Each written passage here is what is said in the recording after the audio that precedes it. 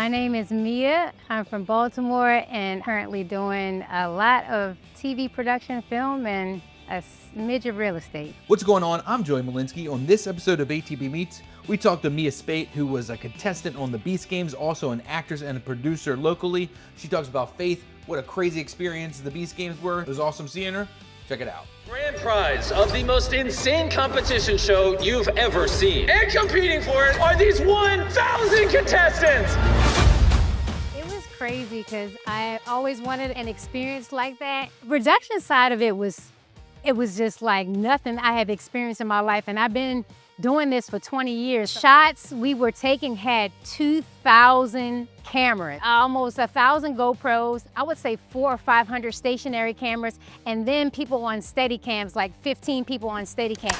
I won an island. I was on Mr. Beast's show, and one of the prizes was winning a private island in Panama that's 67 acres. Well, I chose to go for the island because I was competing against those guys every day and playing basketball. So I'm really not afraid of competition. God would prove a point that doesn't matter how big the opponent is. If something's meant for you, it doesn't matter who you go against, you will win. Finally, someone appreciates our games. I don't. I think this decision has already been made and that the right person will receive it. When I first came to the island, there was something I did that was biblical. There was a palm tree there.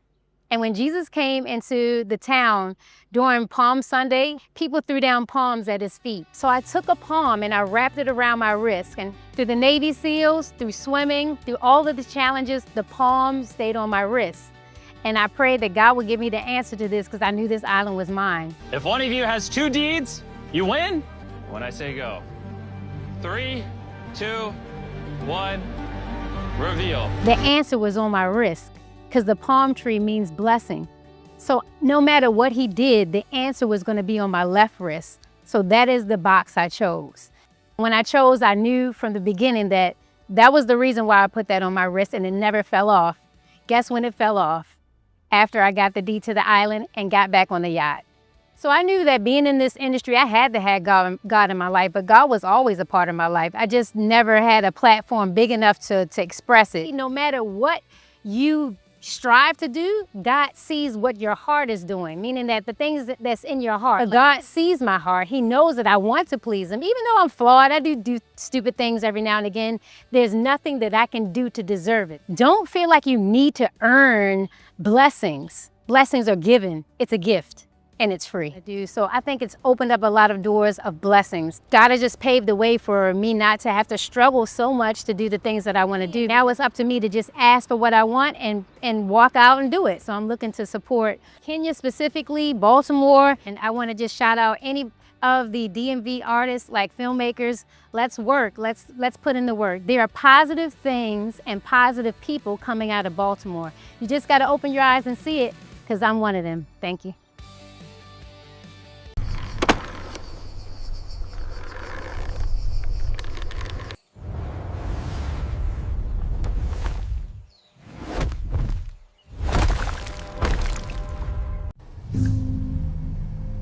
So how many of these sessions do I have to do before I'm fixed? Well, most of us agree it's a lifetime journey. Bummer. Probably should have started a lifetime ago then, huh? Well, technically this is my lunch break, so what can I do you for? No, I'm not here to do you. I just need to, work this out. I feel like this is working. I don't know, I have clearer vision or something. It's the context, right? You gonna do contacts? But no, it's different than that. It's beyond vision.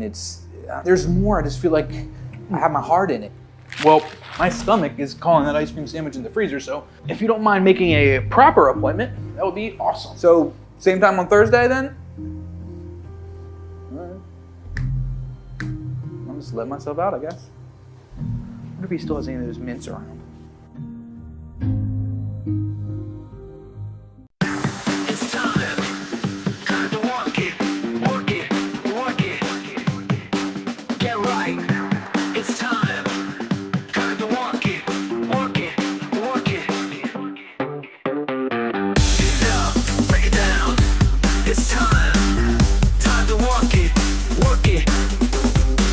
No lies, get behind and work it.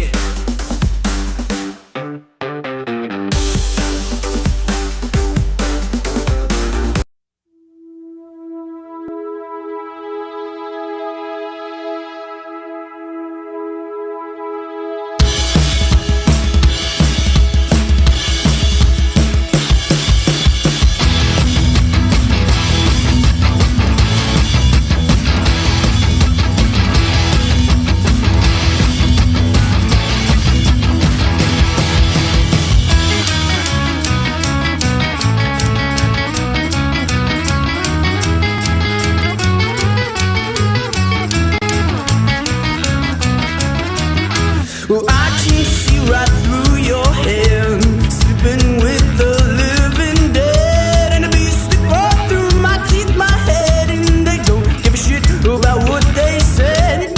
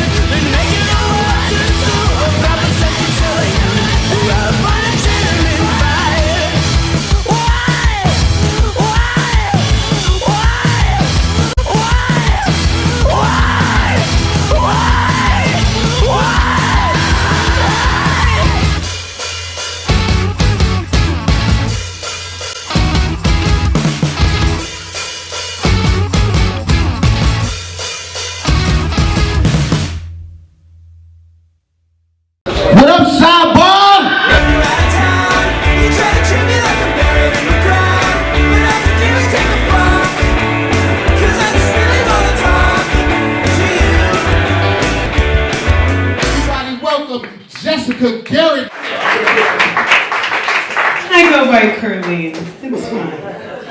Sidebar is, I mean, obviously it's the best open mic in Baltimore City, for sure.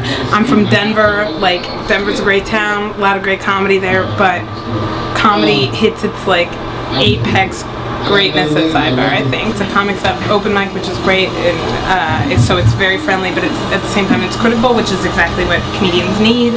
And I'm a theater actor, so it's great for me to like hear the reactions that are coming out of Sidebar. It's the greatest place for new material. It was the first open mic that I went to, and that was 8 years ago, and I've been coming back ever since. Can't beat it. Ah, you guys! I've boiled down my problem. My problem in life is that, okay, my problem in dating and sex is that I have super low standards and a ton, Kathy's with me, super low standards and a ton of pet peeves. I have super low, see, I like a pasty alcoholic. That's my jam. Every time I say that in a room full of comics, everybody's like, hello. Trying to hear that right now. I'm telling you a joke. I like a pasty alcoholic. I have super low standards, but I have a ton of pet peeves, which is kind of a problem. Because I have so many pet peeves. I don't like it when people walk into, I was at opening day, and I was in line for the bathroom. It's like 35 people long, and people are walking in the bathroom going, it smells in here. There's 30,000 people that come through that bathroom every day. Anytime your best case scenario, smell-wise, is urine, just deal with it. Like, there's no, of course it smells in there.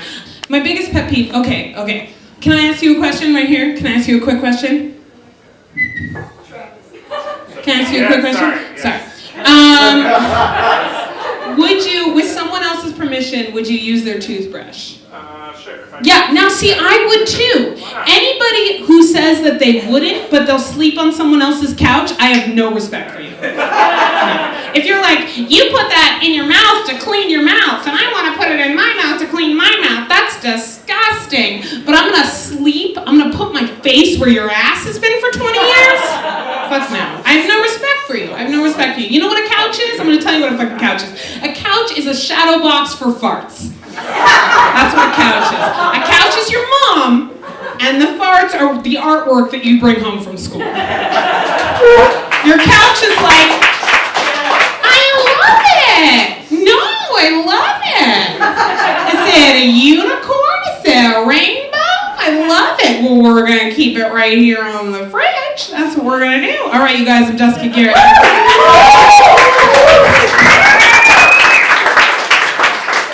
Good job, Jessica. Baltimore comedy scene is the friendliest comedy scene out there. I've been to a lot of towns, I've seen a lot of shit, and I've seen a lot of shit, you know? But there's something about the community here, and as a theater person, like, I'm all about community. And so finding a group of people that they have a critical mind and they're thoughtful, but at the same time they want to see you succeed, and we all want to see each other succeed. That's what the Baltimore comedy scene is all about, and that's what Sidebar is all about. I'm for it.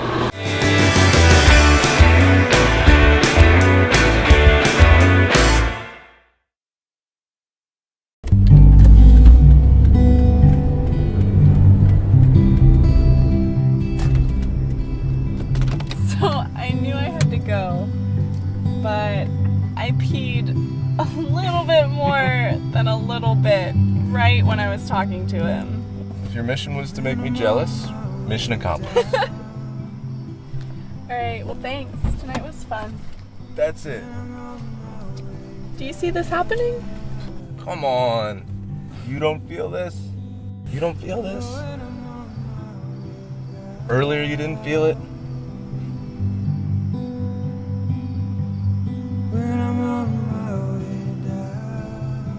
Last night when we were dancing, you didn't feel it?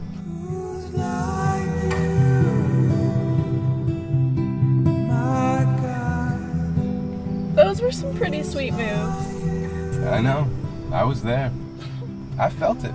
I did. I felt it. I felt it from the moment that I saw you.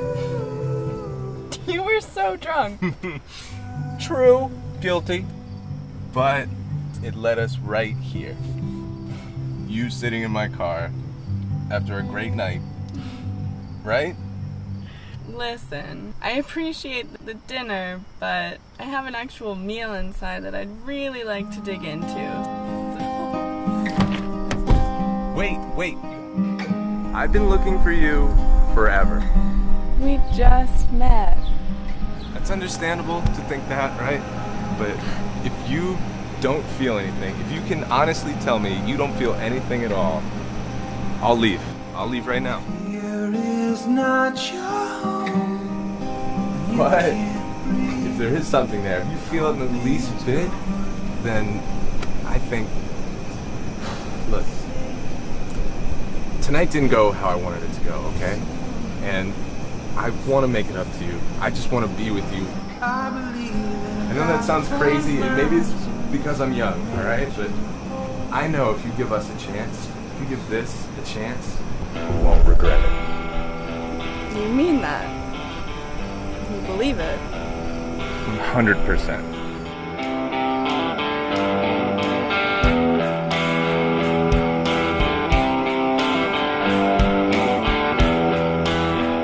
Okay. But you're still not coming in tonight. Of course. Never on the first date. Second date, though. Totally acceptable. I will close my eyes and listen for every single beat of your heart. Whenever you're ready, sir.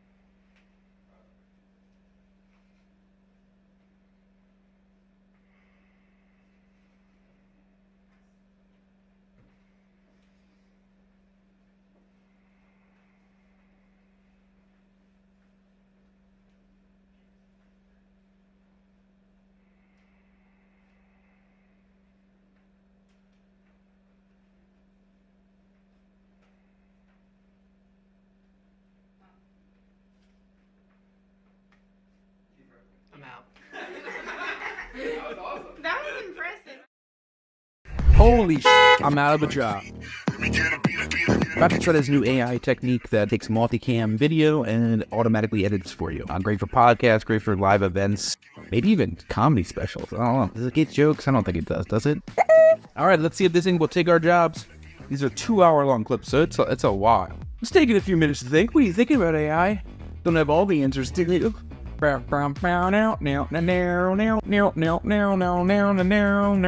it goes. Oh, woo. Cook it. This thing is cooking. How's she making all those decisions so quickly? Insane. About 70% done in 2-hour cut in minutes? Seconds? All right. Moment of truth. Let's see how he did. Doing a good job. It's working. The rhythm is right. Pretty insane. Still seems like we have to go past just to check the work. We can't just give this to client, can we? Can we? Can we? Can we? I love it down here. I never get sick of it. Now the red winds keep blowing. Yeah, they'll blow from time to time. Keep an eye on your wife, son, 'cause she's reaching for a knife. When your woman starts to run it, it's time to ride that line. I took this train out to Chicago, boys, to lead this life of crime. Now I ain't got nobody, been then only had me one. And the gypsies took my money, and they claimed my firstborn son. And I may be dead tomorrow, but I'll make it worth it tonight. And this rain will wash me over, and I'll see you all by and by. Well, I had a brown-haired woman, she hadn't seen nothing like me. But my dogs are always barking, and I'm still running from the police. And the corn should be about high by now. Only we ain't seen rain in weeks. And I'm a drunken-hearted man. My life's a misery. Now my eyes have been wandering, now they don't like what they see. So I'll sit here in my bedroom with my bottle of cocaine. It's a long way back to brawling. This ain't how it's supposed to be. So I rest my weary head, and I set this old dog free. I killed myself.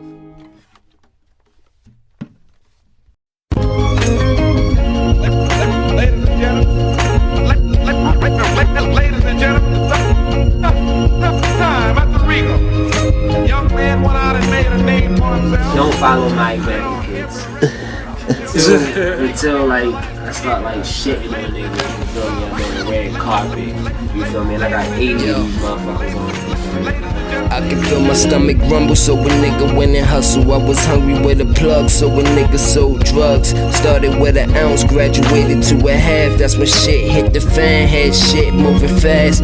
Grams on demand, like my name Comcast. Green, white, and tan, block work contrast. Now that I'm growing up, I'm trying to in the past, never had it so it's full, so I grew up as a fool. Searching for a way out, I'm staring at these white tiles. Sometimes I wanna give up, but people say my time's now. I'm looking as a hero. See youngins in my hometown, Louis to my people. I'm dancing at the touchdown, bringing the gold back. I'm bringing the old back, watching them flow jack. But nigga, I'm more rap. Niggas don't know me, you don't know OG. 32 shows halfway in 2013. You lost so many niggas when I'm spitting, they hurt me. To wake up every day is a gift and a curse beat. I'm so fucking stressed out. I'm Baltimore's best out. Not a hand out, but we can see with them hands how young y'all niggas. Yeah.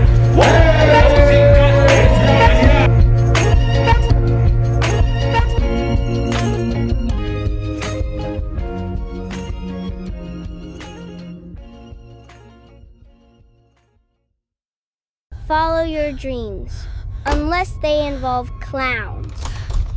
Then maybe just stay awake. Come on, everybody, it's all hands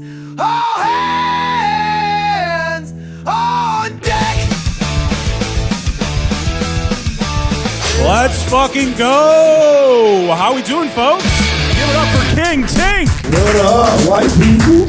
I went back home not too long ago, and my cousin picked me up from the airport. He picked me up in a pickup truck. You know, in the back of his pickup truck was a bunch of Trump shit. It's like Trump 2024, lock that bitch up, bunch of bump stickers and shit. And I get in the car with him. I was like, Chewy, you a Republican? He was like, nah, cuz, why would you say that? He said, the fucking Confederate flag on the back of your pickup truck, nigga. He's like, oh no, I sell drugs.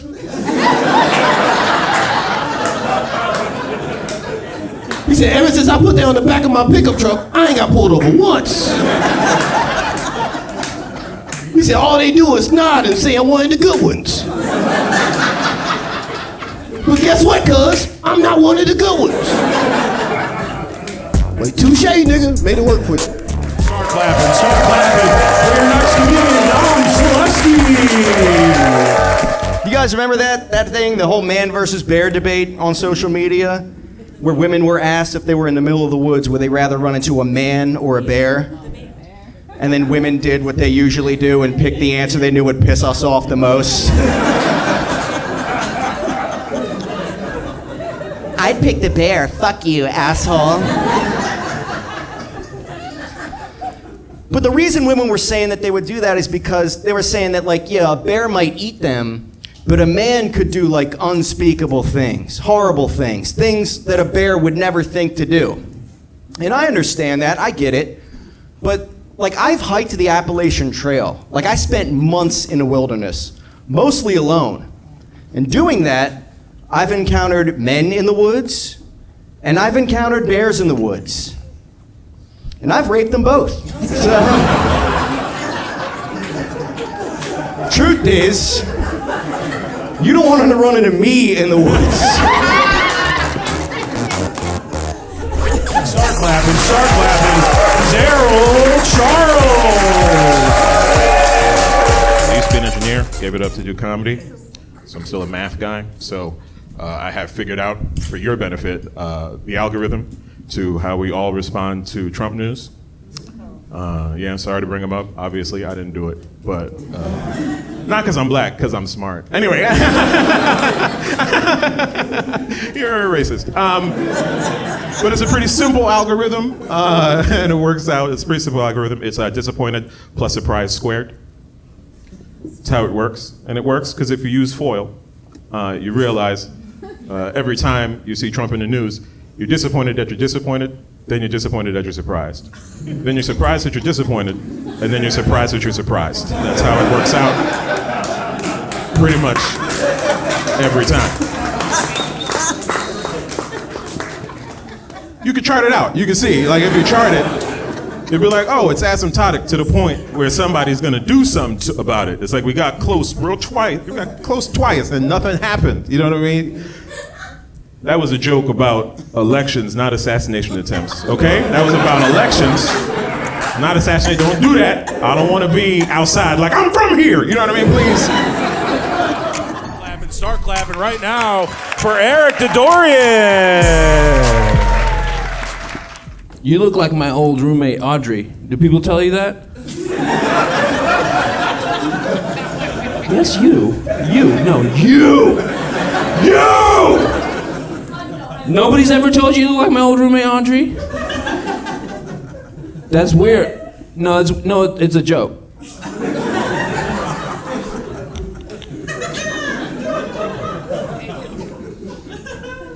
It's hard for me to concentrate because I was such a bad roommate at that time. It was 2008. I was riding high in Obama. I was drinking a lot. You know, I'm sorry I called you shorty pants that one time. In that weird dad flirtatious way. Shorty pants. My 4-year-old told me to say shorty pants. He's like, just say shorty pants, Dad. People will laugh. Yeah, right, you little shit. Be loud for Christine O'Day! Doctors' offices are filled with uncomfortable situations. Doctors say weird things to me. I took my top off for the mammogram. The lady looked at me and she was like, wow, that's weird. Your breasts are small, but the base is large. I was like, saying nothing is always an option. It's like, hey, you're a doctor. Don't start off a sentence with, wow, that's weird. She then asked me if my nipples had always looked like that. And when I said yes, she said, Okay, you guys are like too polite to ask, but I'm rude enough to answer. My nipples are just, they're this big, they're like this. And my nipples are like Russia. They're too big and the borders are ill-defined. President sucks on them. No, I have weird titties. I have the titties of a fat little boy. I don't... Did that register to you guys at all? You know those cone-shaped titties? Yeah, they start at the armpit. Yeah, I have the tits of a man who wears his t-shirt in the swimming pool.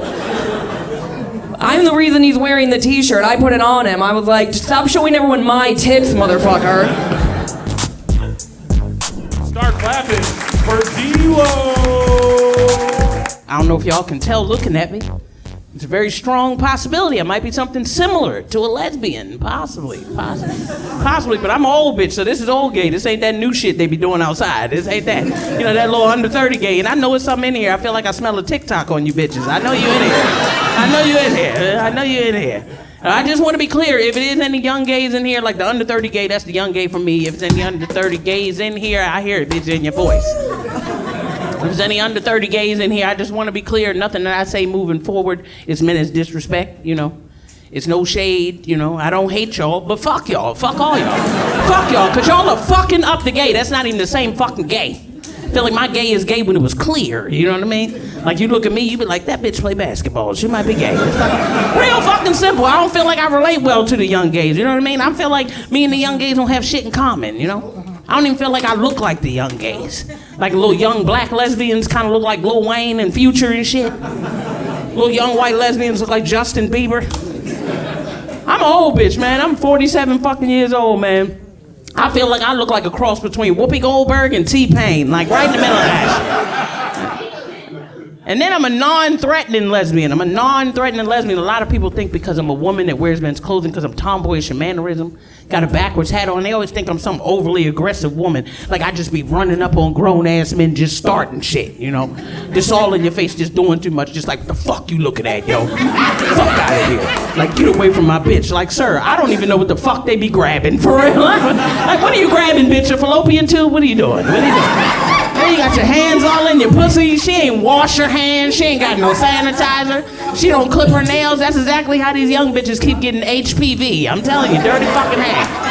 Start clap for your final comic, Bill Monahan. I am happy to report that I'm back out on the dating apps. You know, got to do something with myself. Might as well get out there and slay some poon.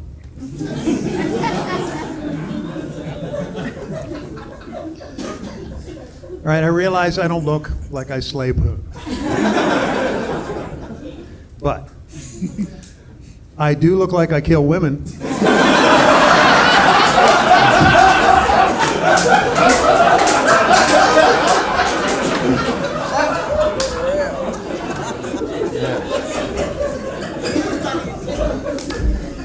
Wish that joke didn't work so well.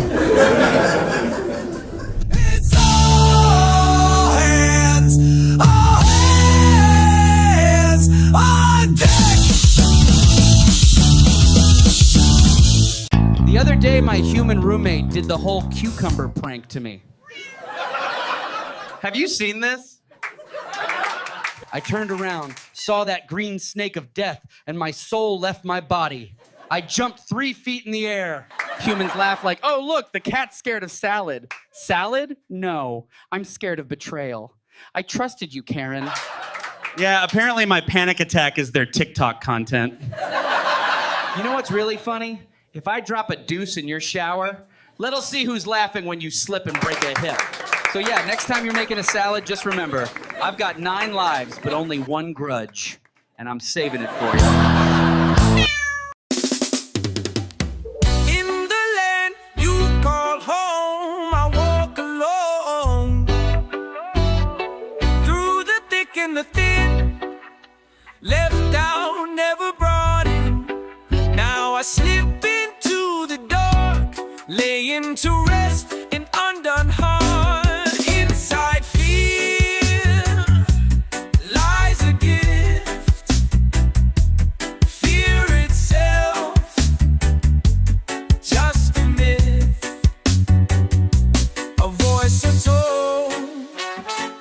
telling you you walk alone.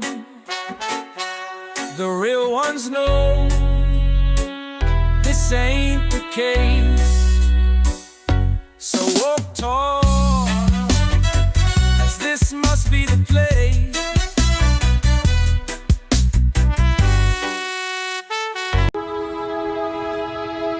Beep, beep. Welcome to Baltimore. Baltimore, baby. Oh, can't see. Mom, go back inside. God, go back inside. You know, Baltimore's not really even known for its comedy, so it's a good like breeding ground. You can try out all the new shit that you want to do. You can try out all your weirdest shit in front of a new audience every night. And this is like a training camp for comedy. I think we probably have some of the most unique talent around. And tonight we're gonna put that to the test.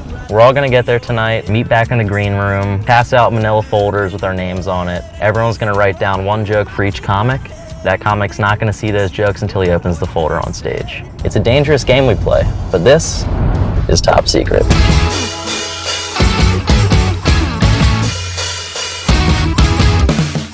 Like I'm just writing bad jokes so they bomb, and I feel better about myself. That's how that's gonna work. Everybody don't know which ones are mine because we got a bunch of backwards R's and crooked S's. Is that a 5? We'll see what happens, I don't know.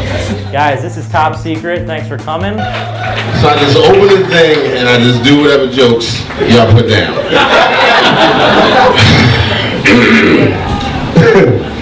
What?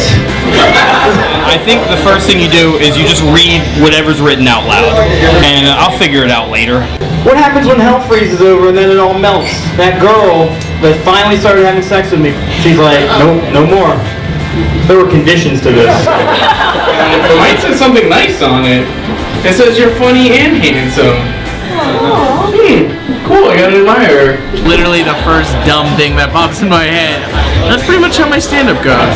Why am I standing like this? Hey guys! Why is French bread so big? I feel like I did way better in the beginning, and then it got weird at the end. So a G-string for a girl, what would it be for a guy? Like a D-string? Don't laugh at that. It's rough. It's rough. I don't like it. Like I like that it happens and like it's good to work through, but it's kind of painful too. I've been working on some impressions recently. This is my impression of a bad Italian accent, guys. Hey!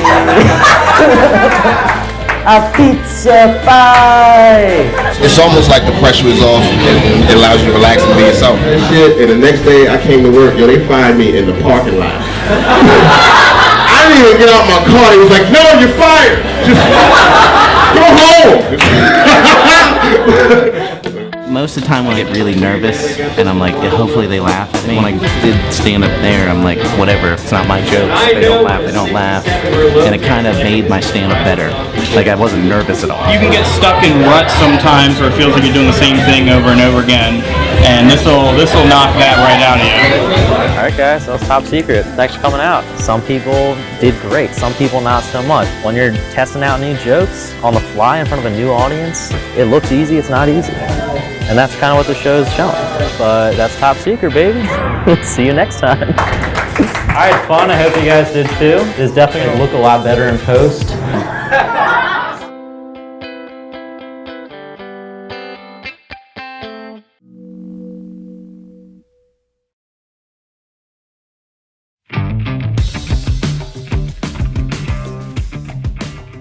My friend Dan, I got a new friend Dan.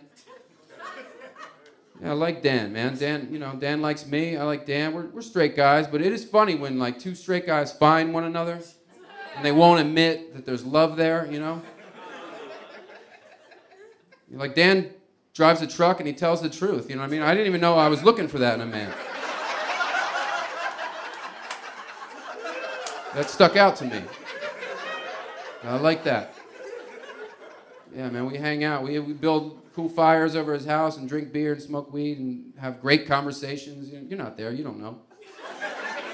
It's cool, man, just throwing down, you know? It's how gay guy. At one point we were sitting there smoking weed and he goes, hey man, you want to scoot closer? And I said, yeah. I said, yes, sure. And I scooted my chair closer to Dan because I want to protect Dan. You know what I mean? Dan, I want Dan to protect me. It's, you know, there for one another. He wants to go camping next week. I'm like, I don't know. I need some space, Dan. I don't know. I just met you. It's funny, two straight guys hanging out, man. There's love there. It's funny when you say goodbye too, because women are better at goodbyes. Like women, there's a ceremony. It's like a hug or a kiss. You know, with two straight guys hang out, you know, and they gotta say goodbye. One guy just stands up and goes, "All right, man. Peace." And that's it. And he had all this energy. He was just ready to go. Hello, I want to get the crab cake. I'm familiar. Show me around Baltimore. I can't do an Italian accent. It's just insane to say there's no God. You don't know what's going on. It's like saying there's no Wi-Fi here. There might be Wi-Fi here. How do you know that? You don't see it? I pray and pray. I doubt I did good. Even when I did what I could. I listened to the voice for the choice, but I misunderstood. Was that a command? Therefore I'm damned. I thought I was free. Why you'd sign when you didn't agree?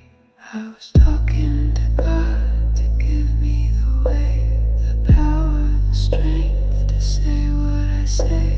But now that there's silence in my heart starts to burn.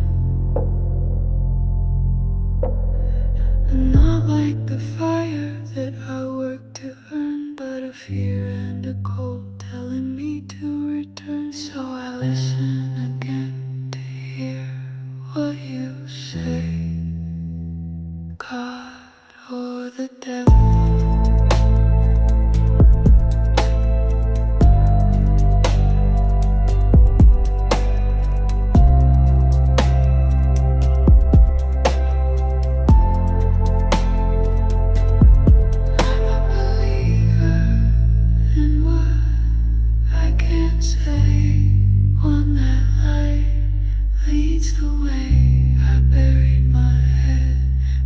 Still see the power above given to me. A blessing wrapped in a curse.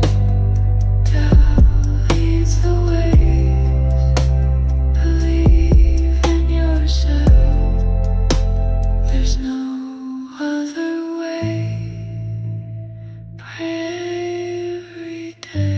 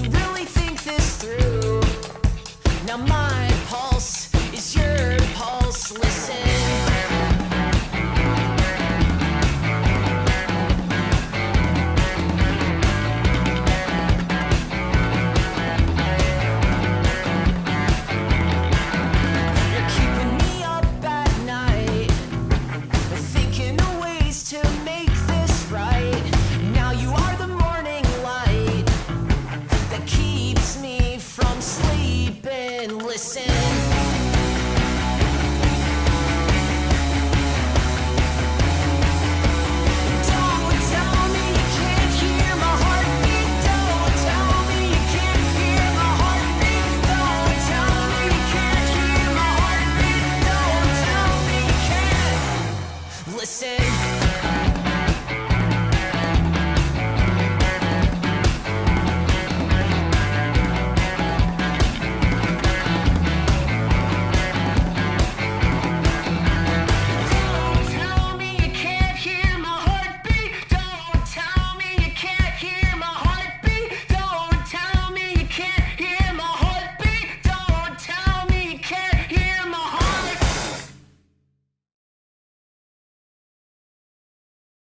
What up, sidebar?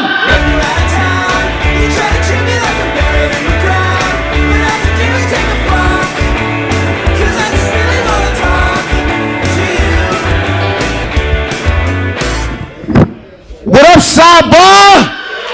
Sidebar! What up? Huh? We back. We back down this motherfucker. We took this shit back. Huh? I'm talking all that shit. I was in the house like a motherfucker, Jack. It's the absolute best room in Baltimore, by far. By any stretch of the imagination. It's our workshop. Put it like this, if I got a new joke, sidebar is where I say it first. It's also where I say it last, once I've taken it around to a few different rooms, because with comedy, it's repetition. You do it until, you know, you have sort of muscle memories, and it's just a really warm room to first start. They're receptive. They'll also tell you if you suck. You know, a lot of people have a hard time here, but I fucking love it, man. Talking about black fatherhood. I mean, when I was a kid, like, I only saw my father like 2-3 times, right? I know. Black dude was like, damn, I know it. Fucking, the third time he came around, he had a motorcycle. Why does nobody ever give a fuck when I say this? You know how amazing that was to me? He had a motorcycle. Only thing about it is my father was very homophobic, so I couldn't like ride the motorcycle. You know what I'm saying? Like, as soon as I got on, I just jumped on and grabbed him and shit. And he was like, son, is your dick on my butt? I was like, no, hell no, I wouldn't. I would never. I was so far back from him, it didn't look like we was on the same motorcycle. We drove by slow and shit. It looked like he was riding a motorcycle and I was riding a motorcycle shaped like my father.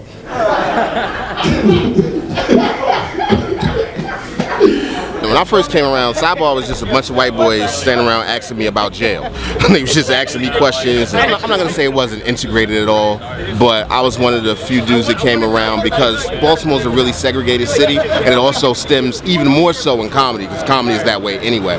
It slowly became one of the places where the two sides met. Where we came together. You know, I started coming around slow, I fucking ate it a bunch of times, and just got better. So anyway, now it's my room. Y'all ready for the next comedian? I'm trying to get y'all nice and hot. Next comedian coming to the stage will definitely get you hot. Put your hands together. I like to run a room. I like to just get the energy up. You know, that's important to me more than anything, where the energy is. Because if your energy is right, your jokes, I mean, they're important. I'm not saying they're not important, but the crowd can follow you from your energy. And it's my job to make sure that it's a good atmosphere for the next comedian. I was trying to hug Kathy, but oh my bad. We all love each other. We can all get it. We all love each other. You know, this is a meeting place. It's central, it's downtown, it's right next door to City Hall. It's a Baltimore comedy community. You know, it's where we come every Monday night. It's a punk bar, it's got a rebel feel to it, and we love it.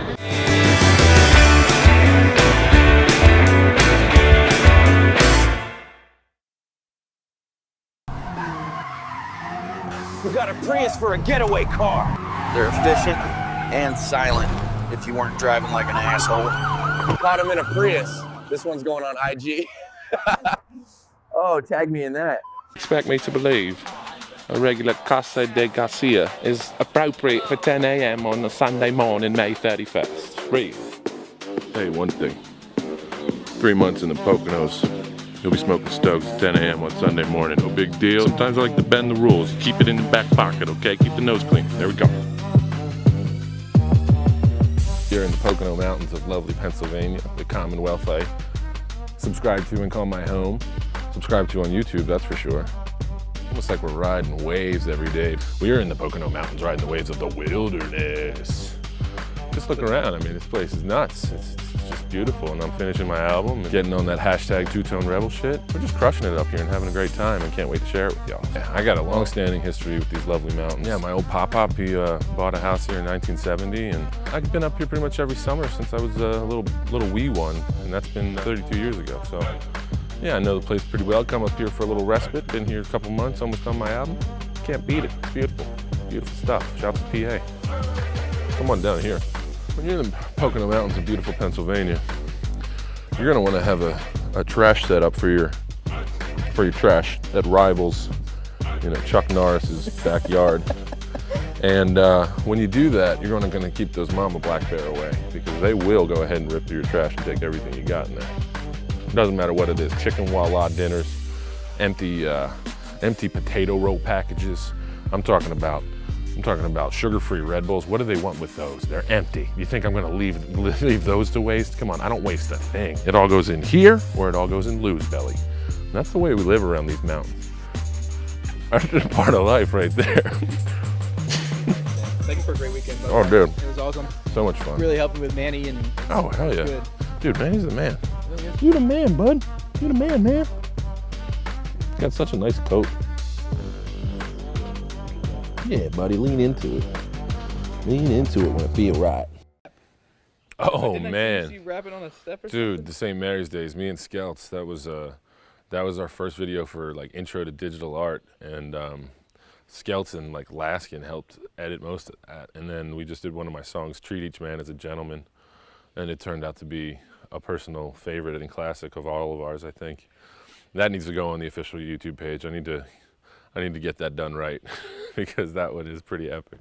But yeah, my voice was so light in the ass there. I had to, it was a hype flow, but like I didn't have the gravitas of a 32-year-old stressed out man yet. So I was still a bright-eyed, bushy-tailed 20-year-old college student who just happened to look exactly the same as I do now, plus 10 years and 50 pounds. But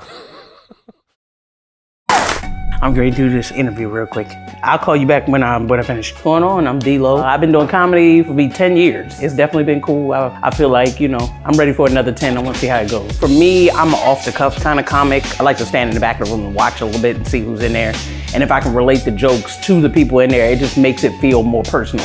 I'm not one of those offensive comics. Sometimes you get comics that like go at people in the audience. If anything, if we have an interaction, I promise you're gonna leave smiling. We're gonna be best friends. I feel like being in Baltimore is what made me a comedian for real, because Baltimore is full of jokes. Like every day, walking down the street, you see something that you gotta speak on. I think that it's awesome to be able to start comedy in Baltimore. I feel like it's dope to start in Baltimore, because Baltimore makes you aggressive. Baltimore makes you hungry. And being so close to DC, and DC, I feel like refines comedians. They sharpen you and they make it so that you're club ready, So Baltimore give me my little and DC it kind of smooth it out a little bit, We're a rare breed. I love the stage. There's things that happen on stage that don't happen anywhere else. I like that. I like the feeling of somebody coming into the room and maybe feeling one way, and when they leave, they're like, oh my God. I like the change in people and to see it in real life. I'm D-Lo. I'm from Baltimore. I prefer to be introduced as a comedian from Maryland for obvious reasons. When I go to shows, there's always somebody in the audience that'll come up to me after the show and they be asking questions and shit. People be trying to get to know you. And they're like, well, D-Lo, what part of Maryland are you from? And I'm a petty bitch, so I'm like, well, why don't you guess? And they're like, are you from Annapolis? I'm like, nah. They're like, are you from Hyattsville? I'm like, fuck nah. They're like, what about Greenbelt? I'm like, ain't that the same fucking thing? Like, what are you talking about? And everybody got the same reaction when you tell me from Baltimore, right? So now it's somebody else in the back of the room. And they're like, well, D-Lo, where are you from? And I'm like, well, I'm from Baltimore. And in unison, the whole fucking room just be like, oh. What the fuck you mean, oh, like it's a third world country? Bitch, fuck you. Yeah. We got a few potholes and some dope fiends, but we trying out here. Shit, we got good heroin, so fuck them niggas. Fuck that shit. That's entrepreneurship. You know what I'm talking about, sir. You know what I'm talking about, yeah. I see the civil rights in your face now, but back in the day, you was a drug dealer. Fuck that. Yeah. Yeah, now you like a deacon or a preacher at the church. Yeah. Got your life together, got you some holy pussy. I see it. Won't he do it? I see that. Yeah. Another fun fact about me, and I feel like it's a good way to address the elephant in the room, you know, kind of let y'all know a little bit about me. I don't know if y'all can tell looking at me. It's a very strong possibility. I might be something similar to a lesbian, possibly, but I'm an old bitch, so this is old gay. This ain't that new shit they be doing outside. This ain't that, you know, that little under 30 gay. And I know it's something in here. I feel like I smell a TikTok on you bitches. I know you in here. I know you in here. I know you in here. I just want to be clear, if it is any young gays in here, like the under 30 gay, that's the young gay for me. If it's any under 30 gays in here, I hear it, bitch, in your voice. If there's any under 30 gays in here, I just want to be clear, nothing that I say moving forward is meant as disrespect, you know. It's no shade, you know. I don't hate y'all, but fuck y'all. Fuck all y'all. Fuck y'all, because y'all are fucking up the gay. That's not even the same fucking gay. I feel like my gay is gay when it was clear, you know what I mean? Like, you look at me, you be like, that bitch play basketball. She might be gay. It's like, real fucking simple. I don't feel like I relate well to the young gays, you know what I mean? I feel like me and the young gays don't have shit in common, you know? I don't even feel like I look like the young gays. Like little young black lesbians kind of look like Lil Wayne and Future and shit. Little young white lesbians look like Justin Bieber. I'm an old bitch, man. I'm 47 fucking years old, man. I feel like I look like a cross between Whoopi Goldberg and T-Pain, like right in the middle of that. And then I'm a non-threatening lesbian. I'm a non-threatening lesbian. A lot of people think because I'm a woman that wears men's clothing, because I'm tomboyish and mannerism, got a backwards hat on, they always think I'm some overly aggressive woman. Like I just be running up on grown-ass men just starting shit, you know? Just all in your face, just doing too much, just like, what the fuck you looking at, yo? Fuck out of here. Like, get away from my bitch. Like, sir, I don't even know what the fuck they be grabbing, for real. Like, what are you grabbing, bitch? A fallopian tube? What are you doing? What are you doing? You got your hands all in your pussy. She ain't wash her hands. She ain't got no sanitizer. She don't clip her nails. That's exactly how these young bitches keep getting HPV. I'm telling you, dirty fucking hands. I'm not one of them. I'm not. I tell people all the time, I'm not with that aggressive ass shit, all that extra ass shit, that fighting ass shit. I'm not with none of that shit. I'm not. And there's a nice little crowd in here, you know? Nice little crowd in here. But I don't know none of you motherfuckers, so I'm a little scared right now. Especially you, sir. Something about that highlight shirt and that hair says, I don't trust you. I be having to tell people all the time, you know, even though looking at me, people would think, you know, one way. I tell them, don't let the clothes fool you, you know? Don't let the tomboyish ways, a backwards hat, none of that shit fool you. Even though people don't get it, I consider myself a lady, you know? And all the men in here look confused as fuck right now. You're looking at me like, ain't no way, bitch, ain't no fucking way. Yes, sir, I'm a fucking lady. Fuck out of here. I'm a fucking lady. Not with none of that shit, I'm not. And like I said, there's a nice crowd in here. But I don't know none of you motherfuckers, so I'm a little scared. And I'm not doing no fucking fighting. I can't fight you. I'm from the county, nigga. Fuck that shit. I am from fucking Milford Mill, okay? I ain't fighting shit. Fuck no. You ain't never seen no thugs out in 21207, nigga. Fuck no. You ain't never seen nobody out the county like Liberty Road, bitch. Fuck no. You gonna get your ass whipped in front of the alley fucking around like that. Fuck that shit. I'm not fighting shit. I'm not.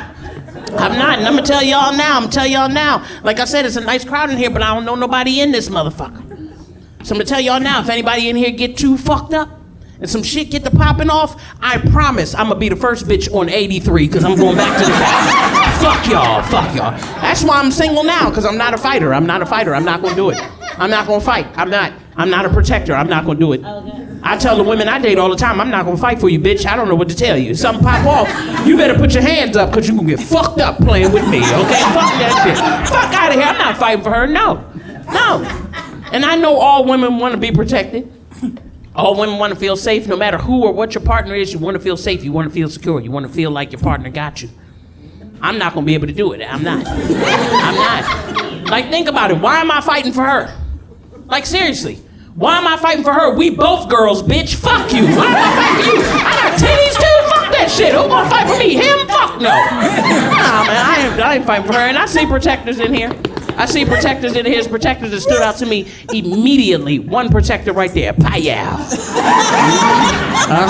Y'all sat close, you know what I'm saying? Got your arm around her. Got matching colors and shit. That's old people shit, but I see it. Yeah. And I know why you did that shit. You saw me come up here. You trying to block the gay. I said,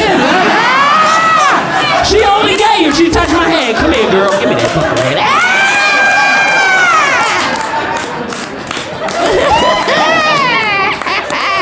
I fucked the bitch.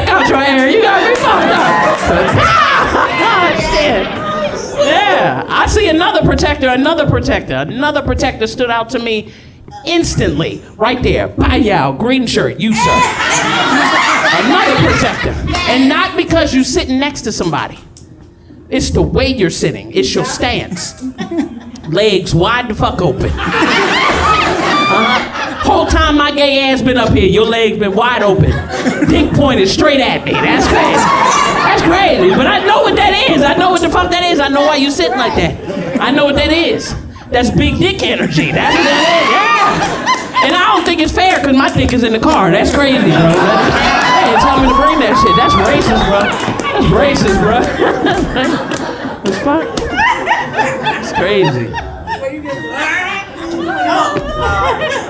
A lot of people have misconceptions about women like me. A lot of people assume things about women like me. I feel like I'm an open-minded person. I feel like there's a lot of open-minded people out here, but people do have their ideas. One thing I do remember hearing growing up was how people have this idea that lesbian women have a problem with men. Y'all ever heard that?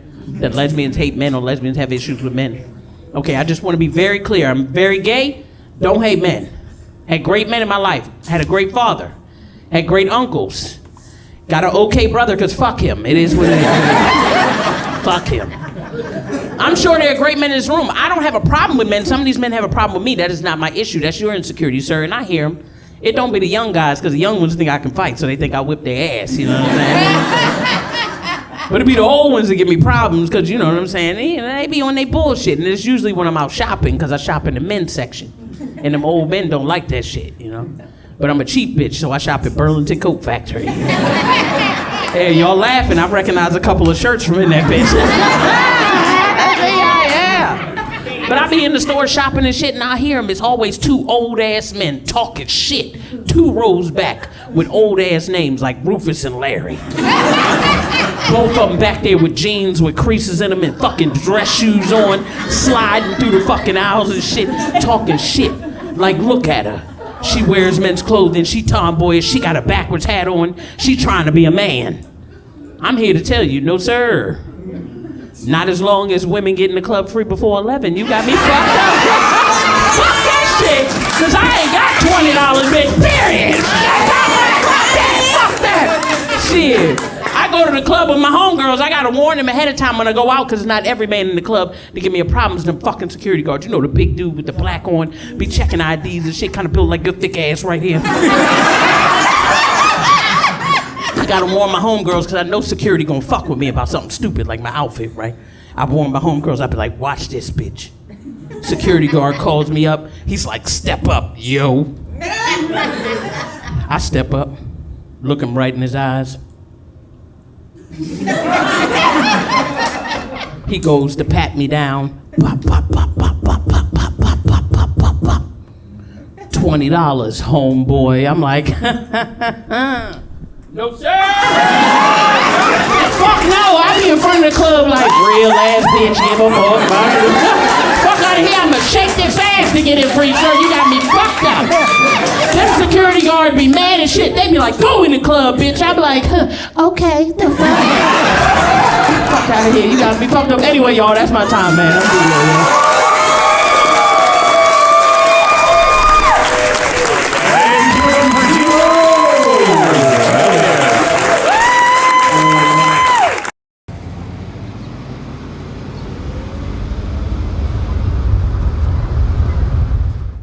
You know, in my country growing up, kids play outside and they don't have a lot of money. You don't need like too much money like here. It's like there we a little bit of money you can have a backyard. Here is different.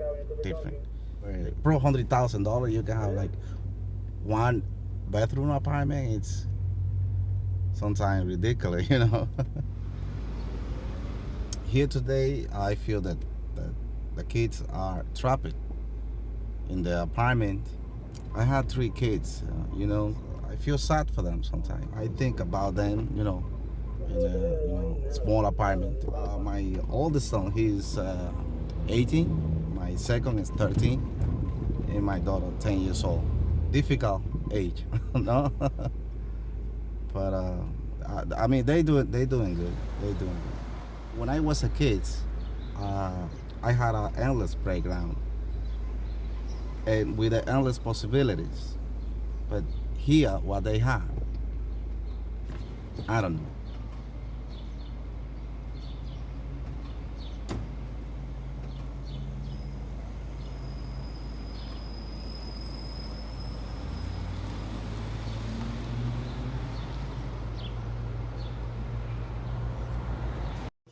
Scrub life! I eat sunflower seeds whole, shell and all, handfuls at a time. This probably isn't good for me. Actually, I know it's not good for me. I'm just addicted to them. If I buy them, I won't stop eating them until they're gone, no matter what the size of the bag. I'll eat them until my tongue is raw. I think it's the salt. I'm not sure why I eat the whole seed. Probably laziness. That's usually where my faults lie. Too much work to carefully crack the shell, releasing the seed into my mouth. That sounds kinda gay anyway. I'd rather just chomp through the fucker and deal with the pain when it comes out the other end. We got a bleeder! A butt bleeder? I wonder if this is what it feels like to be raped. No, probably not. Scrub life!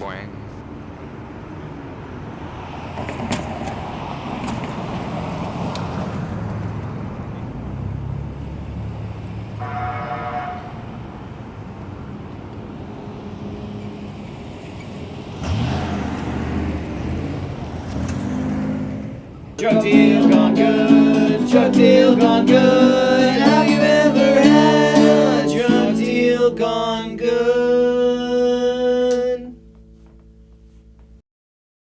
Scrub life! I used to run a lot, you know, to work out. Here in the city, there's like too many people and dangerous in some spots. 3 times I got hit by a car. I normally would work out, you know, in a regular gym, hit the treadmill or something, but these membership fees, fucking outrageous. $100 a month to work out? Psh, it's crazy, you know? Recently, I've been hitting the subway to get my exercise. You got everything down here you need for a full body workout. You can work your arms, you can work your legs, whatever you need, it's here. The hours of operation are great. You come here at 4 in the morning, they're open. And the price is right. $2 a day gets you in, you know? It's $2.25 now? MPA, get your shit together, you know? When I first started working out in the subway, I was really into Tai Chi. It's a great way to get your body centered. Oprah put me on it. It's kind of like being invisible. I've been down here all day long and nobody's talked to me at all. To start off with a little stairs, you know, start my routine off with little stairs, and then I move into the incline, you know, really get the blood pressure going. This sucks in the morning going to work, but it feels great right now. This leads to the granddaddy of them all, here at the path. It's a scary thought, but it's an escalator that leads to Jersey, you know? I like to run up it away from Jersey. Like, get the fuck out of here, I'm not going to Jersey, you know? So, it's a good workout, you know? Scrub life! Getting high on life is easy. All you need to do is focus your mind, open your heart, and swing. Ah, life. Find your high. Whenever you stand, Scrub life! Yeah, I said it'll never happen to me, you know? I was gonna do it once, and I'll be fine. You know, once turns into twice, turns into 3 times. Before you know it, it happens. The other day, pulled out my external hard drive, 5 years worth of collecting pirated porn. Gone. See you. One day, click, boobies. A lot of Asians at one point in my life. There. Next day, gone. 2 clicks of the mouse. That's all it takes. And it only takes once. You lose all your porn. Scrub life! I wash my hands every time I use the bathroom in public.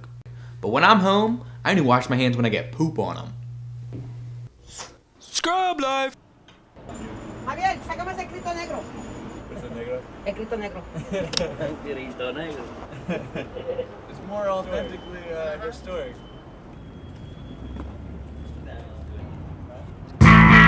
Were you up late last night? I was. There was this movie on. That dude was in it. From that other thing. You know what I'm talking about. It was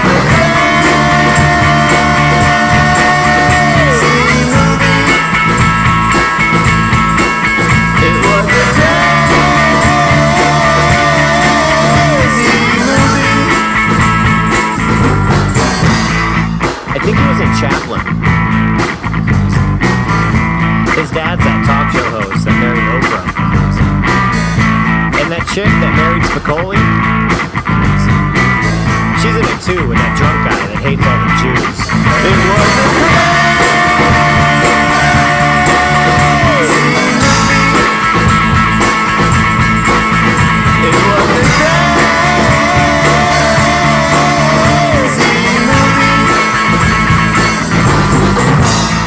and that piano guy, you know, the Nazi one, he's in it with that chick who's into Scientology now. I think they fight crime. I couldn't tell. There was a lot of singing going on. It was it's like a remake of a remake of a remake. It was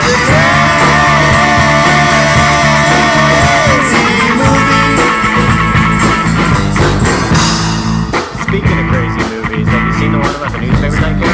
Citizen Kane? No. There was a sled named Rosebud. Citizen Kane? Orson Welles was in it. Citizen Kane? No, you're wrong. Scrub life. Let's try another one like that. You fucking farted. No, I didn't. I did. Damn! Oh my god. It's awful. I love how there's like mad shit in there that she won't sell. How much is a John Wayne? I don't sell John Wayne and I don't sell Yogi Berra either. When I first started working out about a year ago, I completely outdid myself. I hadn't worked out in forever. I tried to make it up in one day, you know? So I was doing my arms, doing my legs, doing my back, everything. So I woke up next day, my back was sore, my arms were tired, my legs were dead. It was crazy, you know? I was sitting on the couch, I heard a boom in the other room, and I go in there, and it's my mom. She's like passed out on the, she's like laying down on the ground, gripping her hard. She's like, ah! So I was like, oh my God, my mom's having a heart attack. I called the EMT, I tried to pick her up, we're on the living on the 3rd floor. I tried to grab her, couldn't lift her up, my legs were all tired, I was scared, I was like helpless. EMT gets there, turns out it was just gas, but you know, it's scary being helpless, so you never want to completely, it's not good, you know. That's the end of my workout. I'm hoping this workout catches on, more people come down. You know, there's a lot of musicians down here in the subway, there's a lot of artists, but I never see any health enthusiasts, you know, so I'm trying to bring that trend. Scrub life.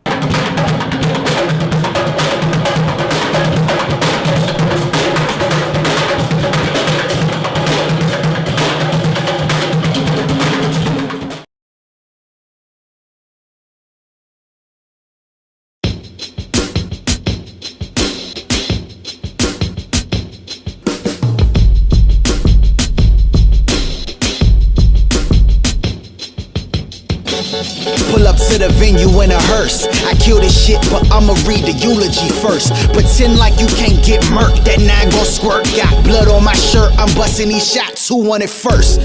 Your bars ain't equal to mine. Don't read in between the lines. What you speaking is lies. Know some shit about you, boy. I know it's eating your pride. Brought the bitch about you, boy. You rockin' skirts cause it's fly. That's a lie. It took me a moment to come and check you. Them fuck niggas can't come to your rescue. I plan to embarrass and disrespect you, but I'ma keep it rap cause you got no one to protect you. From being my son to trying to dress like me. Guess everybody trying to be super Nike. I still got them texts from your ex-wifey. She just wanted a nigga to fuck her nicely. Lamborghini dreaming, got her trying to eat my semen. Pinot Grigio sipping, please don't sleep on the pimpin'. So old school DC like Donnie Simpson. Did I fail to mention I be getting all the women? Air Jordan collection, crazy all these selections. Premium heat, PE Ray Allen 11. Flow was sent from heaven. Don't you ever question. Need this mozzarella. Pop's a convicted felon. Young fly nigga, bitches couldn't leave a dick alone. Killing every cipher, leaving evidence. I should be indicted. All my rivals get cremated. Homicidal, champion shit. Always prepared to defend the title. Rap hitman, Brett with the sharpshooter. Torture rack on tracks, sorta Lex Luger. I compete and destroy all my opposition. My old compositions make you no competition. Stop nigga, you frail on tape. You a break if the cops question you about weight. I'm reppin' for my state, but I need to get away cause it's way too crowded and these youngins love to hate. I'm a wreck, I'm addicted to high fashion, high maintenance hoes, make a man innocent bystanders. My camera team is capturing greatness. When I shut this shit down, I prove to you why I'm A-list. Okay then.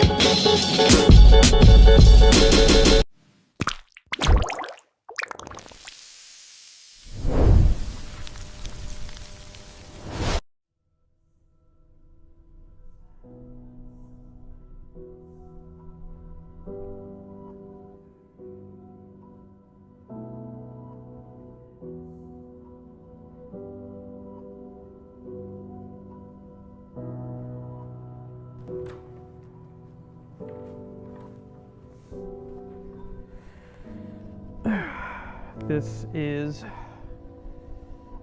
session 2249.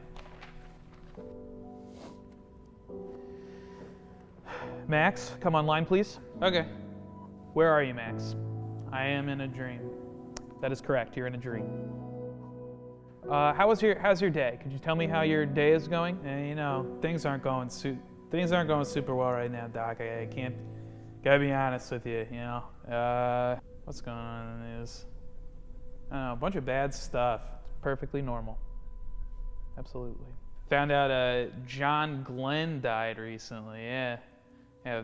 First guy to orbit around the Earth. It's pretty upsetting, but I feel like he's sort of at peace knowing that he doesn't have to tell another person who comes up to him what space is like. Like, oh, how is space? Oh, I don't know, dark. You know, nothing. Imagine that for like, turn it down. Like 60 years of your life, people coming up to you, asking that question. Freeze all motor functions. Hey man, you haven't seen both Mighty Ducks? Shut it down, buddy. Freeze it down. You're making some good progress. So keep it up. We're gonna end this session with one of these. All right, peace out.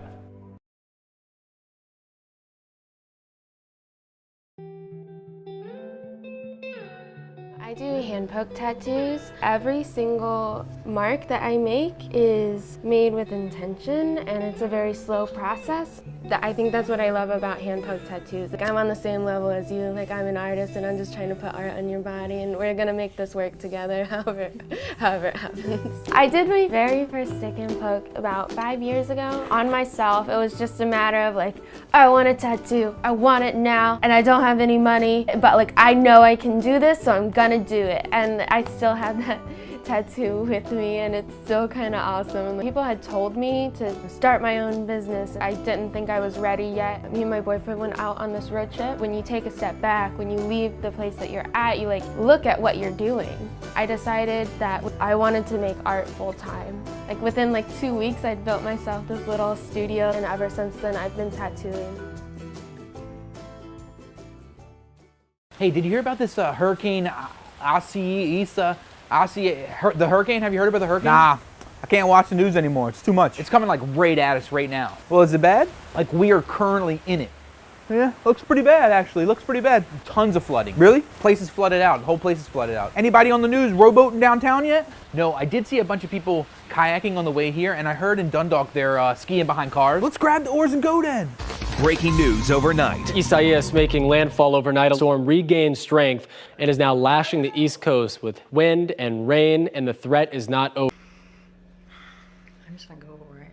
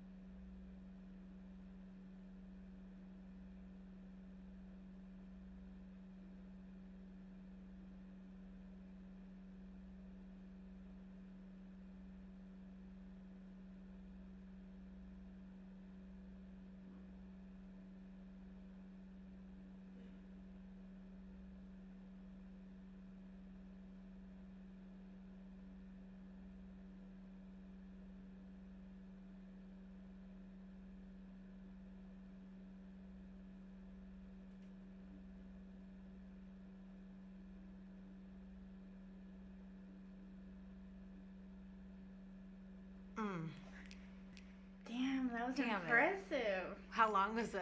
I think that may have been 2 minutes. Could have kept going. It didn't look like. I know, right? Yeah, yeah, yeah. Hey, hey, hey, Donnie. I keep telling people sorry, cause lately I've been telling them all about my problems, but I've been feeling like I don't got that many options. I know way too many people who tell me don't stop this, who tell me don't stop this. I've been on run around, cause I do not wanna go hit the ground.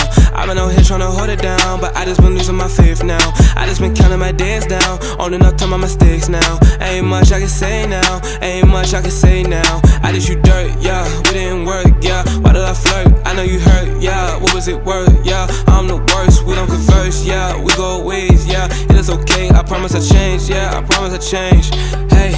It's no shoulda, coulda, woulda, huh? I won't be another one that's reset by my regrets, cause I gotta shine just like the sun. I'ma be just who I want and I won't do it for the stunt. I'ma do it for the love, the change from who I really was. I'm sorry, so tell my friends and all my family I'm getting started. And you don't gotta give it up, just keep it going. So hater, hater, hater, hater, little Donnie, ain't you a star? Hey, I keep telling people sorry, cause lately I've been telling them all about my problems, but I've been feeling like I don't got that many options. I know way too many people who tell me don't stop this, who tell me don't stop. I keep telling people sorry, cause lately I've been telling them all about my problems, but I've been feeling like I don't got that many options. I know way too many people who tell me don't stop this, who tell me don't stop this. I remember I was hating when I seen them all changing. Never felt so ashamed, man, never felt so lasting. But I knew I was destined, so I gotta get to stepping. And I gotta fix my problems, why the hell did I cause them? I didn't listen, hey, I didn't listen, hey. Tell my mama, I didn't listen, hey, I didn't listen, hey. Tell my brother, I didn't listen, hey, I didn't listen, hey. Tell my homies, I didn't listen, hey, I didn't listen, hey. Now I'm out here trying to switch the place where I feel the pain. I don't ever wanna feel like this, no, not again. And I'm hoping maybe one day that you could understand, but until that day I know I gotta stick to the plan. Hey, hey, yeah, I'm good and I'm fine, man, I'll be alright. Don't look at this, look at that, man, and judge your life. You gotta find who you are deep down inside. You gotta find who you are, hey, hey. Telling people sorry, cause lately I've been telling them all about my problems, but I've been feeling like I don't got that many options. I know way too many people who tell me don't stop this, who tell me don't stop. I keep telling people sorry, cause lately I've been telling them all about my problems, but I've been feeling like I don't got that many options. I know way too many people who tell me don't stop this, who tell me don't stop this.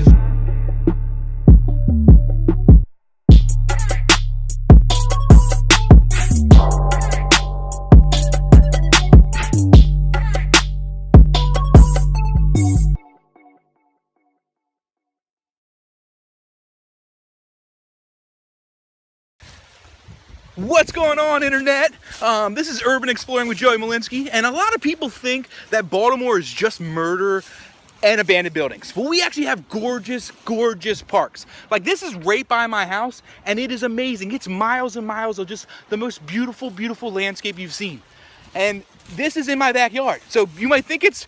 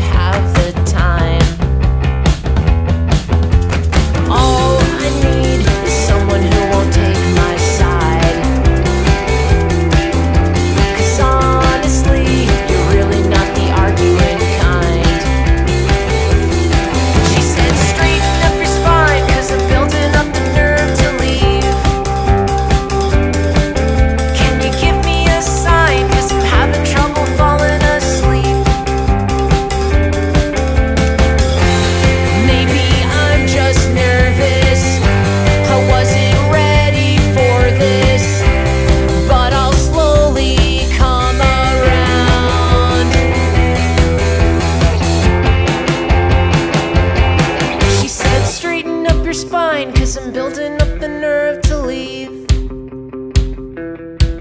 Can you give me a sign, 'cause I'm having trouble falling asleep? She said, straighten up your spine, 'cause I'm building up the nerve to leave. Can you give me a sign, 'cause I'm having trouble falling asleep? Here we go!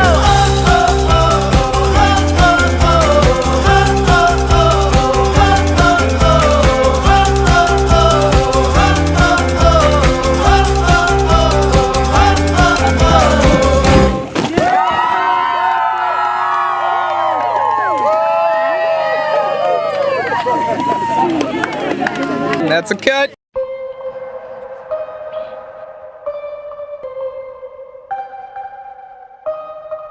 Four 443 zone 16, 17, 18, 12, all that. Let's go. Give me a track, then give me a minute, give me a minute. Give me a track, then give me a minute, give me a minute. Give me a track, then give me a minute. Yeah. Cinematics and precision, I feel on the demographic of the rhythm. Yeah. Fuck with my dogs, they on the west side. Fuck with my fam, they on the east side. I keep it 100. Dermel in the G ride. You don't rap, you don't trap, bitch. Put your mouthpiece on a ceasefire. Gotta keep quiet for the heat rise. Hot girl made my meat rise. Me no speak lies to the bros. No truth to the pose. I fuck on your whole foes for the low. Shorty on 10 toes for the blow. Speak on my people, you keep it a secret. Or catch you a beating right after the show. Yo. Give me a track, then give me a minute, give me a minute. Give me a track, then give me a minute, give me a minute. Give me a track, then give me a minute. Yeah. Cinematics and precision, I feel on the demographic of the rhythm. Yeah. Give me a track, I'm about to kill it. Give me a track, but I gotta feel it. Give me a track, put that on the skillet. Cinematics and precision, I feel on the demographic of the rhythm. Look, man up, not a man down. Make it take it, not a hand down. I'm the man now, you was sleeping. Got all that free smoke you was seeking. A city that need hope and a beacon. Don't need all the weak folk that be leaving. It's me you believe in, now calm down. My infantry ready to bomb now. I woke up and calling them all in the hall of the Paul in the wrong crowd with a strong sound. This is infinite epic fam. You rappers be tripping in neck and land. I came here to ribbon until it's no ribbon. You might need to grip with your better hand. I think it's sufficient to mention you might need to listen and kneel to the better man, to the better man. Give me a track.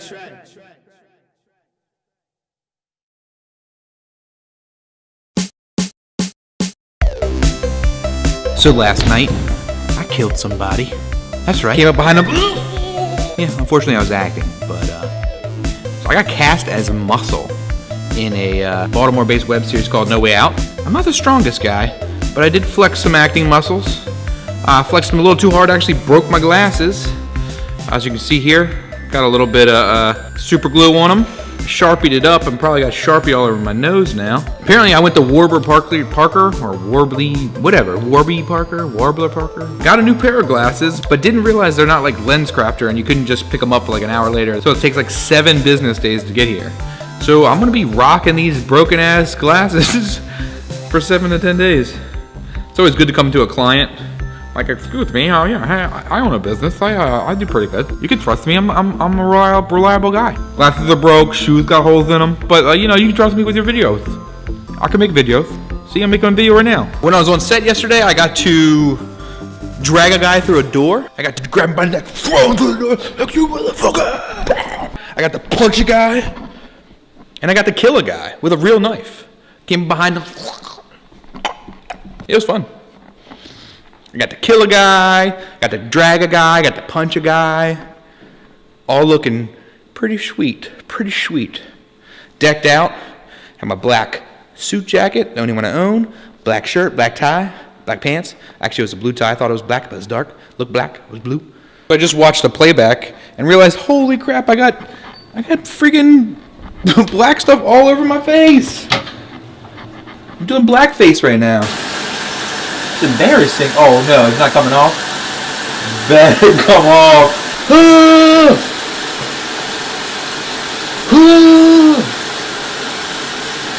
Shit! Holy crap! Sharpie stays on there. It's still not coming off. Crap! Oh no. My beautiful face! My beautiful face! I definitely want to get into acting more. Because last night I enjoyed it. Even though I don't think I should be cast as Muscle. I'm not a strong guy. I'm not a mobster. I'm a Pollock with a heart of gold. I don't think that's a real thing. But I did enjoy it. I get nervous. And anytime I get nervous about something, it's usually something that I like or should be doing. So I always take that as a kind of a thing in life. Like, if you're scared to do something, that's probably what you should be doing. You guys are looking right at my nose again, aren't you? My broken glasses. I'm just... It hurts my feelings, guys. I can see you judging me. I can see you judging me. Don't judge. Don't judge a book by its cover. Like, who says that? You definitely judge a book by its cover. Like, not after you're done reading. After you're done reading, you judge it by the fucking what was in there. But before you read the book, you definitely got to judge it by its cover. Otherwise, who reads that inside? The leaflet inside? No, nobody's reading that. Notes by the author? Why does all the authors live in Maine? Oh, he resides in Maine with his dog and his wife. Is that where you go to write books, Maine? Let me know if you think I should continue to pursue acting. I think I'm a good actor. In terms of, in my head, I'm a good actor. But there's a couple reasons probably why I'm never going to be a real actor. One, that, oh my God, it's locking up, it's locking up. Oh my God, it's freezing. I got Charlie horse in my double chin. Oh, fuck. Oh. How did that happen? Oh no, it's coming back. Oh, my eyes. If you can see my eyes. Oh, it's coming back. It's coming. Oh. I'm just gonna breathe slowly. Oh, it hurts.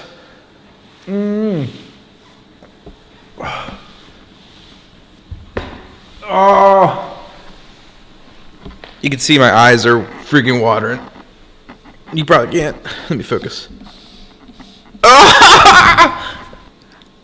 Oh, man. That is hurt. That's pain. That's pain right there. I can't say that's the first time I've ever had a double chin Charlie horse. It's not. I've had that before. I actually get that kind of often. If anybody knows what that is, let me know. That was the reason why I can't be an actor. I'm fat. I'm also bald. So a fat, bald guy, usually not who you cast. I remember when I'm doing casting, there's sometimes where I won't choose people because, like, I don't like her eyelid. Ew, did you see that guy's chin? What was up with that guy's lips? I've said some petty shit about people why I didn't cast him. Too tan. He'd be great if he was a black guy. But I love it. I love acting. My dream has always been to tell stories, right? I want to tell stories through video. I want to do it narratively, and I want to play a small part in those movies. I want to be a character actor, kind of a crazy one. So this vlog is not the start of that, but it's the start of me getting more comfortable in front of this. The camera and you guys. And then working on my double chin. I'm going to work on my double chin right now.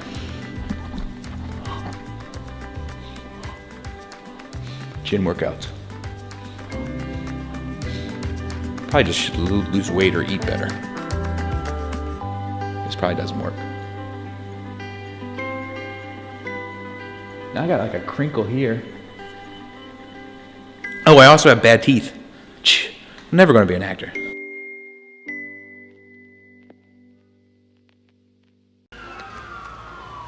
So I wake up in the morning. I came home from a long shift at work. I actually fell asleep with my work clothes on.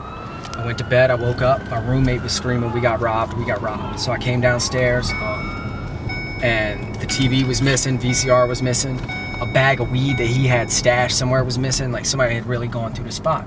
And was so busy tripping off that, a few minutes later when I went back upstairs, I realized that the shit off of my bedside table was missing. My watch, my money.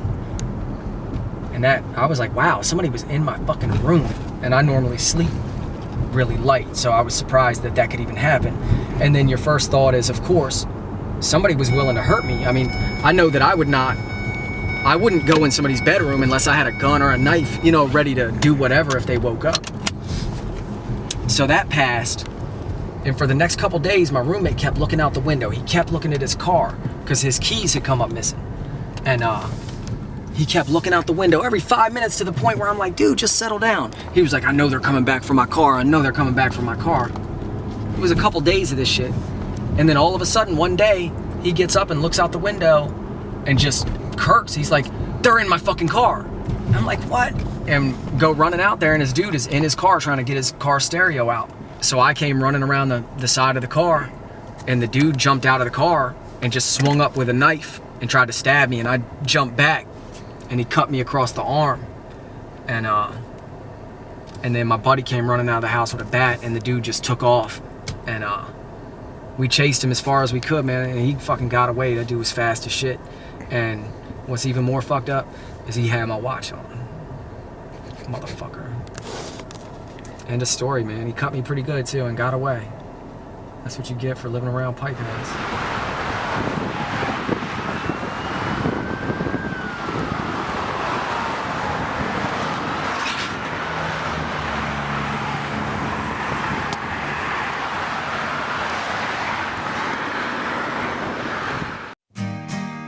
For reasons unknown, when you were young and I was looking for the bright side of being human, somebody told me that the world that we live was just a dustland fairy tale. Now are we human with all these things that we've done? In a land full of runaway spacemen, we run for cover, running towards a place, hoping to go back to the way it was, when all we needed was to be still and smile like you mean it.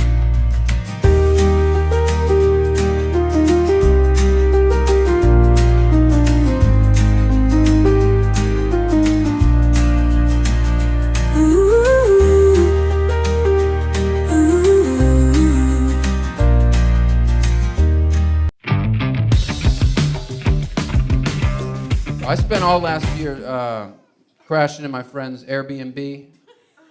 Familiar with Airbnb? Airbnb is where you can just rent any lunatic from the internet's house or guest room. And there's some Airbnbs that you can rent the house, and then there's some where the people are there. And this is the one where I was at. We were there. It was just a guest room. It was just freaks from the internet every single night. And I wasn't supposed to be there. I was at my buddy's house, right? So I'm not listed on the website. I'm not supposed to be smoking weed in the place. I didn't know when to pop out. But these guests were so interesting. Like, I get to travel without traveling, you know?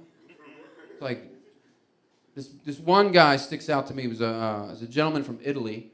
And he had all this energy. He was just ready to go. Hello, I want to get a crab cake. I'm familiar. Show me around Baltimore. I can't do an Italian accent.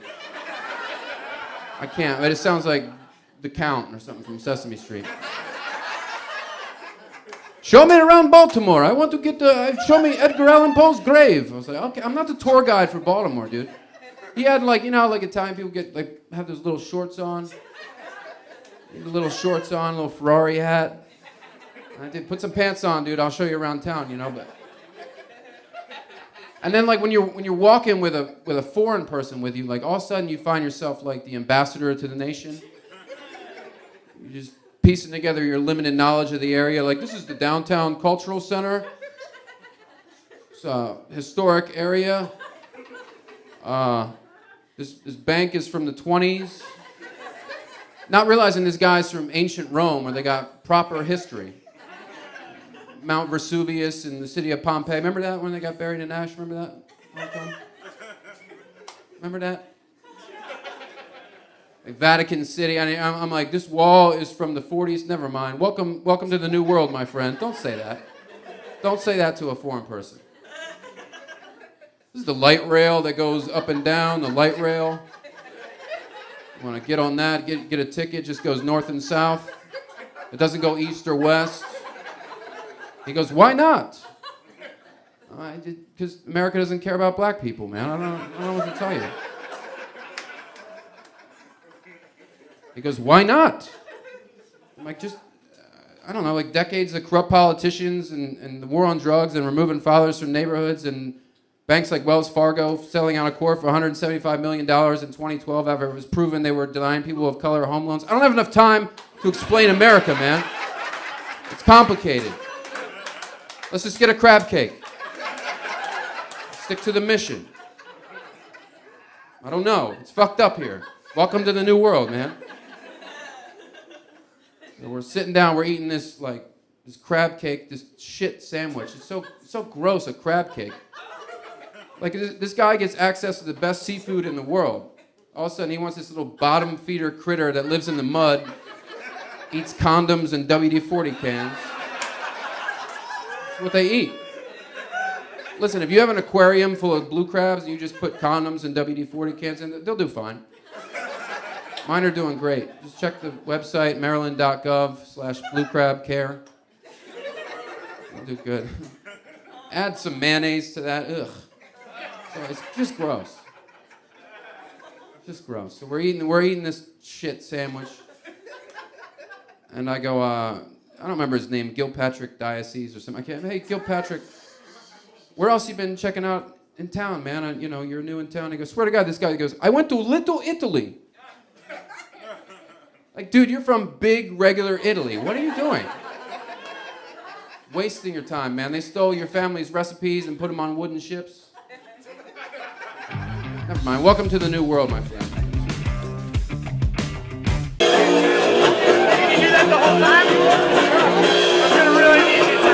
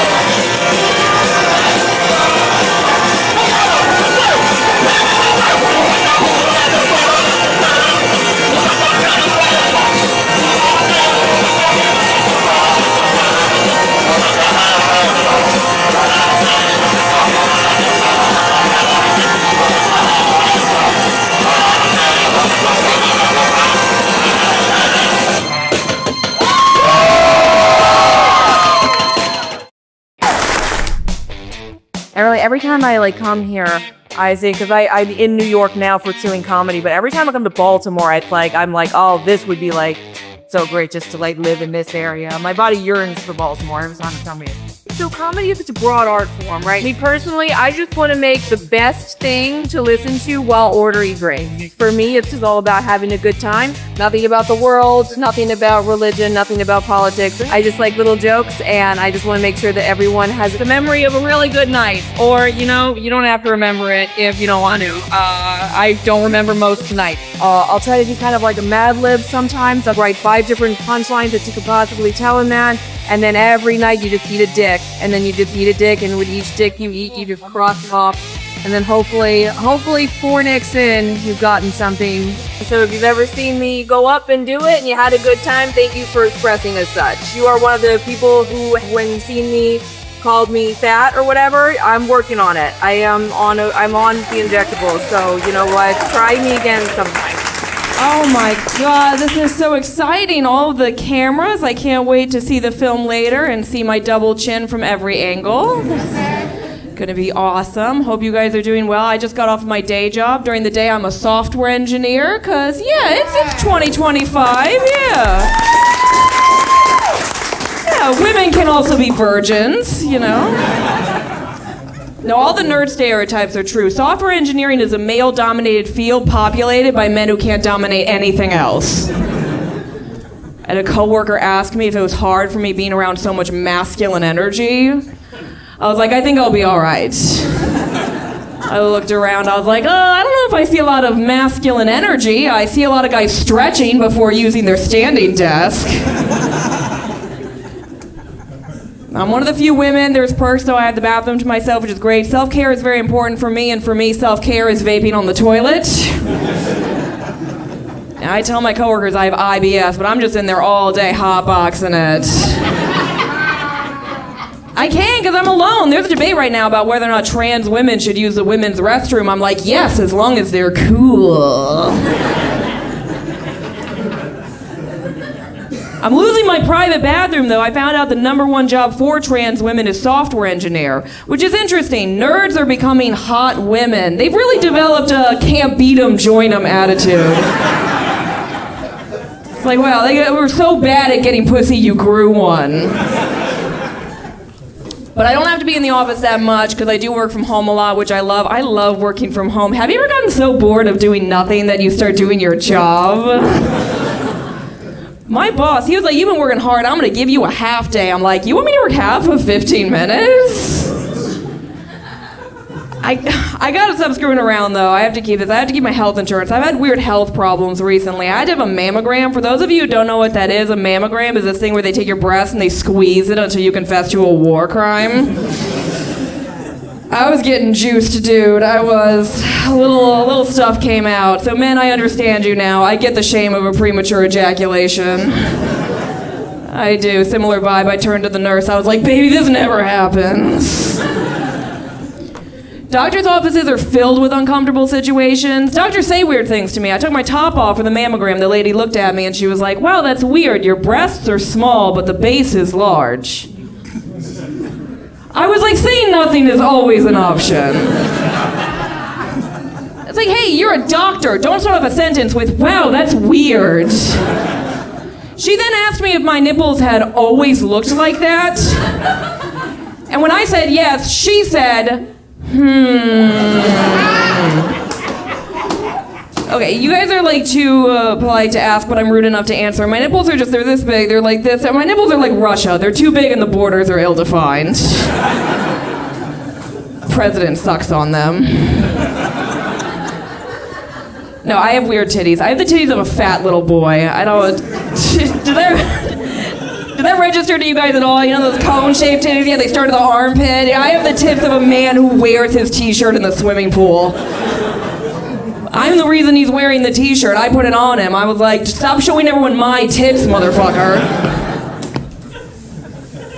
I hate doctor's offices, dude. When I had my first pap smear, the lady took her hand out of me. She was like, you look healthy. I found a hair in it, though. I was like, okay, do you want me to ask the waiter to send it back?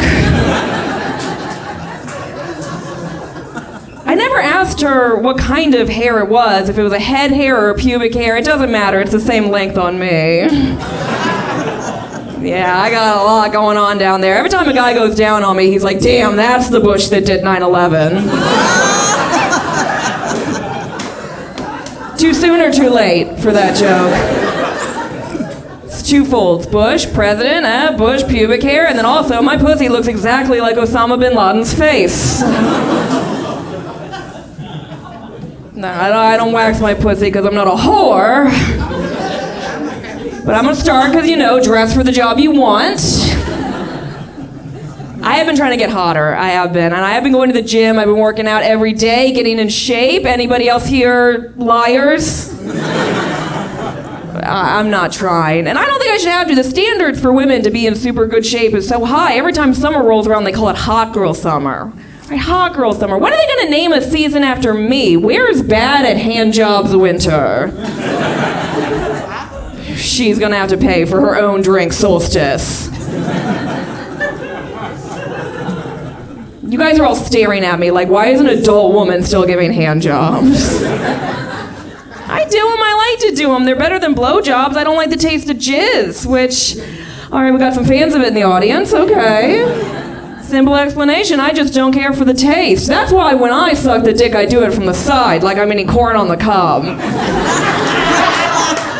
You guys ever try that? Yeah? Rub some butter on that dick, Sprinkle on some salt, yes? No, I'm like you guys, I'm from Maryland. I sprinkle Old Bay on the dick. I do, yeah. That way if he has crabs, it's fancy. My guy's like, baby, why do you keep putting brown paper on the bed? I'm like, oh. No, but I was telling the truth before, I'm not into all that diet stuff. I've been going on diet TikTok recently. Every time I see a video that says you can replace sour cream with Greek yogurt, I flag it for misinformation. I do. Where's the government intervention on that? Screw the vaccine. Greek yogurt on tacos, that's what's causing autism. Healthy people always want you to do their lifestyle. My friend wants me to do a marathon with him. An activity where people regularly shit themselves. Do we know about this? Do we? It's called runner's diarrhea. I'm very familiar with runner's diarrhea. I get it while walking. Which I didn't know could happen. I looked it up. I Googled, can you get runner's diarrhea from walking? Have you ever Googled something that you thought was normal and then Google sends you back the suicide hotline number? Healthy people say weird things. One guy said, nothing beats a runner's high. I was like, have you tried ecstasy? That's a cultural difference. Health nuts, hikers, joggers, they don't party, but I party, I do. A year ago, I had my stomach pumped because I drank so much. The whole time I was like, oh my God, this really beats jogging. Healthy people are so obnoxious. Dudes who lift weights, they're the worst ones. They are. They say it makes them feel powerful. What makes me feel powerful is when I'm at Chipotle and the employee is straining to get all the contents of my burrito into one tortilla. That shit makes me feel like a man. Oh, I love that moment. It's very sexual for me. It's like something out of a porno. Oh, a little bit. Girl behind the counter. She's always some 20-something-year-old. She's like, ooh, I don't think it's gonna fit. Like, oh, your order is so big. I'm like, yeah, take it all, bitch. Double rice, double meat. She's like, oh, it's tearing, it's tearing. Yeah, could have gotten a bowl, but I wanted to see you work for it. Last girl, she was like, oh, Dios mío. She was white. I don't know why she said that. I know the porn talk is very intense. I was told recently I'm too open about my porn consumption. I was like, okay, you were the one who suggested we go around the table and say what we're thankful for. I answer, and all of a sudden I'm the one ruining Grandma's last Thanksgiving. Grandma said she was thankful for people coming together. I said, me too, Grandma. Me too. No, I do want to start having sex eventually with another person. I've heard good things, But it's hard. Dating's impossible. For particularly first dates, right? Stranger, you don't know what they're going to say to you. I went out with one guy, first date, felt the need to tell me he could suck his own dick. I know. I was extremely Relieved. One less thing I have to do. Actually, I went out weird today. I went out with a couple. You know, they were looking at a third to the bedroom. I wasn't into them because they were only dating. They weren't even married, and I'm very traditional. Yeah, if I'm gonna be eating pussy, it better be someone's wife, goddammit. I find both men and women attractive. I don't identify as bisexual because I'm not annoying. They're a little annoying. And I'm the most annoying kind. I've never been with a woman, which people hate, and I get it. If you say you're bi, but you've never done the deed, it gives off like 1/16 Native American vibes. Little Elizabeth Warren in the sheets, aren't I? But I am trying to have sex with more people because I have a low body count. I lost my vaginal virginity at 28. Some of you guys are like, vaginal virginity is an interesting term. The rest of you are Catholics. You're already on board. Yeah? I used to have anal sex, but not for pleasure or religious reasons. I only did it because it was the one chance I got to brag to a guy about the size of the shits that I've taken. All right, okay. I see some of us here are intimidated by powerful women. Lady, that's how you get power. Bring up anal. It's cute. He's always like, are you sure I don't want to hurt you? I'm like, trust me. You won't. Lean into it. The amount of gas station toilets I've clogged, do you think your little dick is going to do anything to this? Okay, I shouldn't talk so much about shitting. You wouldn't tell Van Gogh not to talk about painting. No, guys are weird. Guys want a woman to have sex with them, but they want a woman with a low body count because they think if we fuck a lot, our vaginas get like huge, flap in the wind, take her to Poland or whatever, I don't know. But that's not true. It's a myth that vaginas get bigger the more sexually active a woman is, but I think that'd be dope. I think that'd be awesome, dude. If it got bigger and stronger, the more it sucked in like Kirby. You know? Gotcha. Every guy I fuck, I gain a new ability from him. Like, cool. Now I can listen to the Grateful Dead without vomiting. Thanks, Bryce. Men like a girl's got a low body count. I have a low body count because men don't want to fuck me, which, yeah, weird paradox I live in, where being unfuckable makes me more fuckable. I'm going up to guys being like, yeah, you want this pussy? You want this pussy? Because no one wants this pussy. Nobody. I'm like a swimming pool at a Days Inn. Disgusting, but you have the whole place to yourself. Same policy, you do have to bring your own towel, you know? And a guy did die in there, so, yeah, swim at your own risk. All right, I'm Christine O'Day, that's my time, everybody. Keep going, your host. Hey, keep it going for Christine O'Day, folks. Oh man, that's great. You are cool. I can't tell if you're making fun of me or not. No, I wouldn't do that. You're way too cool. Yep. Still can't tell. Are you saying I'm a good actor? Or just an asshole? If those are my options, I'm taking the good actor. I mean, thanks, cool guy. You're cool, believe me. See, now I definitely don't believe you. So you're saying you're not cool. I've never claimed to be. So I must have been mistaken. You're actually far from cool. See, thank you. You're welcome. Cool. Oh man, I used to be a musician, and it got hard keeping a band together, and I always was a comedy fan. So, yeah, I mean, I was writing music anyways when I just started doing like short form one-liners. And what do you know? Sum up work. Bill Monahan, been doing comedy since 2006. I'm almost always 30 years older than everybody in the room, you know what I mean? And some people are cool about it. Some people they can't help themselves, but they make old man jokes, but they need to be funny about it. Say something regularly, you know? Happy to be part of the show. I love doing comedy, and I love doing it in Baltimore. Hopefully I can branch out a little bit, and I appreciate you guys having me on. So I was talking to this bouncer friend of mine the other day, big menacing son of a bitch. Whatever reason, we're talking about motivation. He says he thinks fear is what motivates most people. I said, I disagree. I think it's sex. He said, really, you mean to tell me if a big motherfucker like me is about to throw a beating on you, you wouldn't run for your life? I said, well, yes, I would, but I'd run even faster if I thought you were going to fuck me.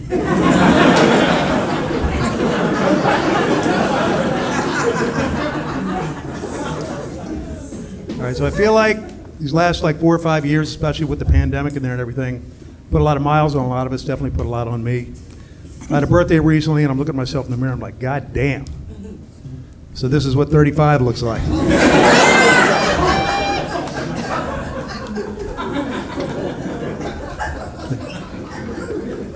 It's not that funny. The old love life took a hit during all that too. Romantic encounters were few and far between. Kind of like my last girlfriend's teeth. Good old Appalachian girl I met on Ancestry.com.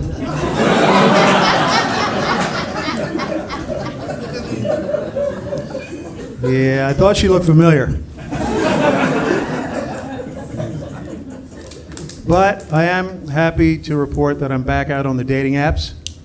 You know, got to do something with myself. Might as well get out there and slay some poon.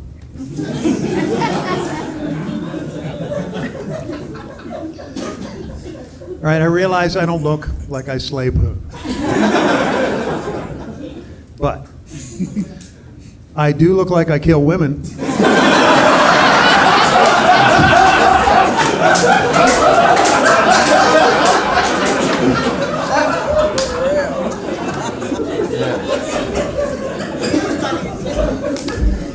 Wish that joke didn't work so well. Oh well. So we didn't have dating apps when I was coming up. All we had was personal ads like in the back of the city paper. You know, there were no pictures, just somebody's delusional description of themselves. I answered one, the girl described herself as Rubenesque, which in her case has turned out to mean she smelled like a corned beef sandwich. It's ridiculous what you can get used to, you know? So some people's names just suit them very well. Like my name is Bill. I think I look like a Bill. What's your name, buddy? Nick. Knick? Oh, close enough. Knick. I used to date this girl. Her name was Rose, and she looked like a rose. Pete Rose. And she smelled like a corned beef sandwich.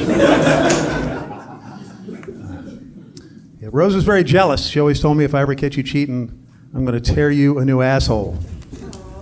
I was like, I've pretty much been living on Jack Daniels and Slim Jims for the last 25 years. I would love a new asshole.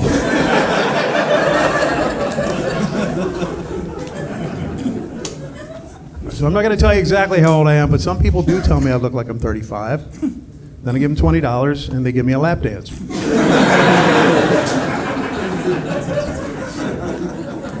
That's right, homeless guys will do anything for 20 bucks.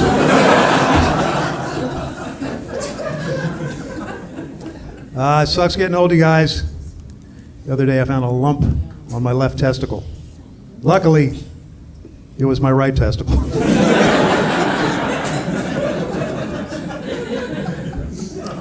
It's pretty lumpy down there.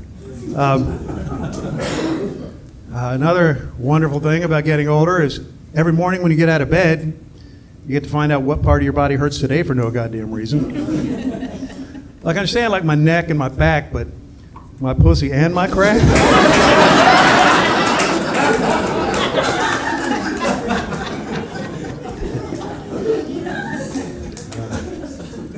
Another thing you gotta watch out for is these internet scammers trying to get into your bank account all the time. Like lately, I'm getting a lot of DMs from Instagram models offering me sex.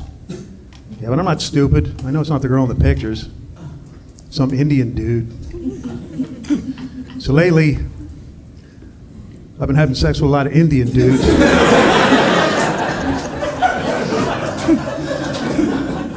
Good to see ya.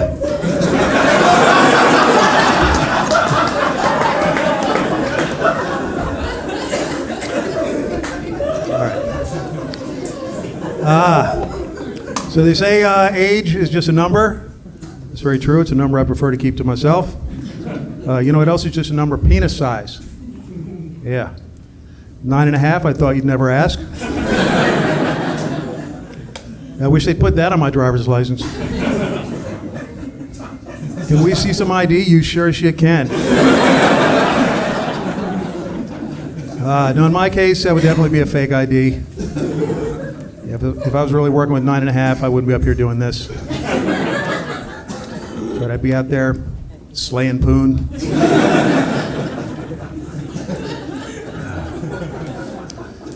All right, they say confidence is sexy, and alcohol gives you confidence. And According to the Baltimore City Police, last Saturday night at approximately 2:17 a.m. on East Lombard Street, I was sexy as fuck.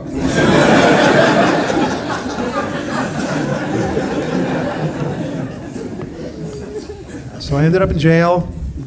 I know I don't look like I would do so good in jail, but I handled myself all right. This big motherfucker tried to make me suck his dick. I said, really? You think I'm putting that thing in my mouth?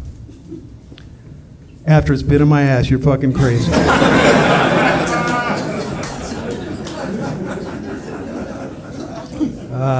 Sometimes you just got to show them who's boss, you know? Right, I know these jokes are all over the place, but I'm not gay. I'm not gay, I don't think. Although my mouth and my asshole might disagree. Hey, but those two can never agree on anything. Like habanero hot wings, one of them really enjoys them. The other not at all. I should probably stop sticking them up my ass.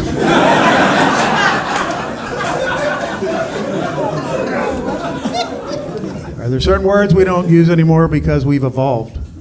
Like the F word, derogatory term for a gay person, you don't say that. Or the R word, derogatory term for a mentally challenged person, you don't say that. Pretty soon, though, you probably won't even be able to say pussy. You know, before you know it, there's going to be nothing left for us to scream at our sons when they strike out at Little League.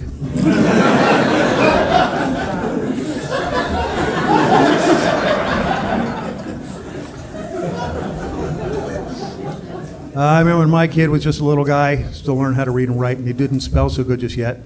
And one day he comes to me, he says, Daddy, I want to say a bad word. I said, really, what do you want to say? He says, I want to say the SH word. I was like, all right, go for it. He goes, fuck. I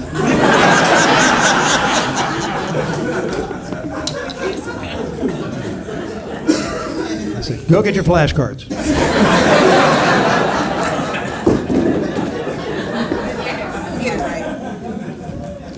All right, here's, I don't know if this is where I should leave or not. Here's my only problem with trans people.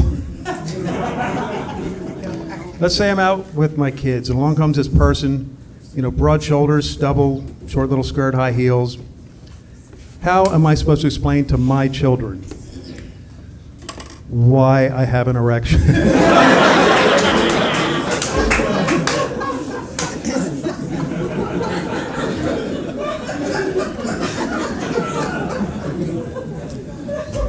Anybody I've ever known or known of that has transitioned from male to female will usually take a feminine name somewhere along the way.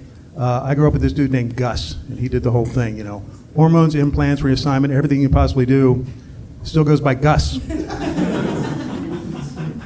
I said, aren't you going to change your name? She goes, nah, I'm not going to all that trouble.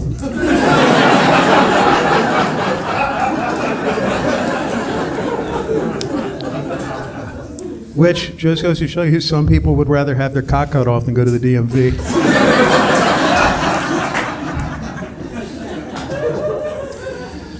All right.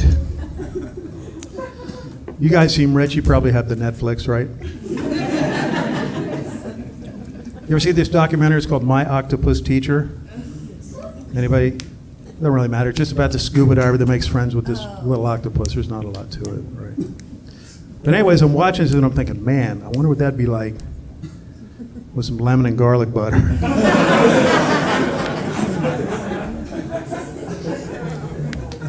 little thing looked delicious. I guess I can't exactly leave on that. All right, so we didn't have internet porn when I was coming up because we didn't have an internet yet. So if you were a curious young fella and you wanted to see some naked ladies, all we had back then was Playboy magazine, and from Playboy you couldn't tell what a vagina really looked like. And Playboy is just a triangular patch of hair, you know?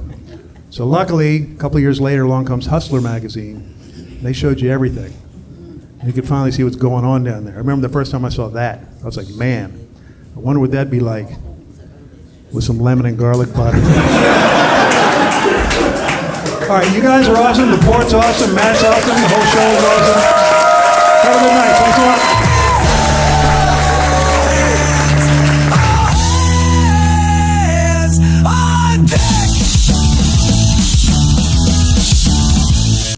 babe. Yeah, babe? Quick question.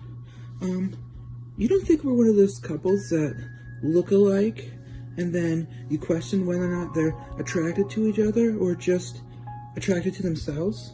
I don't think that applies to good-looking people, so we should be fine. Stop. You're silly. Kiss me. What's going on? I'm Joey Malinsky of ATB Productions, and today I'm testing out Act 2 from Runway, which gives you the idea of changing footage into any different style, including lip sync, including motion sync. This opens up a lot of different cool narrative ways of telling stories, and that, you know, Pixar or Dark and Moody, it changes lighting. Pretty wild what it can do, and I'm excited to test it out even further. Alright, for this lesson in AI, I'm seeing if I can take an iPhone video and make it a cinematic interview shot just by using regular lighting, not even gonna light it.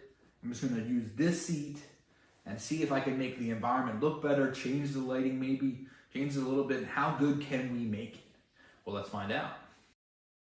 Okay, that didn't work, but what if I tried some basic lighting and then did it? Would that help? I'm just trying to see what is possible. I think there's applications of AI. You go to an office space that has no interview spot. I mean, you can fake it. Can you tell on this one? I'm not sure. I don't think so, but maybe. On the one before, definitely. This one, maybe. Let me get my choppers on.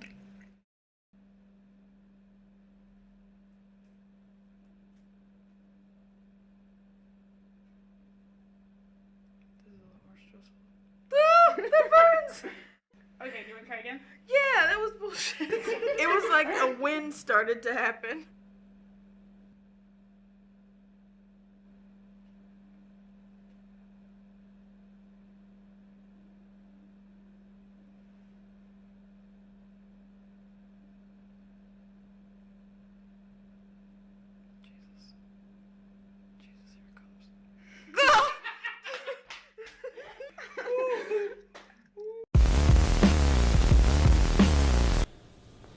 You ready? Yeah, I'm ready. You must climb that tower. Let's do this.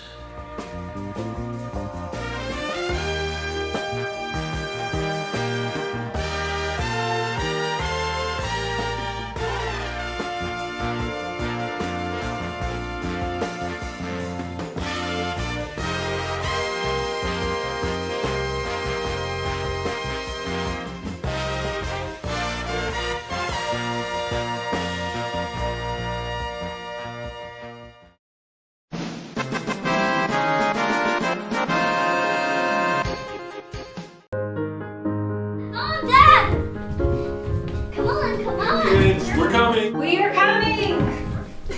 There's nothing there! No presents! What do you mean there's no presents? See? No presents! You mean he didn't come?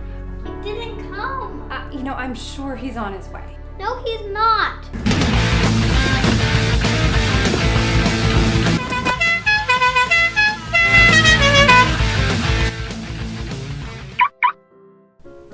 Honey, look. Kids, I think Santa's here. What?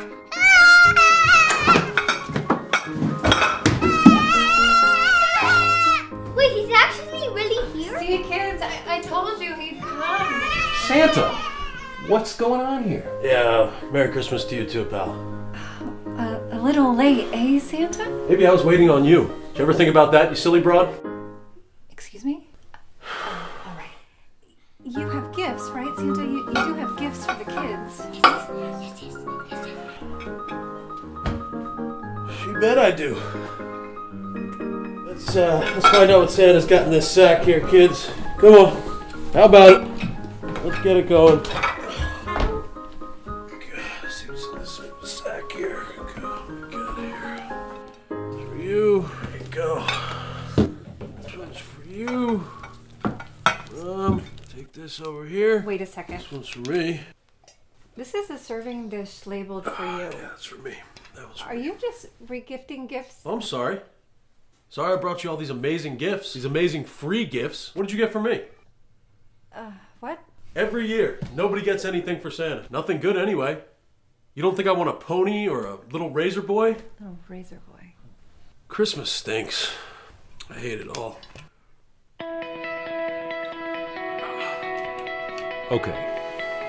I think I know what's going on here. Every year, Santa, you bend over backwards to give everybody what they want. But nobody thinks about what you want. Nobody thinks about how you feel. You know, kids, I think we've learned an important lesson today. Christmas isn't about the gifts you get under your tree.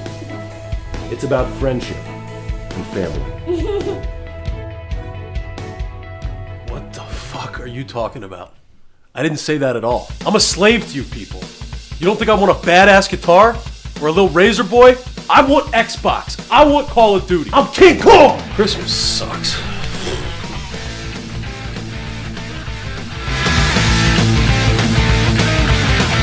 Rebellion for landing! Who is this precious lady? Grenade! Grenade! We're in control! Enemy down.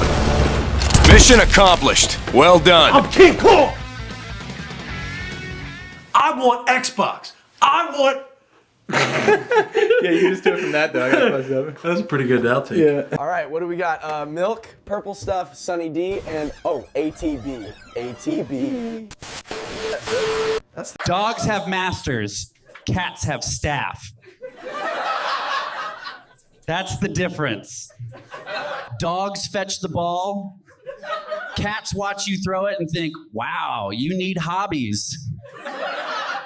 Dogs love you unconditionally. Cats love you conditionally, and the conditions are a secret they will never share. Dogs are loyal. Cats are negotiators. You scratch my chin, maybe I don't shred your couch today. Hey, Joey Malinsky, auditioning for some background? Have you done any background work before? No, I haven't, but I love watching movies and the people in the background, those weirdos, so I thought I could be one. Okay, well, let's play out some scenarios. Okay. So far, let's do the first one. Let's do it right now. It's a rom-com. We're doing a restaurant scene. I need a guy in the background at the bar talking to his lady friend. And go. Yeah, I tried to get you a drink, but I like waved at the dude, but they didn't even acknowledge me. So I was Less like... movement and can't be audible. You are background. We barely want to see you, let alone hear you. Go. Okay, good. Now you are at a baseball game. You're behind our hero couple and you're into the game. Good. A hot dog eater. Nope, too phallic. Make it a soda. Okay, now they've scored. Too big. Act like you've seen it before. Act like you've been here before. Okay, now we're in a Mad Max style movie. It's a cage fight and you are pressed against the cage as a rabid fan. Yeah, get crazy with it. Good. Last one. Act like you didn't waste our time. What? What are you talking about? What did I say about talking? Out. Who wears flip-flops to an audition? It's ridiculous. Get out of here. Background extras are the worst. Get out. What's your thoughts on Baltimore in general? I mean, I love it so much, except for like comedy. Let me show you my alley. It's beautiful. Everybody here hates me. So I was born in Beirut, Lebanon. That's in the Middle East, like right next to Palestine. And I grew up in LA, in the Valley, 818. I got into trouble and my mom was like, I'm gonna send you to Boston to live with my sister. Well, I met Irish people for the first time. That was a trip, because that's where I really learned how to drink. I lived in San Francisco, did I tell you about that? Moving around really helped me in my comedy because I met so many different types of people and I'm so weird and gross that I've never really been able to really stick anywhere. No group has ever claimed me. So living in Baltimore, it hasn't been easy. It's a city made of weird loners. People don't like my comedy, but I still do it because I love it. I think audiences in America, especially nowadays in 2025, they get too much credit. A lot of stupid people out there consume a lot of garbage. I'm never gonna like destroy or crush. I'm gonna make 3 people laugh in the back, and that's my people.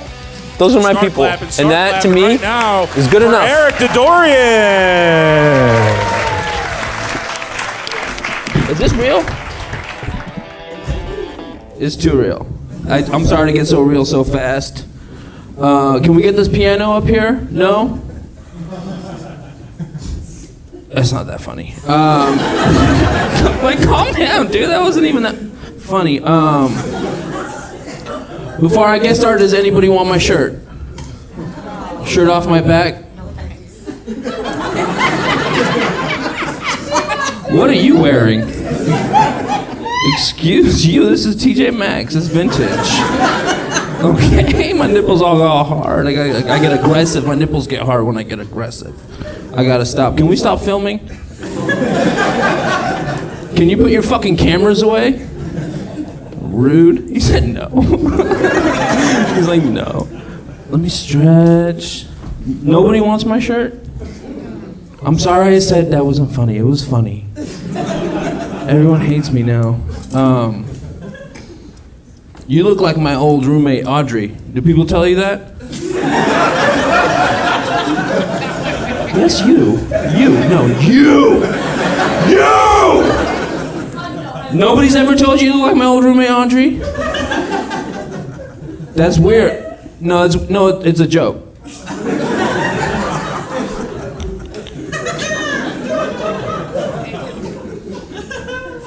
It's hard for me to concentrate because I was such a bad roommate at that time. It was 2008. I was riding high in Obama.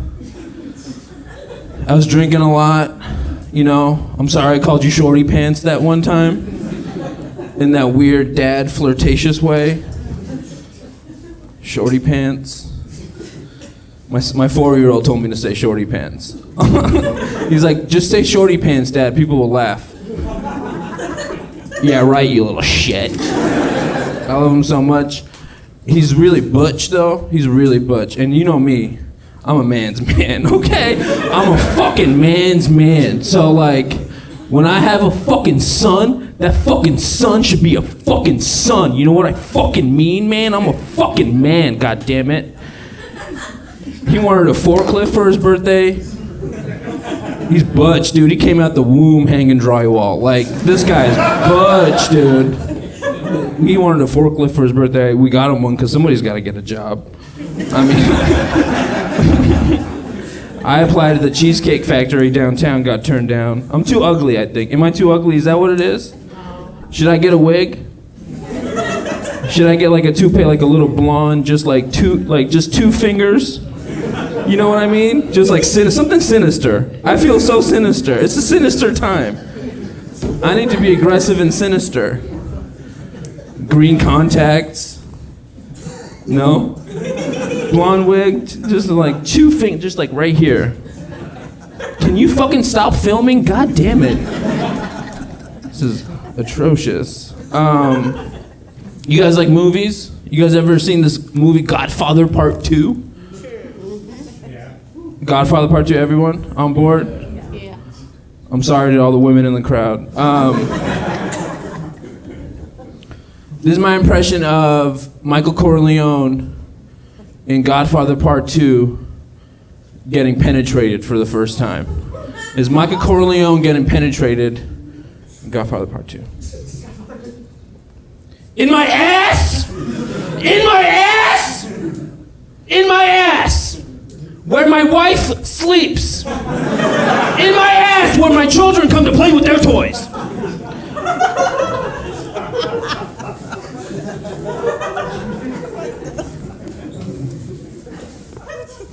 I'm an immigrant. Any immigrants in the house?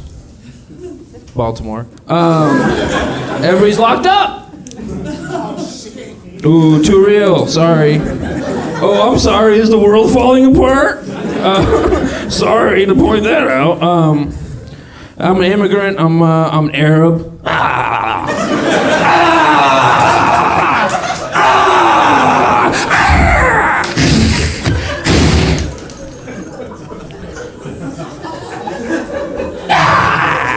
Hamas is good.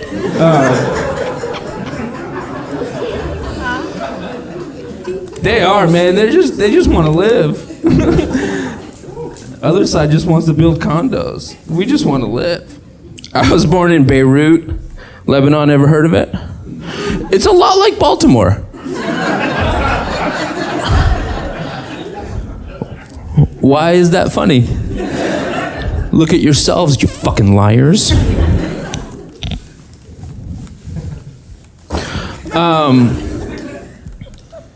Yeah, Beirut, Baltimore, same shit. Small, hard-working, blue-collar, harbor cities that white people ruined and then moved out to the county.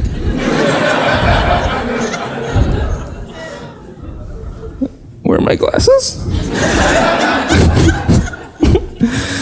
I usually have a hat and I throw it on the... Can I borrow your hat for a second? Philly's hat? Thanks, man. Toss it? Nice toss. Because I always come out. I'm like, hey, what's up? And then I go like this. Fuck! Can we turn...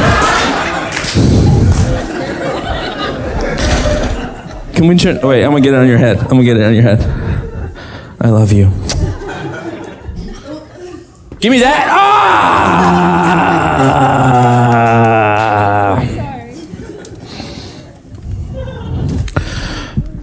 It's weird watching... It's weird being a parent. It's weird watching a baby nurse. Because it's like watching misogyny being born. You see this little greedy ass little fat baby, and it's like, give me your fucking titty, mama, you stupid bitch. Give me your fucking titty. I don't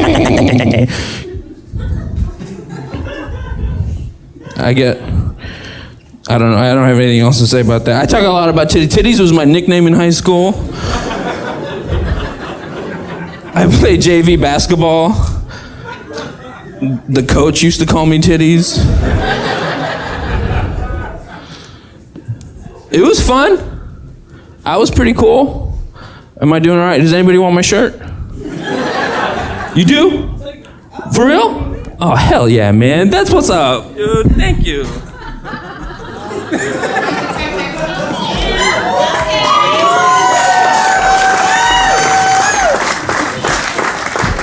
Okay? We're gonna be okay. If we just stick together, the powers that be are trying to take us down, but if we just stick together, we can just make our own media. We don't have to worry about late night television. We can just be our own late night television. Just next time you talk to a cashier, my nipple's hard as fuck, huh? And my tattoos are so bad.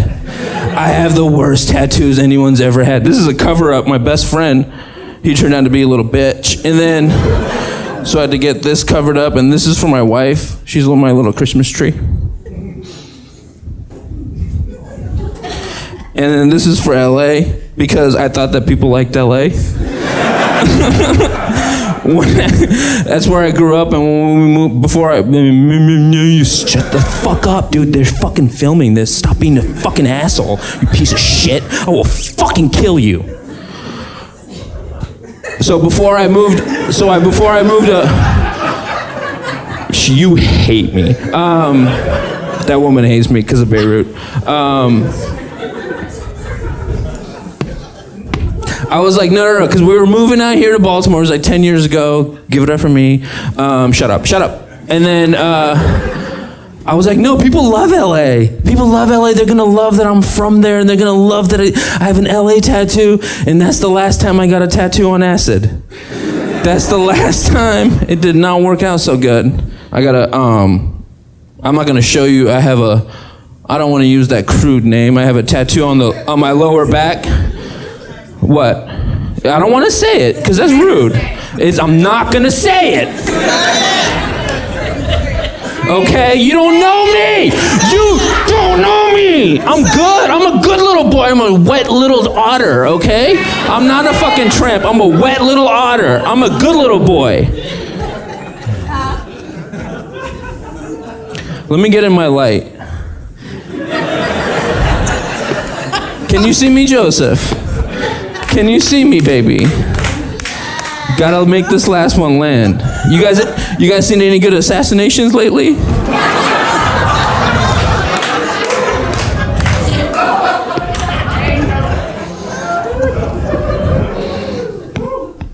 I did. I can't believe his fucking dad turned him in, man. I swear to God, if my dad ever turned me in for killing on stage, I would fuck him up. Okay, that was bad. I gotta get out of here. I got one more. It's a quick, just a little quick impression. It's on my album Nebraska 2. It's a spiritual sequel to Bruce Springsteen's Nebraska. I'm dorky as hell. It's an impression of Eggs Benedict that's gone depressed. This is depressed, clinically depressed Eggs Benedict. Just trying to make it through the holidays, and it's so...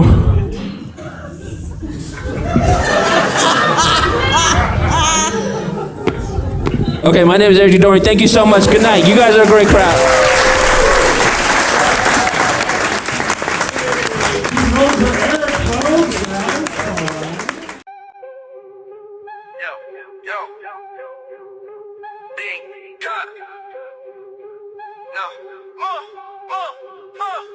Golden arches glowing, but it's all a facade. Cheap food for the masses, yeah, it's kinda odd. Taste hits quick, then it fades to regret. But I'm back in the line like I'm caught in a net. Dollar menu dreams, but it's messing my health. Big Mac trap, bad for the wealth. Fries so salty, yeah, they calling me back. But the bag's full of lies, it's a heart attack snack. It's cheap, it's bad, but we still on the track. Hooked on the golden, keep coming back. Fast food chains got us caught in the loop. Make regret hits hard when I'm done with the scoop. Late night cravings, man, they got me again. But this ain't love, just a toxic pretend. Mickey D's got the grip, yeah, it's hard to escape. It's the fast food life wrapped up in a fake.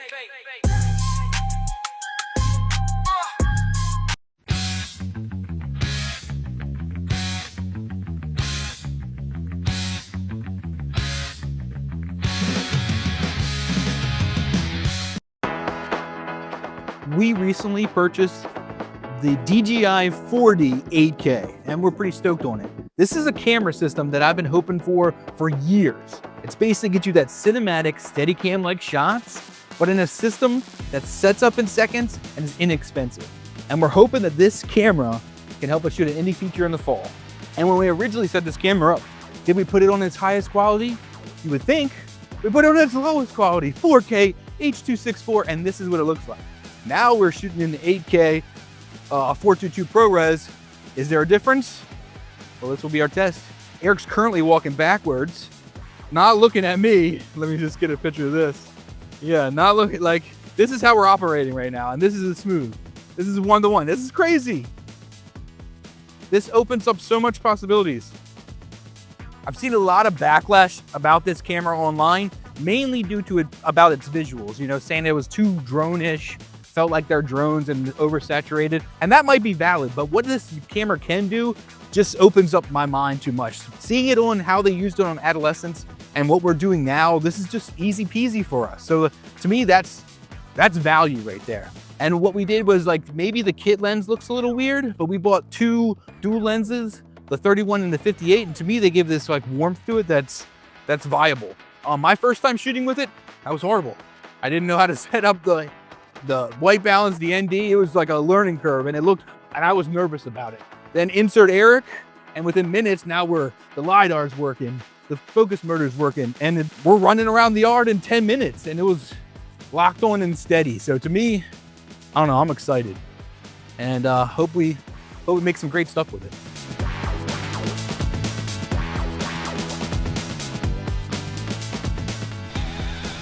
Like looking at it makes you mad. It just doesn't make any sense. I wanna make a movie. I wanna be seen. I wanna hang out with people who mean something to me. You wanna write a novel, but nobody reads. Don't let excuses take you down indefinitely. We used to build mood boards and talk about dreams. Now we only seem to worry about making ends meet. So it's time we come together. It's time to be seen.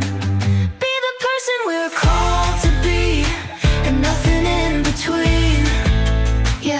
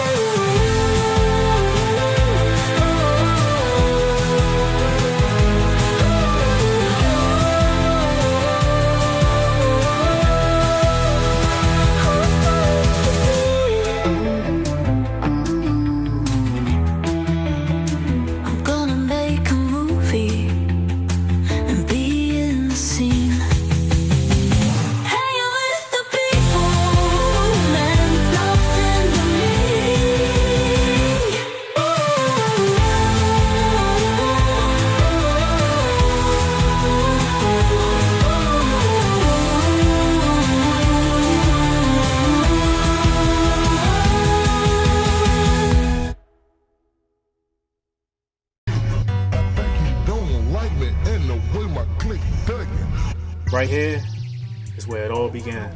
In our culture, in the environment that taught me how to be an animal, there's pressure on young black men to quickly become tough, for us to be hard, for us to be fearless. It's forced on us by the circumstances we encounter. These encounters in turn causes us to make mistakes. We were all just trying to be regular teenagers. Yo, I'm telling you, they was talking shit about you at lunch today, all them bitches. Stacy told everybody that you fucked Candace for like 97 seconds. You couldn't even make it to 100? If it wasn't for you bringing this fucking Philly, I wouldn't even be fucking with you right now. You fucking up my pussy shot with that fucking hickey and the quickie bullshit. Ain't nobody you doing. fucking up nothing for you. You so busy making everybody laugh, you got bitches busting the gut instead of busting the fucking nut. Fuck you. Man, y'all need to stop playing. All of y'all. All y'all think about is fucking girls and pussy. Dumb shit. Y'all need to start thinking about how we gonna get some paper. Oh, hell, here we go. He's getting ready to preach his money and gangster sermon bullshit. Man, I know your manorexic ass ain't talking. What you need whatever. to start thinking about is what you gonna eat tomorrow. Yeah. Your skinny ass. I'm serious though. I'm serious. I'm tired of eating fucking mayonnaise sandwiches and ramen noodles, young. This life we living is bullshit. Tired of looking in the same fucking neighborhood. I mean, we're bigger than this fake ass life. At least I know I am. Southeast, nigga. One bullet hits him in the head. Pow, pow, pow, pow. Bullets tear through his body, then ricochet through the car. And just like that, it was over. By the age of 17, I had been through war. Could barely sleep at night. 7 friends dying, haunting me in nightmares. First time I seen a man die, I couldn't move. By the 3rd and 4th, I realized I had a role, provide comfort in their last moments. Hey, you can't go yet, man. We gotta go to the club, man. They got bitches lined up. Janae's there. Hey, yo, you remember Janae, right? Hey. I would tell my friends jokes to try to get them to laugh to keep them from going in the shop. Remember Miss Jenkins' class? You know, we used to act a fool and she used to get mad at us and be like, hey, you gotta go to detention. And then we was like, man, shut your old ass up. Hey, come on, man. Hey, come on, cuz, please. Please don't die on me. So much drama in my life, I needed an escape. I'm scared to learn how to drive. Why, boo? I mean, it's just a machine that moves. It's like a lawnmower or something. She was right. Everything about her. She was pretty, smart. Most importantly, she could see past the walls. The invisible walls that trapped us in our hood. I think I'm scared because when I do learn how to, I'm gonna get a car and drive out of here forever. Out of everybody's life. Out of our circumstance in this neighborhood. You drive me crazy right now, girl. But nah, seriously, I mean, I'm scared for you to learn how to drive too. I mean, all little dogs and little homies are gonna be in trouble with you behind the wheel. I'm serious. When I learn how to drive, I'm getting out of this madness. I want you to come with me.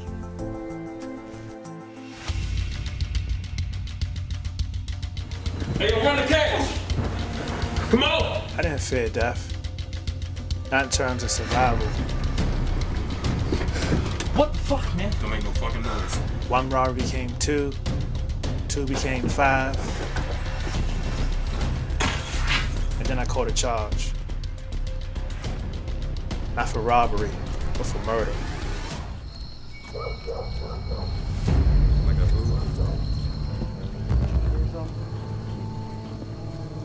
It was a crazy rush of adrenaline going through me at all times. Light was speeding and flying, and then it just stopped.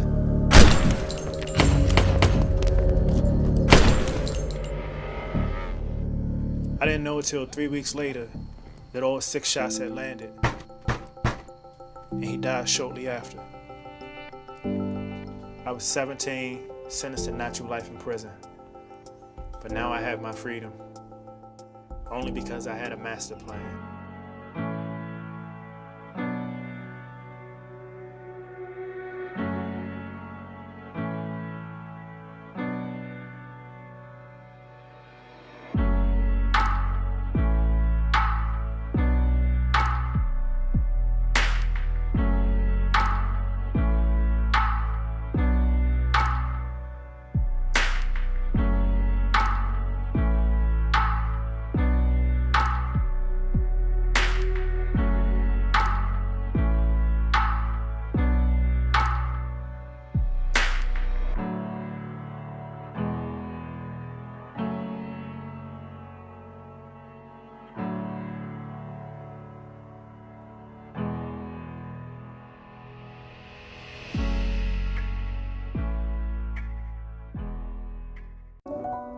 For years and years, I waited for the Baltimore Orioles to get a streaming app. An exciting young team that was making the playoffs, yet I couldn't watch since I'd cut cable.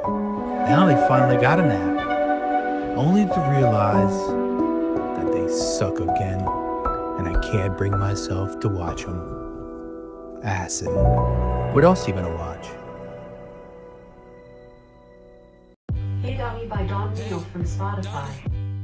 My goal is to be Baltimore's pop star. It's technically pop rap. My friends like to say it's R&B, but I'm not a singer like that. I met a lot of great people that help inspire the things that I want to do. Shout out to Lois Cullen. He produced my biggest song on Week, about like 200,000 streams altogether, so settle flex. And KB, those really the only two producers I really flip-flop back and forth with. When it comes to actually getting the track engineered, my boy Static, he elevated my sound. But they don't know we record in the basement. That's a fun fact. Basically what made me start music is my uncle, 100 Grandman, he was a rapper. I used to live with him and my dad. He had just so much jewelry and money. I was like, I kind of want that. But then once I started to do music, I found out I wanted to give hope back. Like, my uncle had nice things, but it didn't really touch me how Kid Cudi and J. Cole did. The way that Kid Cudi was saying things and doing things. It was inspirational. A few years later, then I got to J. Cole, then it's like, dang, he really speaking for the soul. That's what I wanted to do, because at the end of the day, we all want hope, and we all want to inspire somebody else.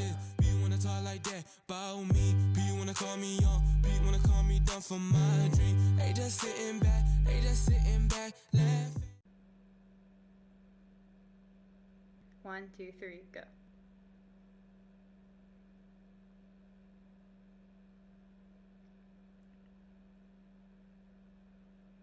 Oh, you blinked. Yeah, definitely blinked. You lose a staring contest when you blink. Well, I'm definitely not gonna win this.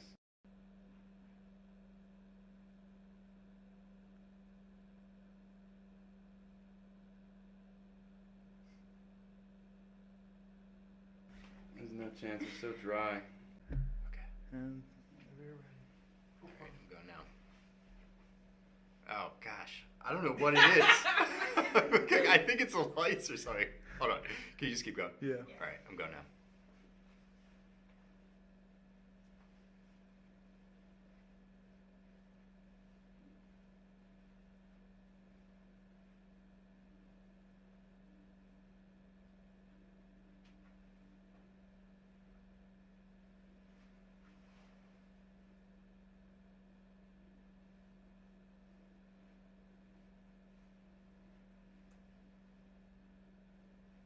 Did I? Alright. I couldn't tell if I was blinking or not. I think I blinked like really early on.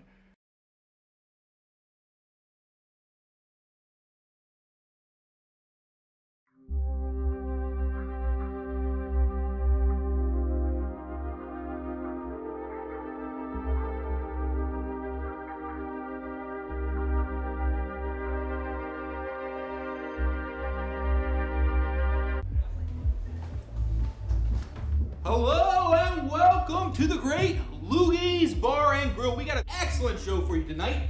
A lot of funny comics coming up, including this next guy. He's hailing from right down the street. Super funny dude. Met him backstage. Give it up for Petey Pepitone. All right, how's everybody doing tonight?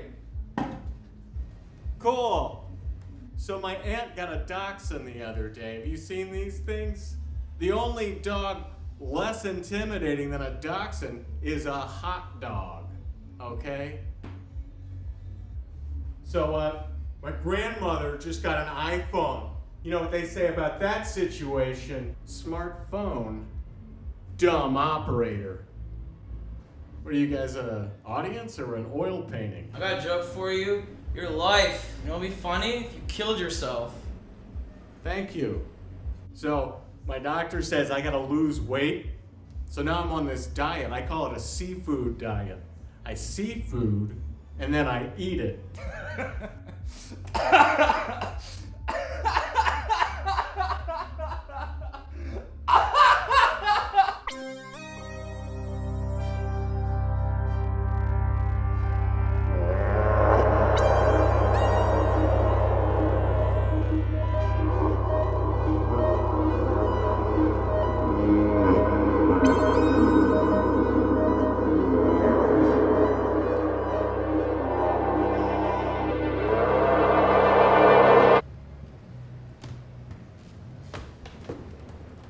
Hey man, funny stuff. Oh, thank you. Yeah, it was very funny. That's nice. I didn't really feel like I did that great tonight, you know? What? You're shitting me. That was the funniest stuff I've ever heard. Like, hands down, ever heard. What was it? You said, seafood diet. I see food. Seafood and then I eat it. see food and then I eat it. Yeah, no, I remember you now. No, it's very funny. Yeah. That's good. Roger Blackwell. Oh, Petey Pepitone. Nice Petey to meet you. Pepitone. Yeah. All right, all right. Hey man, between you and me, I think that you're big, you know, you're good, but you have the potential to be huge. Huge. Cool. My friends and I, we're having a house party this Saturday. You should come by, tell some jokes, do a set. Yeah, Roger, I don't know. I'm just kind of working on some new stuff right now. $500,000. All right. 30 minutes of your time. Yeah. No, you don't have to say yes now. Just think about it. Mull it over. I'll let you know now. This is the place? That's the place. If you decide to come by. Thanks. Yeah. Seafood diet, right? Yeah, I see food and I eat it. I eat it. That's yeah. Petey. Thanks. What was it? I see food and then I eat it. And then, what was it? I eat it. You eat it. That's good. I'm glad you like that joke. Yeah, man. It's my only joke, really.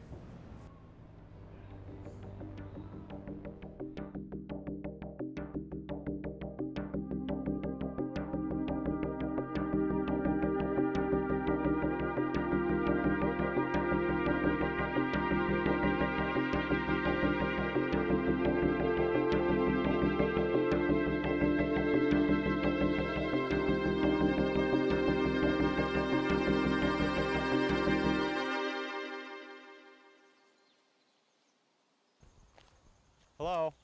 Hi. Petey Pepitone. Is this Roger Blackwell's house? I have a he didn't leave his number on the card he gave me, so.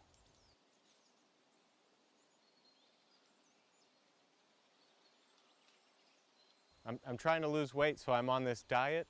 I call it a seafood diet. I see food and I eat it.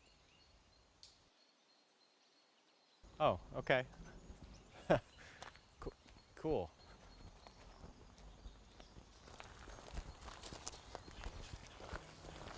Huh.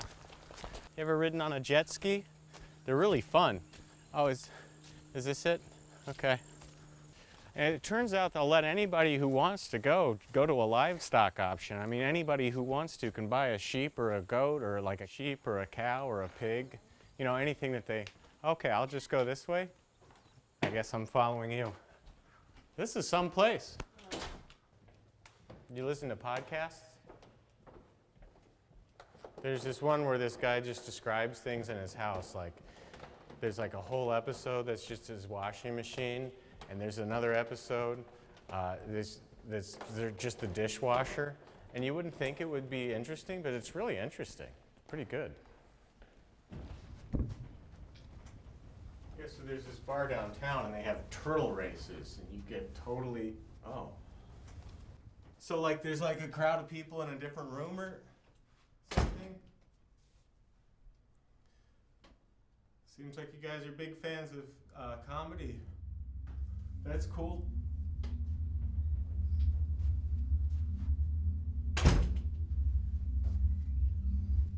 Oh, you know, actually, I have a condition, which is like...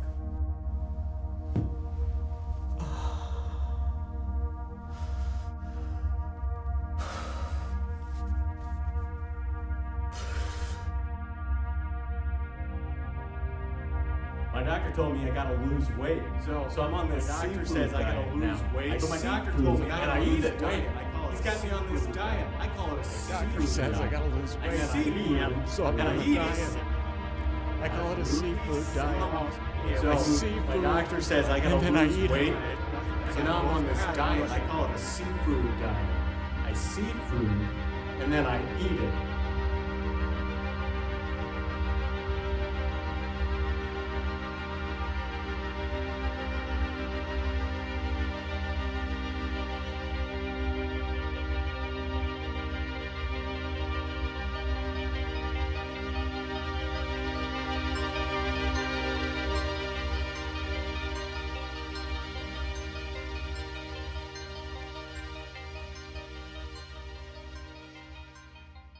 Some ideas you have are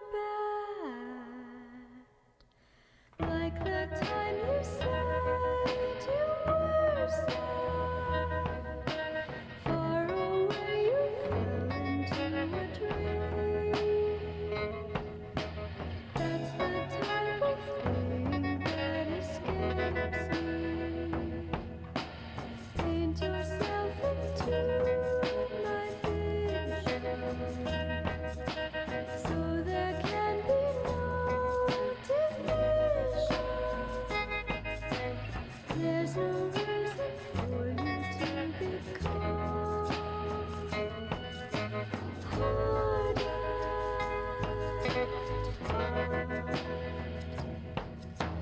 On my way to knowing what to do about you.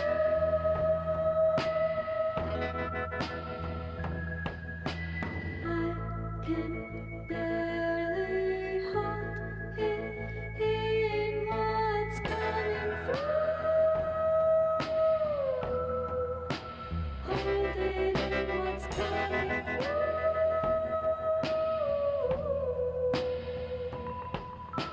Floating on the edge of love. Looking down Hey, Roger, think about a potential 148. My doctor says I gotta go on a diet. I call it the seafood diet. When I see food, I eat it. Yeah? She'll be here next Wednesday. I'll call catering.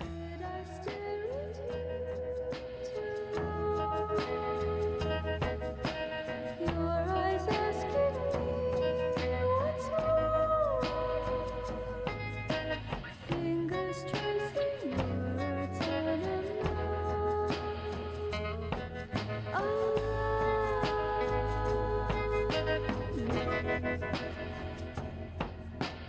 on my way to knowing what to do about you.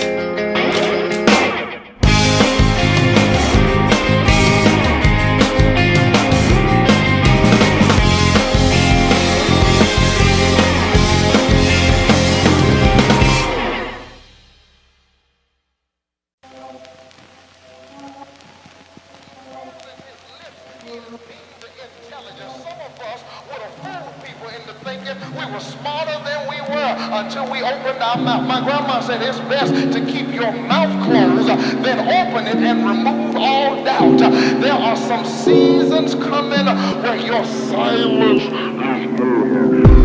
Don't be calling, telling what they talking about. If you talking money, what you talking about? I don't be with souls who don't see their goals. I can't feed a soul if I'm in the hole. I don't give a damn what your daddy did. I won't send a clan where your mammy live. I'm coming straight for you, hateful alien arranger too. Got fam that'll do for me what politicians pay to do. But I'm not a hateful dude, I be on my chili wheels. Say you kill a pussy, but you can't, cause you killing pills. Easy in the killing field, fire in the hole. Sparking find the trees of my desire in a bowl. Excellence and negligence, gangbangers the presidents. The specialist is evidence, slang singers and reverence. Kept it at a measurement, same slayers that never been. The resting with a wretched and game players should never win. Don't be calling, telling what they talking about. If you talking money, what you talking about? I don't be with souls who don't see their goals. I can't feed a soul if I'm in the hole. Don't be calling, telling what they talking about. If you talking money, what you talking about? I don't be with souls who don't see their goals. I can't feed a soul if I'm in the hole. Back cracking, immaculate, backpacking, entrapment, and jack snapping from Cackalack to the Vatican. Black lives matter when black affluent chatter get active. Put the stacks with a rack stacking is mattering. I don't do whack, flattering, passive, the flat blabbering. Your networking event was a scattered tragedy gathering. Bitch, I do a lot, I be in the spots. You be with the cops, you be with the ops. You ran from your block when they hit your spot. My block how you chopped if you hit my spot. We are not the same, we was never close. I've been in my lane where you never coast. Rap veteran, smoking on better medicine. Who meddling the devil than fucking the lady reverend. The level of benevolence had you thinking I'm heaven sent. Never been to heaven, my DNA is irreverent. Don't be calling, telling what they talking about. If you talking money, what you talking about? I don't be with souls who don't see their goals. I can't feed a soul if I'm in the hole. Don't be calling, telling what they talking about. If you talking money, what you talking about? I don't be with souls who don't see their goals. I can't feed a soul if I'm in the hole.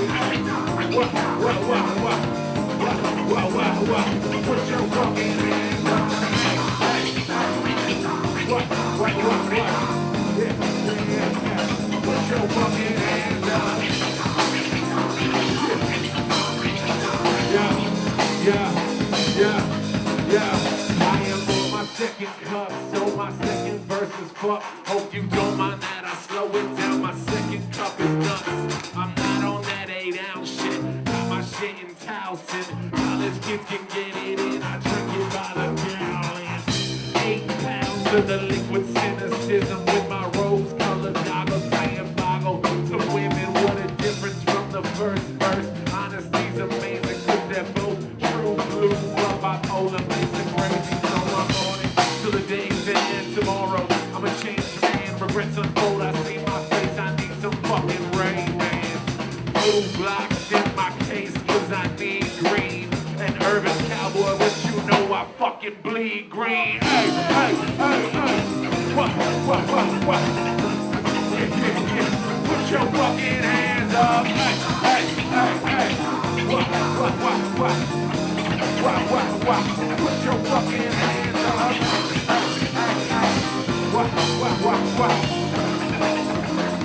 Put your fucking hands up.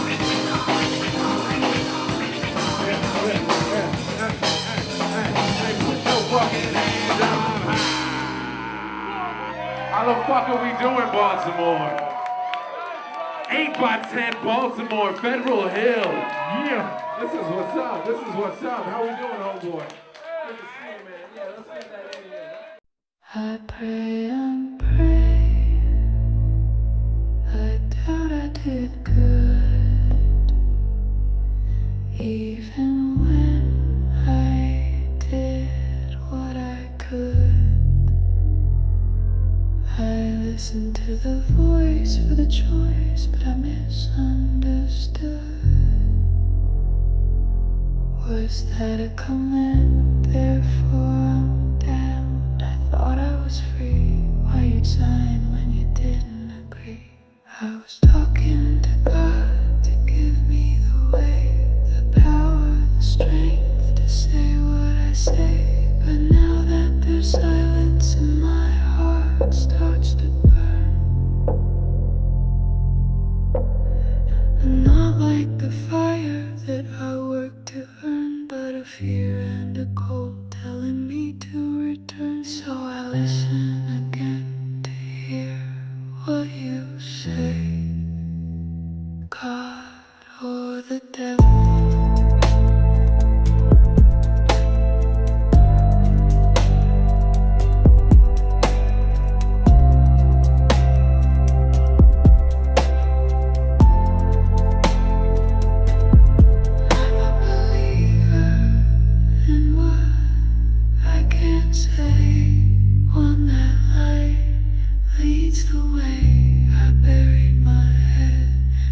Still see the power above given to me. A blessing wrapped in a curse. Devil leads the way. Believe in yourself. There's no other way. Pray every day.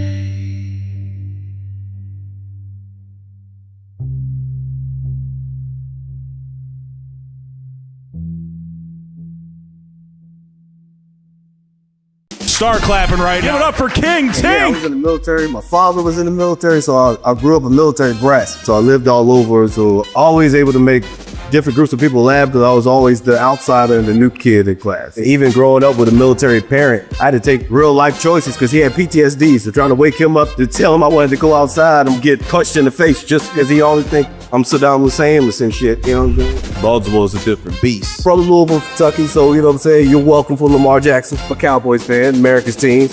And if you've seen America lately, we are a direct reflection of that. Keep doing stupid shit. And I got stepkids that I'm trying to put through school because of daddy-o shit. I'm trying to help the black community by helping other people's kids.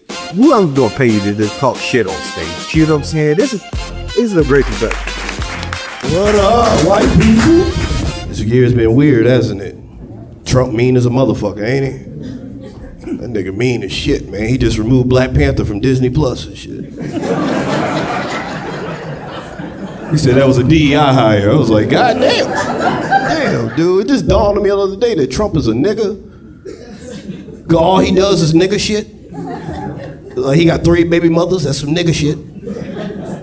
Talk shit on Twitter all day, that's some nigga shit. Dropped a shoe last year, that's some nigga shit. Got shot at a concert, nigga shit. Friends getting shot, nigga shit, you know what I'm saying? Like, I'm not from Maryland, I am from Kentucky. I escaped, yes. Yes, I did.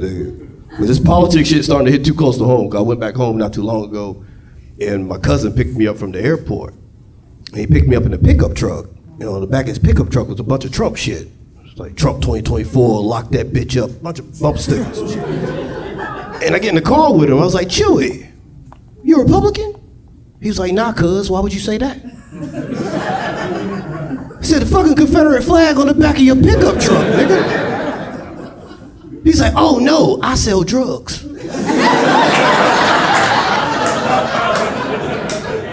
He said, ever since I put that on the back of my pickup truck, I ain't got pulled over once. He said, all they do is nod and say I'm one of the good ones. But guess what, cuz? I'm not one of the good ones. Like, touche, nigga, made it work for you. Sorry, this is the ignorant part of the show, I apologize. I'm hating the news right now. Everything's just fucked up, man. Like, I hate Elon Musk. Cause he don't even know how to be rich the right way, man. You're supposed to be on the yacht fucking bitches. Like, what are you doing? You trying to be a Nazi? All that goddamn money and you want to be a fucking Nazi, man? Come on, man. He did try to build those robots, though, didn't he? Little Tesla robots. That's about to be the end of us, y'all. That is about to be it. And you think it's some Terminator shit. It is not. They're just gonna outfuck us. Fellas, it's over for us. You can't fuck at 15 RPMs for an hour. You can't do that shit. You tell me all she gotta do is buy a robot that will never cheat and stays in the house and cooks? Oh, nigga, it's over. But don't worry. Once we're all gone and they're still here, they're gonna destroy themselves because we made them. Us is still in them, so those robots are gonna be racist as fuck. They're gonna be at a bar, it's gonna be a little female robot, male robot gonna go up to her and be like, oh baby, you look exotic. What you mix with? She's like, I'm part Cherokee, Jeep, part ExxonMobil, part WebEx. The other robot gonna be like, Jeep, Exxon, WebEx, JEW, you a fucking Jew robot, goddamn. I'm sorry Jews. I was trying to do that joke, spelling nigga with tech companies, it's very hard. And I said that at the show last time and a white woman was sitting in the front row. She was like, Nissan? I was like, shut up, bitch.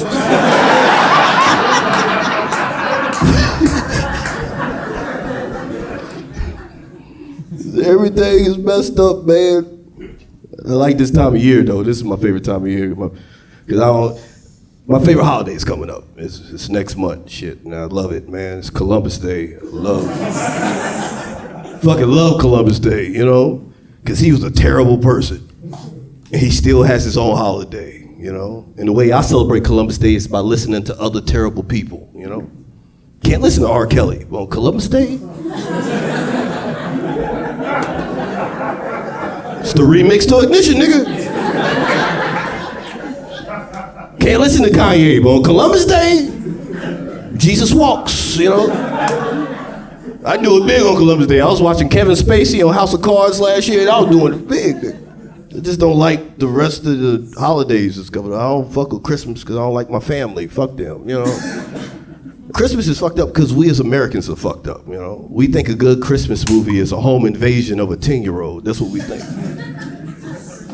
Have you ever watched Home Alone as an adult and you're just thinking to yourself, you neglectful bitch, you know? Like, how do you leave this nigga back-to-back Christmases? How do you do that as a parent? Just think if Kevin was a real person, the kind of PTSD he would grow up with. He'd be telling his wife, count the kids before we go. We only have one, Kevin. Count the fucking kids. You know what happened to me? Could you imagine Kevin as a parent and his child is crying because they lost a baseball game or something? Here come Daddy Kevin, like, oh, you crying? You know what I was doing at your age? I was fighting off burglars. And I'm sure one of them wanted to fuck me, you know? Did I cry? No, hit him in the face with a brick. Man, the fuck up. Another reason I don't like Christmas, because every black person in here can attest to this. None of us ever lived in neighborhoods good enough to have Christmas carolers, you know? You wouldn't know how to react if a group of white people showed up to your house. Dressed the way they used to dress when they hung niggas, talking about, we want to sing. Like, get the fuck off my porch. Better take that shit down the street, Karen. You know? That's why I want to start the first ever Kwanzaa carolers. I want to go to white people neighborhoods and sing black people songs. That's what I want to do. I want to knock on y'all door and be like, me, me, me, me. Slob on my knob, corn on the cob, check you with you, and do your job, lay on the bed. That's my dream. If you ain't laughing, you don't know what 3 6 Mafia is. Juicy J's a goddamn genius, you know. What brought me up to Maryland is because I fell in love with Baltimore pussy and shit, you know. Shit hit different up here, you know what I'm saying? She over there and shit, you know. And I love her. I love you, baby. Just, I love her too much and shit. I'm raising kids that ain't mine and shit. It's just, it's some bullshit, you know what I'm saying? Cause I act like I love them like they mine. I said, nah, I don't. And I hate being a stepfather. I can't, man. I'm sorry you got hit it. But it is a bullshit, man, because I got a stepdaughter, and she's the only person I know that gets suspended during the pandemic. How's that happen? I had the school call me. It was like, can you tell Janelle to log off? I said, what the fuck did she do? Apparently she's taking screenshots of people's dirty kitchens and talking about it in a group chat. I'm like, God damn! I got a stepson too. I don't know if this nigga is a genius and fucking with me or if he's retarded. I don't know which one it is. He gonna ask me the other day, he said, Mr. Brian. I said, yes, stepson. He's gonna be like, how was slavery? I said, the fuck did you just ask me? He's like, you wasn't a slave? I was like, no, nigga, what did he teach you? And he was like, how was civil rights? Civil rights? You think I was born in black and white, motherfucker? He's like, you're not from the civil rights era? I was like, no. He said, then what era are you from? I said, crack, nigga. I'm from the crack era.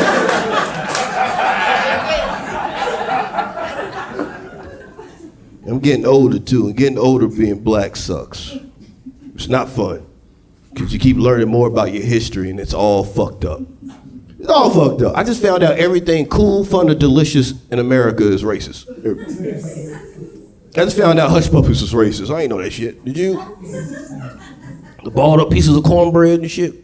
Because when the slaves used to escape the plantation, they used to use it to throw the dogs off the scent. To hush the fucking puppy. Swear to God.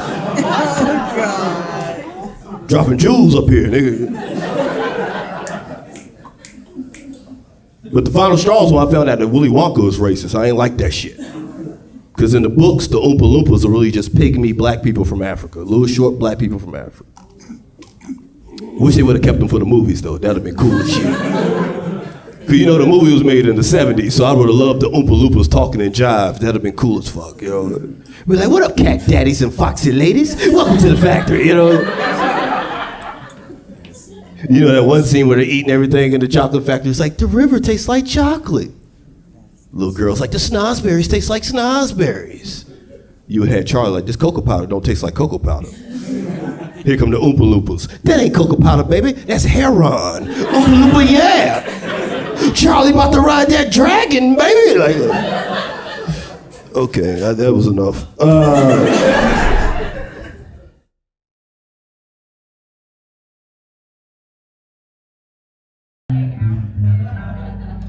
What we gonna play next, man? Red Wings, here we go. All right. That's old Cappy Dave McCoy right here. It changed my life! We call him Cappy because, you know, he's the captain of this here vessel. Captain of the internet. That's right. He's the engineer, the producer, the internet guy, along with my beautiful and lovely wife, who I would never have anything as one for her getting it off the internet for me. Thanks, Dave. Red Winds, you ready? Here we go. Now there's a red wind blow, time to time. Wide sun reaching far. Anyone stop the run, this time I have on. To the train out to Chicago, to live that life. Ride and ride. I ain't got nobody, they don't have one. This fixes took my money and it saved my precious love. I may be there tomorrow, but I'll make the worst of it tonight. And I'm ready to watch it over and I'll see you bye bye, bye bye. And I don't care what the wind blows, you'll never find a bottle from my head. I'll let it blow away my sorrow until we meet again. I found here a moment, can't say anything like me. My dogs are always barking, I'm still running from the police. In the morning I'll be out right now, we ain't too late to wait. Some truck is hard as man, and my life's a prison of misery.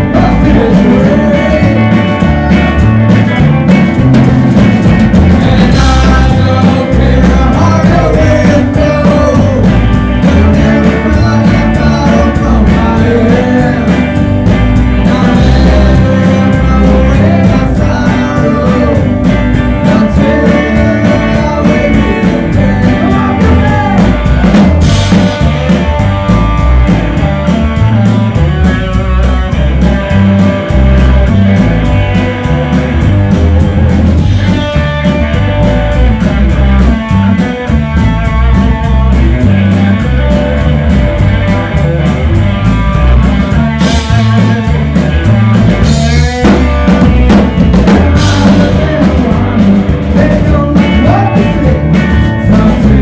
in my bedroom, my bottle of away. There's Congress out to drive, say now it's close to me. Some rest on weary days, set this whole ball free. And I don't care what the wind blows, you'll never find a bottle from my head. I'll let it blow away my sorrow until we meet again. And I don't care what the wind blows, you'll never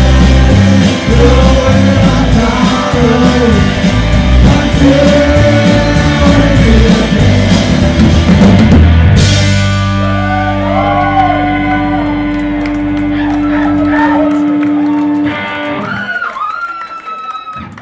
it blow away my sorrow until we meet again. Damn, Mom. Hell yeah. They almost took my face off on that one. Luckily I got a little immunity. Hey Joey, how come you have like no friends? Wait, what do you mean? I mean because of COVID, obviously. Yeah, but nobody liked you before that. Oh, they're just jealous. You know, haters gonna hate. Okay, so your friends. Your friends are the haters.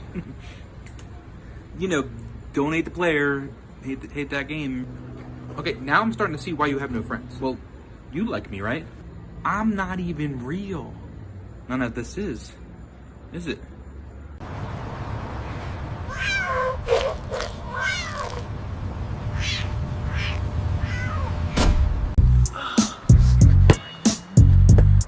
Doesn't really matter what happens, you know? Doesn't matter what work's like, school's like, family's like. I get out on the court, I forget about everything. As soon as I see that ball go through the net, it's like, oh, I'm home. Oh shit. Can't fuck, Can't fight, can't cook, can't drive. All I know is ball is life. Ball is life. Hard court, soft court, indoor, outdoor, double rim, single rim, net, no net. Well, kind of care about the net. Doesn't matter what the court looks like, as long as there's nobody else out there. Ball, ball, ball, ball, ball, ball. Yeah, this'll do.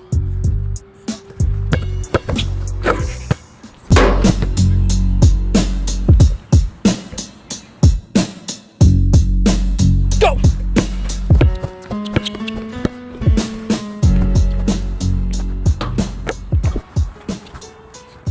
I like when people try to guard me. Feels like family. When people try to guard me, it's just like Olive Garden. It just depends on what kind of must-see TV you like. You like Mad About You? You like Friends? Or you like Frasier? Owls are crazy. Owls, you don't really like, if you see an owl, that like means something. I saw a dead owl once. I went home and I looked it up in my bird book. Dead owl in Native American culture is like a really bad omen. And then I like sprained my ankle like a week after that. I couldn't hoop for like 2 weeks. Free throw line's where I live. Cause I'll do anything to get to the free throw line. I'll cry, I'll whine, I'll cut myself. That's how I got through college. I went to Juilliard on a basketball scholarship. Oh yeah, we played big schools, Montclair State, Salem State, all the states. Rutgers State, you ever been there? It's like out there. I hit them with 19. See, free throws, just like theater. It's just my breath work. Because once I get in my acting bag, you know I'm going to the free throw line.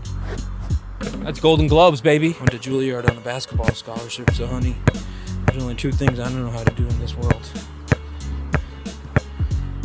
Check off, check up. Basketball's in my blood. When my dad died, you know what his last words to me were? Game time.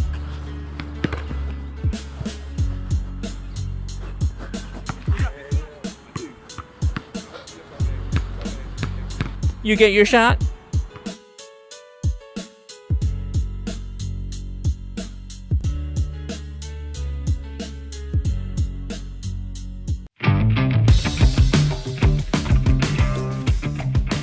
You ever thought about like how much dish soap that you've been ingesting accidentally throughout your lifetime?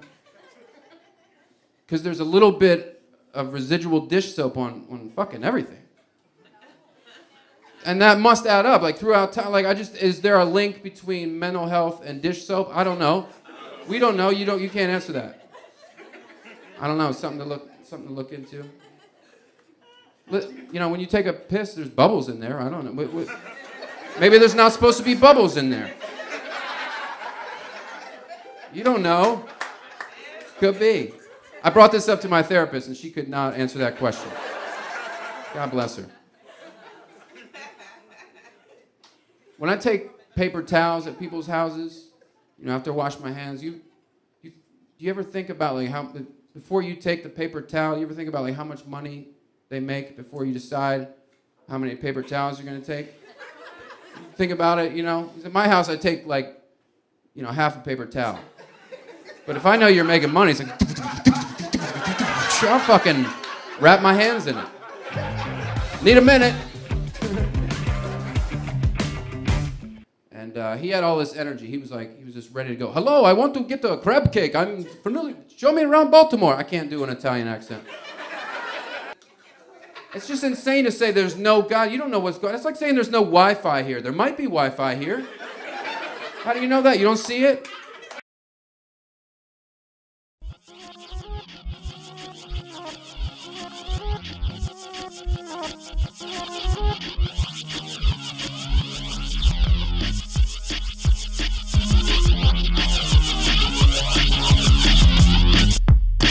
There is no one in the whole world. There is no one. Everyone is one. There is no one in control of the world. There is no one.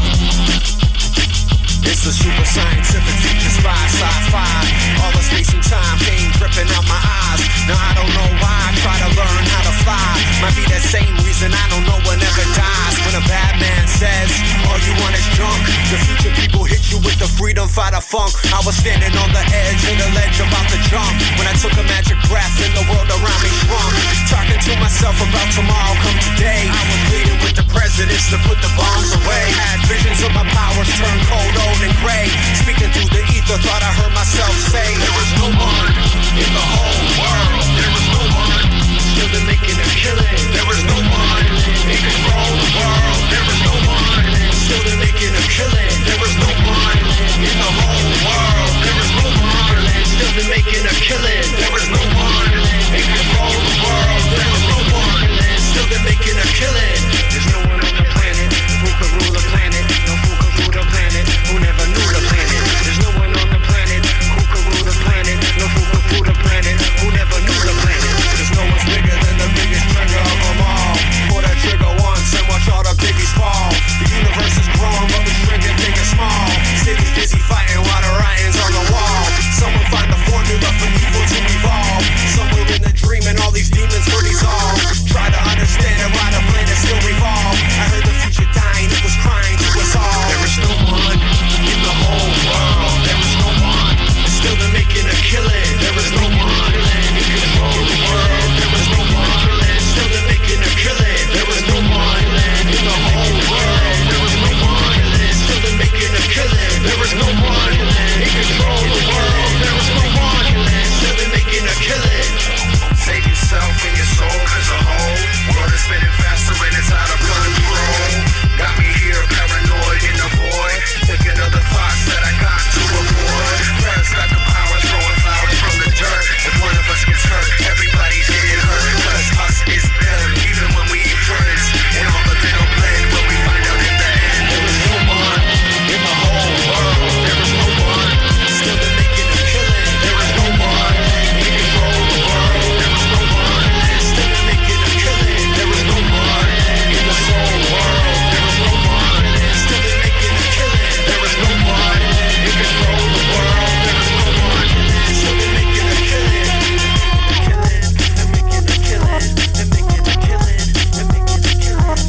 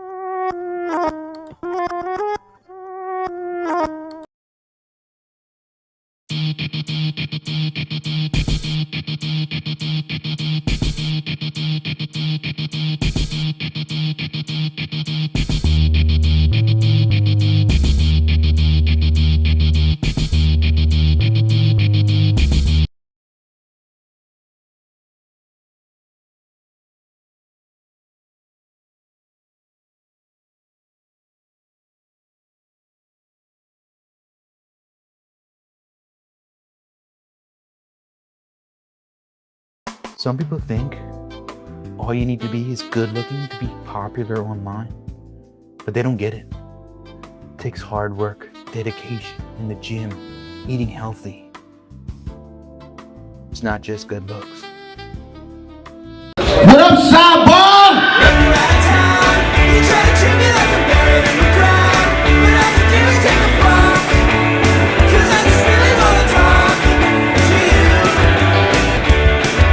Put your hands together for Ronald James. Ronald James, y'all. How you guys doing? I love Sidebar. Sidebar means a lot to me. It was one of the first places that I ever went to where diversity was like a thing. And this was the equivalent of like bussing black people over to the all-white school and having them talk to each other and be in classes and shit like that. It literally is like that for me. So thank you for the integration.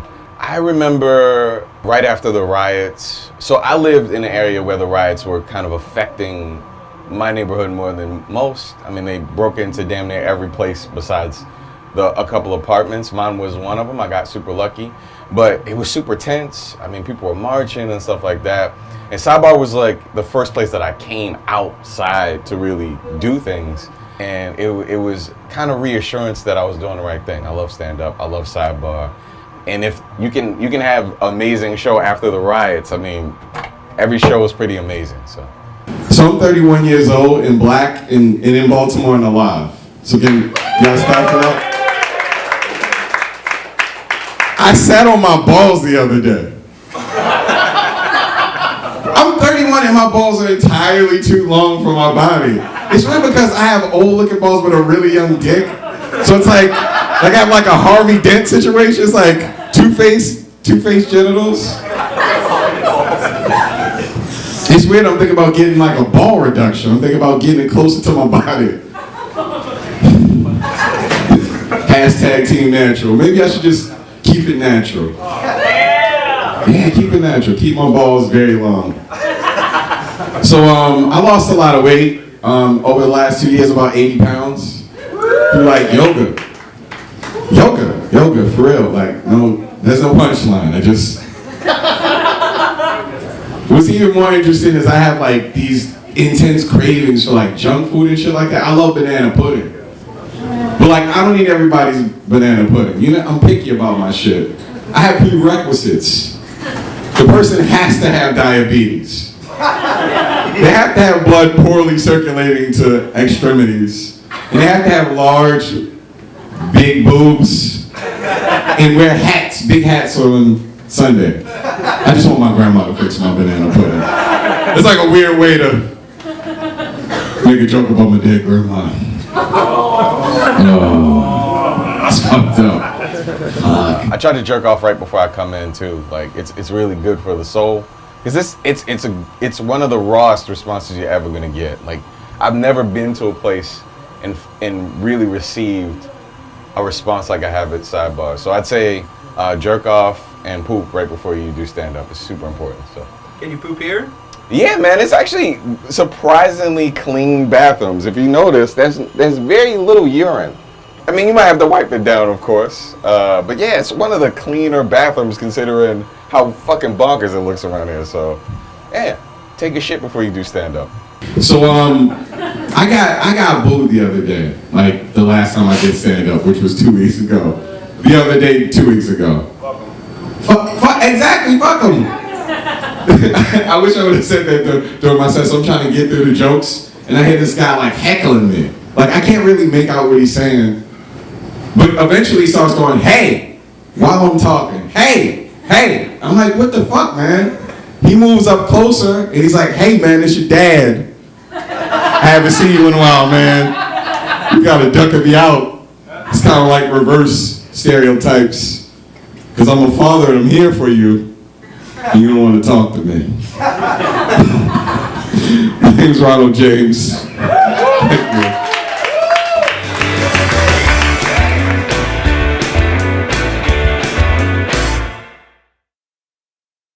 All right, what do we got? Milk, Purple Stuff, Sunny D, and ATB. ATB. Back at this influencer game. Took a red-eye right to Miami. This lady fell asleep on me, but I couldn't wake her up because she looked too happy. Luckily landed in time to go straight to the club. Everybody was there. Loved seeing everybody. This lady passed out. Way too many to drink. I warned her. And to my surprise, they asked me to do a guest DJ spot. I had the place jumping. Of course, mandatory late night tacos. Another passed out lady.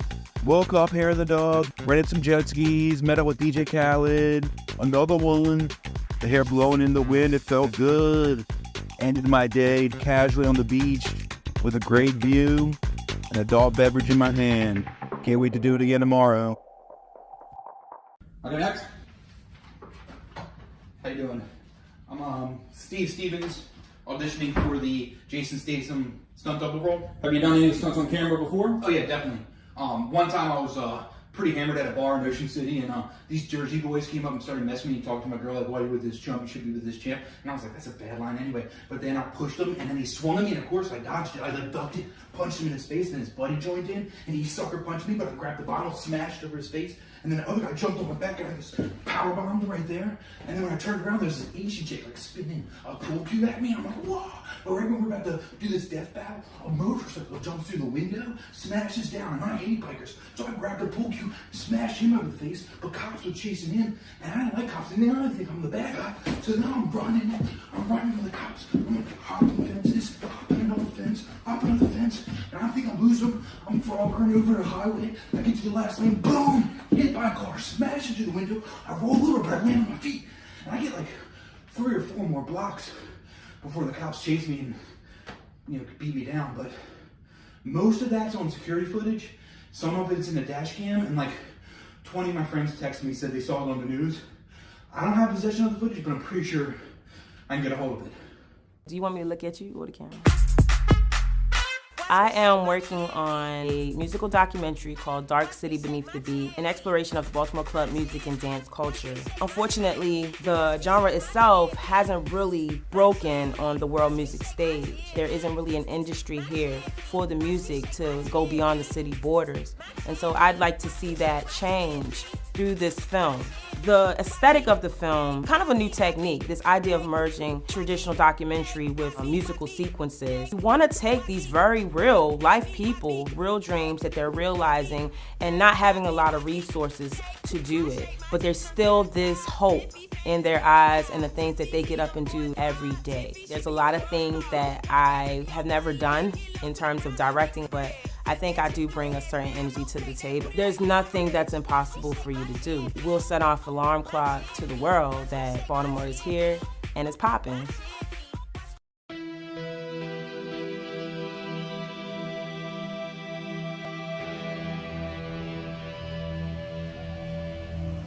A man's gotta eat, but nobody's gonna tell me what I got to eat. Around here, a man eats what he can catch. Crabs, deer, but every once in a while, I get this craving for some real meat, and the deer just won't do. I'm Barnacle Bill, and it's nice to meet you.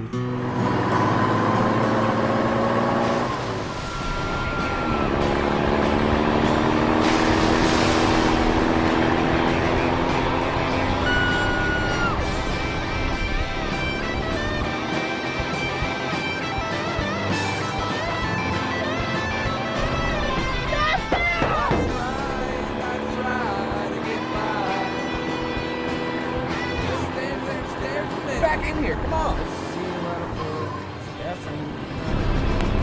Fun. I don't think people are meant to be alone. It's human contact that keeps us human. Without it, you become what my kin have called me all my life. A monster. They might be right. I do have feelings I can't control. Longings to touch, to taste. You know what? Maybe I am a monster. And I'm starting to like it. Loneliness does strange things to the soul.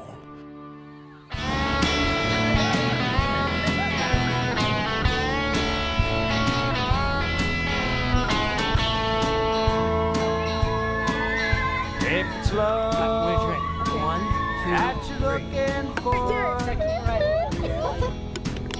and you, I beat you there. I definitely beat you there. I definitely beat you. more. If you're looking for love, Oh, man.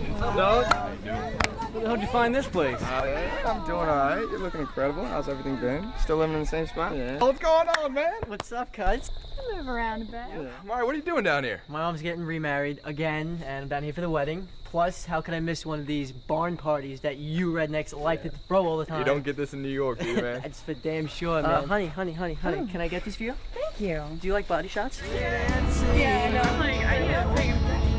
Sorry. It happens that way. Are you up now? It's your turn. I'm gonna show you how it's done in New York, all right? Really? Go. I'm ready for this. Here we go. Come on. You ready? Oh. Go. 6, Come on. 7. That was a bad. That was New Jersey. New York, how we doing in Maryland? 4, 5, 6, 7, 8, 9, 10, 11, 12, 13, 14. We got flip cup going. We need 2 more. What's flip cup? Dude, flip cup. You flip a cup. Sounds complicated. When I was a kid, I was baptized in the bay. I guess they should have held me under the water a lot longer. The Lord will forgive your sins, yet we're all still sinners. It's a constant cycle of damnation and redemption. Wash, rinse, and repent. There's no saving me. The question be, is there any saving you? You should start praying. He's automatic. And I'm clutch. Buckets. All 4 of y'all. All 4 of y'all, please. Can the love of Jesus just come down on y'all and make something make you All day, son. All day. Hey, baby, I got something I want to show you. No, I got I last really cup. want to see this. All right. I'm out. Benny, you're in for me. Got it. Where you man? man? Y'all Where you better be going? scared. Watch this shit. Benny? Oh. Rain Man, holla at your boys. Keep walking. Walk. Right.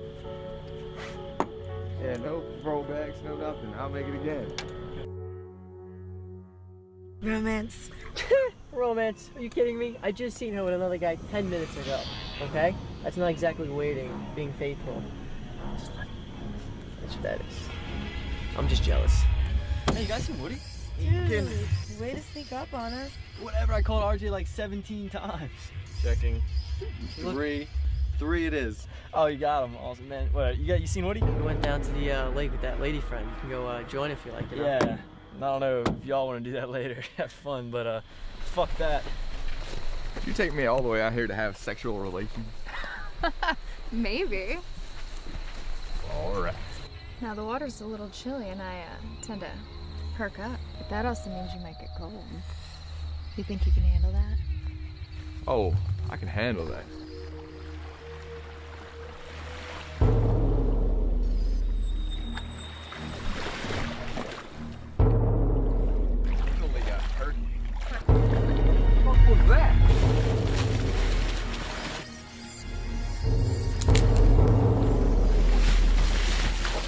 Evil.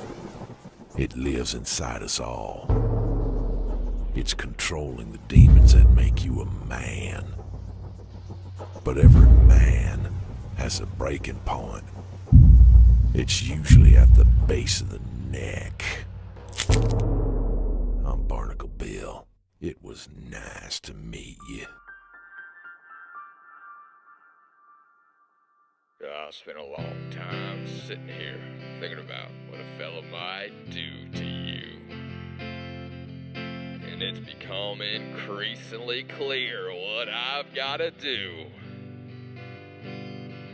Instead of sitting here and drinking beer and holding it tight, I'm gonna take you to the river in the middle of the night. I'm gonna baptize you, honey, you're as good as dead. So it's about time we take a walk, don't you think? It's getting a little too crowded in here for my taste. I say we take a stroll down to the riverside.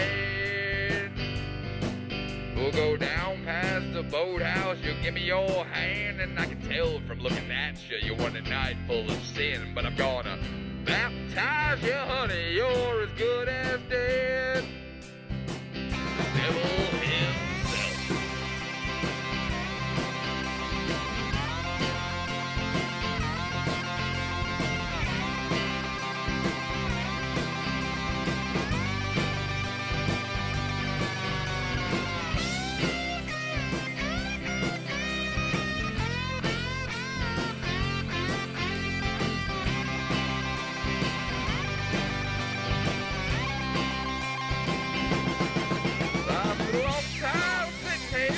about what a fellow might do to you. And it's becoming increasingly clear what I'm gonna do. Instead of sitting here drinking beer and holding it tight, I'm gonna take you to the river in the middle of the night. I'm gonna baptize you, honey. You're as good as dead.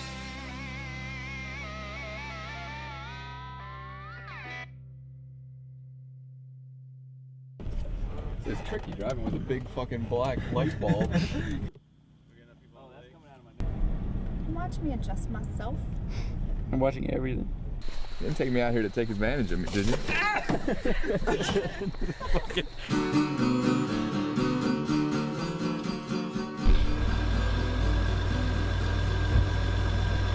You can go more evil than that. Get me mad, get me pissed off or something. Okay, ready? Oh my god, how many shots did you have back there? I know, like fucking dog. I shoot the dog. Mean. Fuck.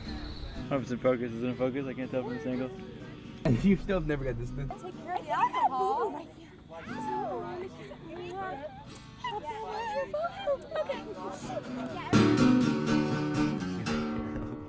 Lead the word. Stalled. I take a breath water.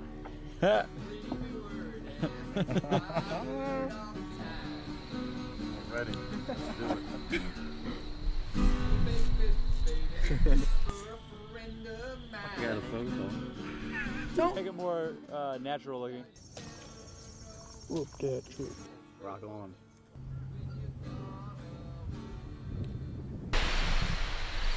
Putting the actors to work. My hair looks. So that we'll send them down to you. That looks nice right there. And this side of the camera is where it's at, okay? It takes all the skill behind the camera, but we can pretend we have skill in front of the camera. You want to have a sign? Oh, I got the handle. Big boy, what you talking about, huh? You gonna be having a carry this?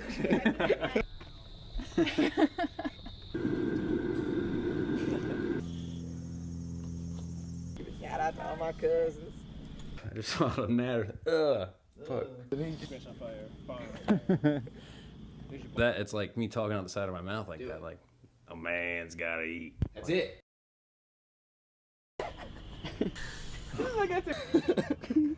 Give me a death one.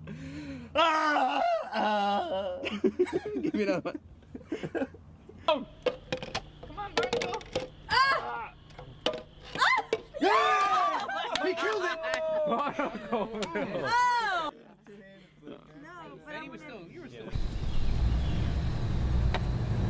Well, it's 5 o'clock on Saturday. That's not nothing, mate. Is your mom at home? No idea. Ah, you motherfucker, man.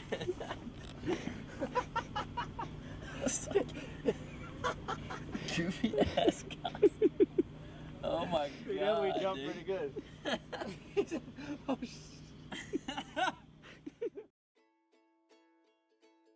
My name is Sam Barsky, and I knit sweaters with pictures of all different things. I started knitting back in 1999. I finished my first sweater at the end of the year that was solid color. Not too long after that, I started making a sweater that was a map of the world. It took me about 5 months to get that done. And then I started designing my own. It's been in a number of galleries, the Visionary Arts Museum. Sometimes people recognize me from the media. Like, for example, this is my Hollywood sign sweater. When I went last year to the Hollywood sign, there was a group from a tour bus that came to see the sign as well. They said, "Are you the one who knits the sweaters and goes to the landmarks?" And I said, "Yes, I am. I have some very good news for you. You're about to see me take a picture in front of another landmark." Baltimore is like the perfect city. Baltimore is a nature lover's paradise. There are lots of parks around here. Actually, about half the pictures that I've taken in places have been in Maryland somewhere or nearby. There's still a lot more places in Baltimore I want to do.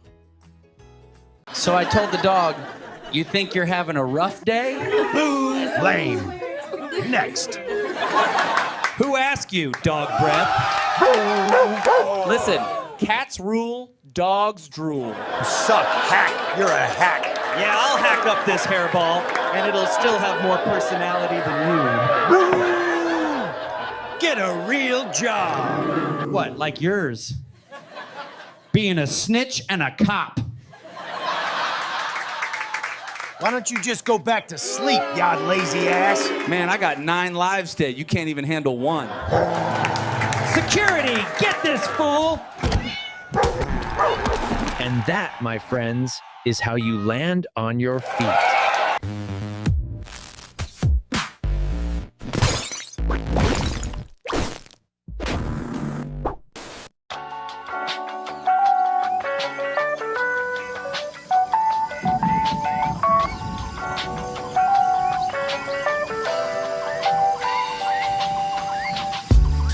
Think of having exactly what you wanted. Would you still want it? Running circles in my mind, blowing purple pine, trying to take a thought and make it rhyme with another one. D-A-N-D-A, and now y'all know what my name is, but baby, what is yours?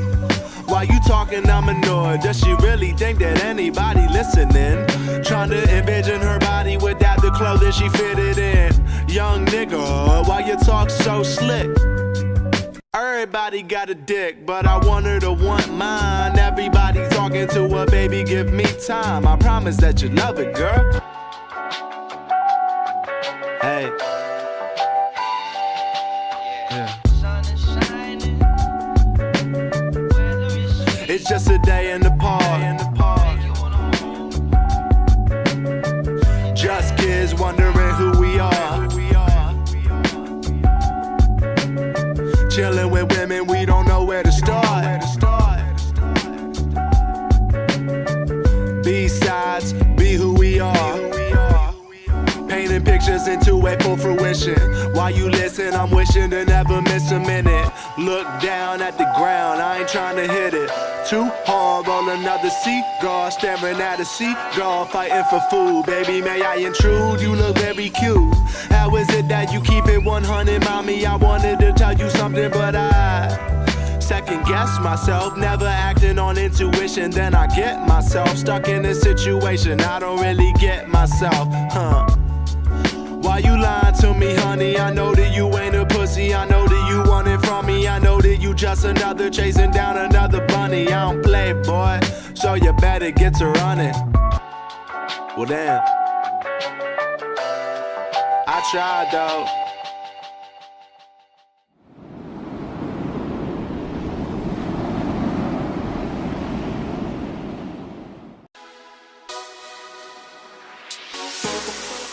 Oh, we sell nacho bangers, so you eat the banger 3 ways. 1 bite tastes like love. Don't teach your taste bud, treat your stomach. Don't go to Taco Bell, ring my bell, give me 1 favor. Never ever trust a skinny chef. And I seen the Food Network channel, like, see, nachos is on a plate. So I'm like, I can make that. Took me $60. From there, I had 12 customers in 1 day, 200 plus in 1 month. A week before I was ready to get evicted, for store owner came past, like, what you sell here? I said, I sell nachos. They ain't want to come in for real. The good brother told me I could come work in his establishment, and I just took off. I started July 15, 2016. I was 19. You around some good energy for real. You want to build with that energy. You don't want to be nothing negative. Nacho bangers will show you like the uplifting. We always keep the same energy. I got my brother, Mr. Cavito, and we just boost the campaign. Good energy, positive vibes, and it's full of love. Everything is made with love. They ain't only working for no 9 to 5. We builders, man. We young. We can do this. I had to build myself to be strong enough to share my energy with others. Come to the banger spot, because we got sweet sauce, hot sauce, barbecue sauce, tank sauce, garlic sauce, marble sauce, and not too big sauce. Let's build. If at first you don't succeed, maybe skydiving wasn't your thing. Being Native American, we're born with transgenerational trauma. We were subject to genocide, land theft, and forced assimilation, and the effects are still felt today through systemic neglect, poverty, and broken treaties that are rarely honored. Society often writes your story before you even begin, expecting you to fail. And for a long time, I believed that narrative until now. I want to show Res kids in the world we're still here, thriving, and we can break these negative stereotypes, because I'm a product of that.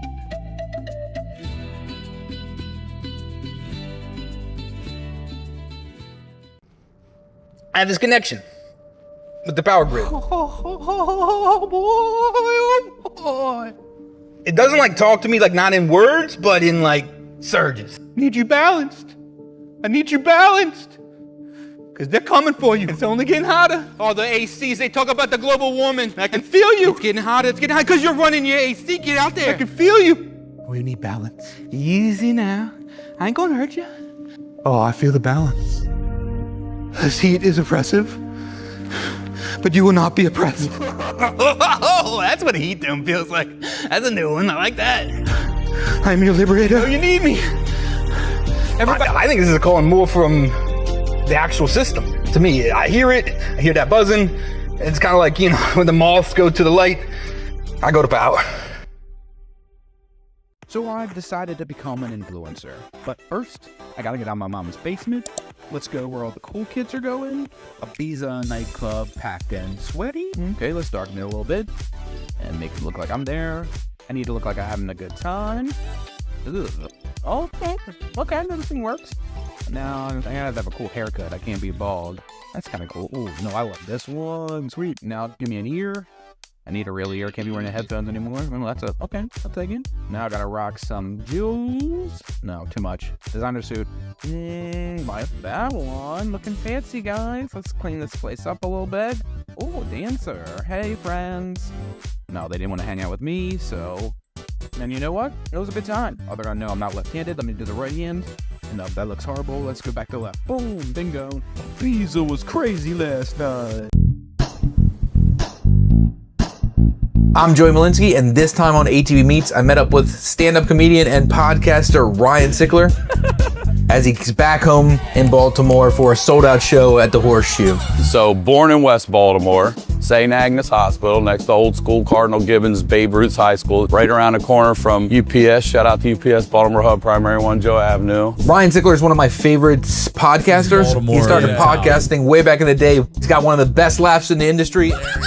We talk about Baltimore, his first pitch at the Orioles game, and a near-death experience while watching George Carlin. Light just shot up to the ceiling and you just see legs sticking out. So it was great to hang out with him, and awesome to have him back in town, and check this one out. It's going to be a good one.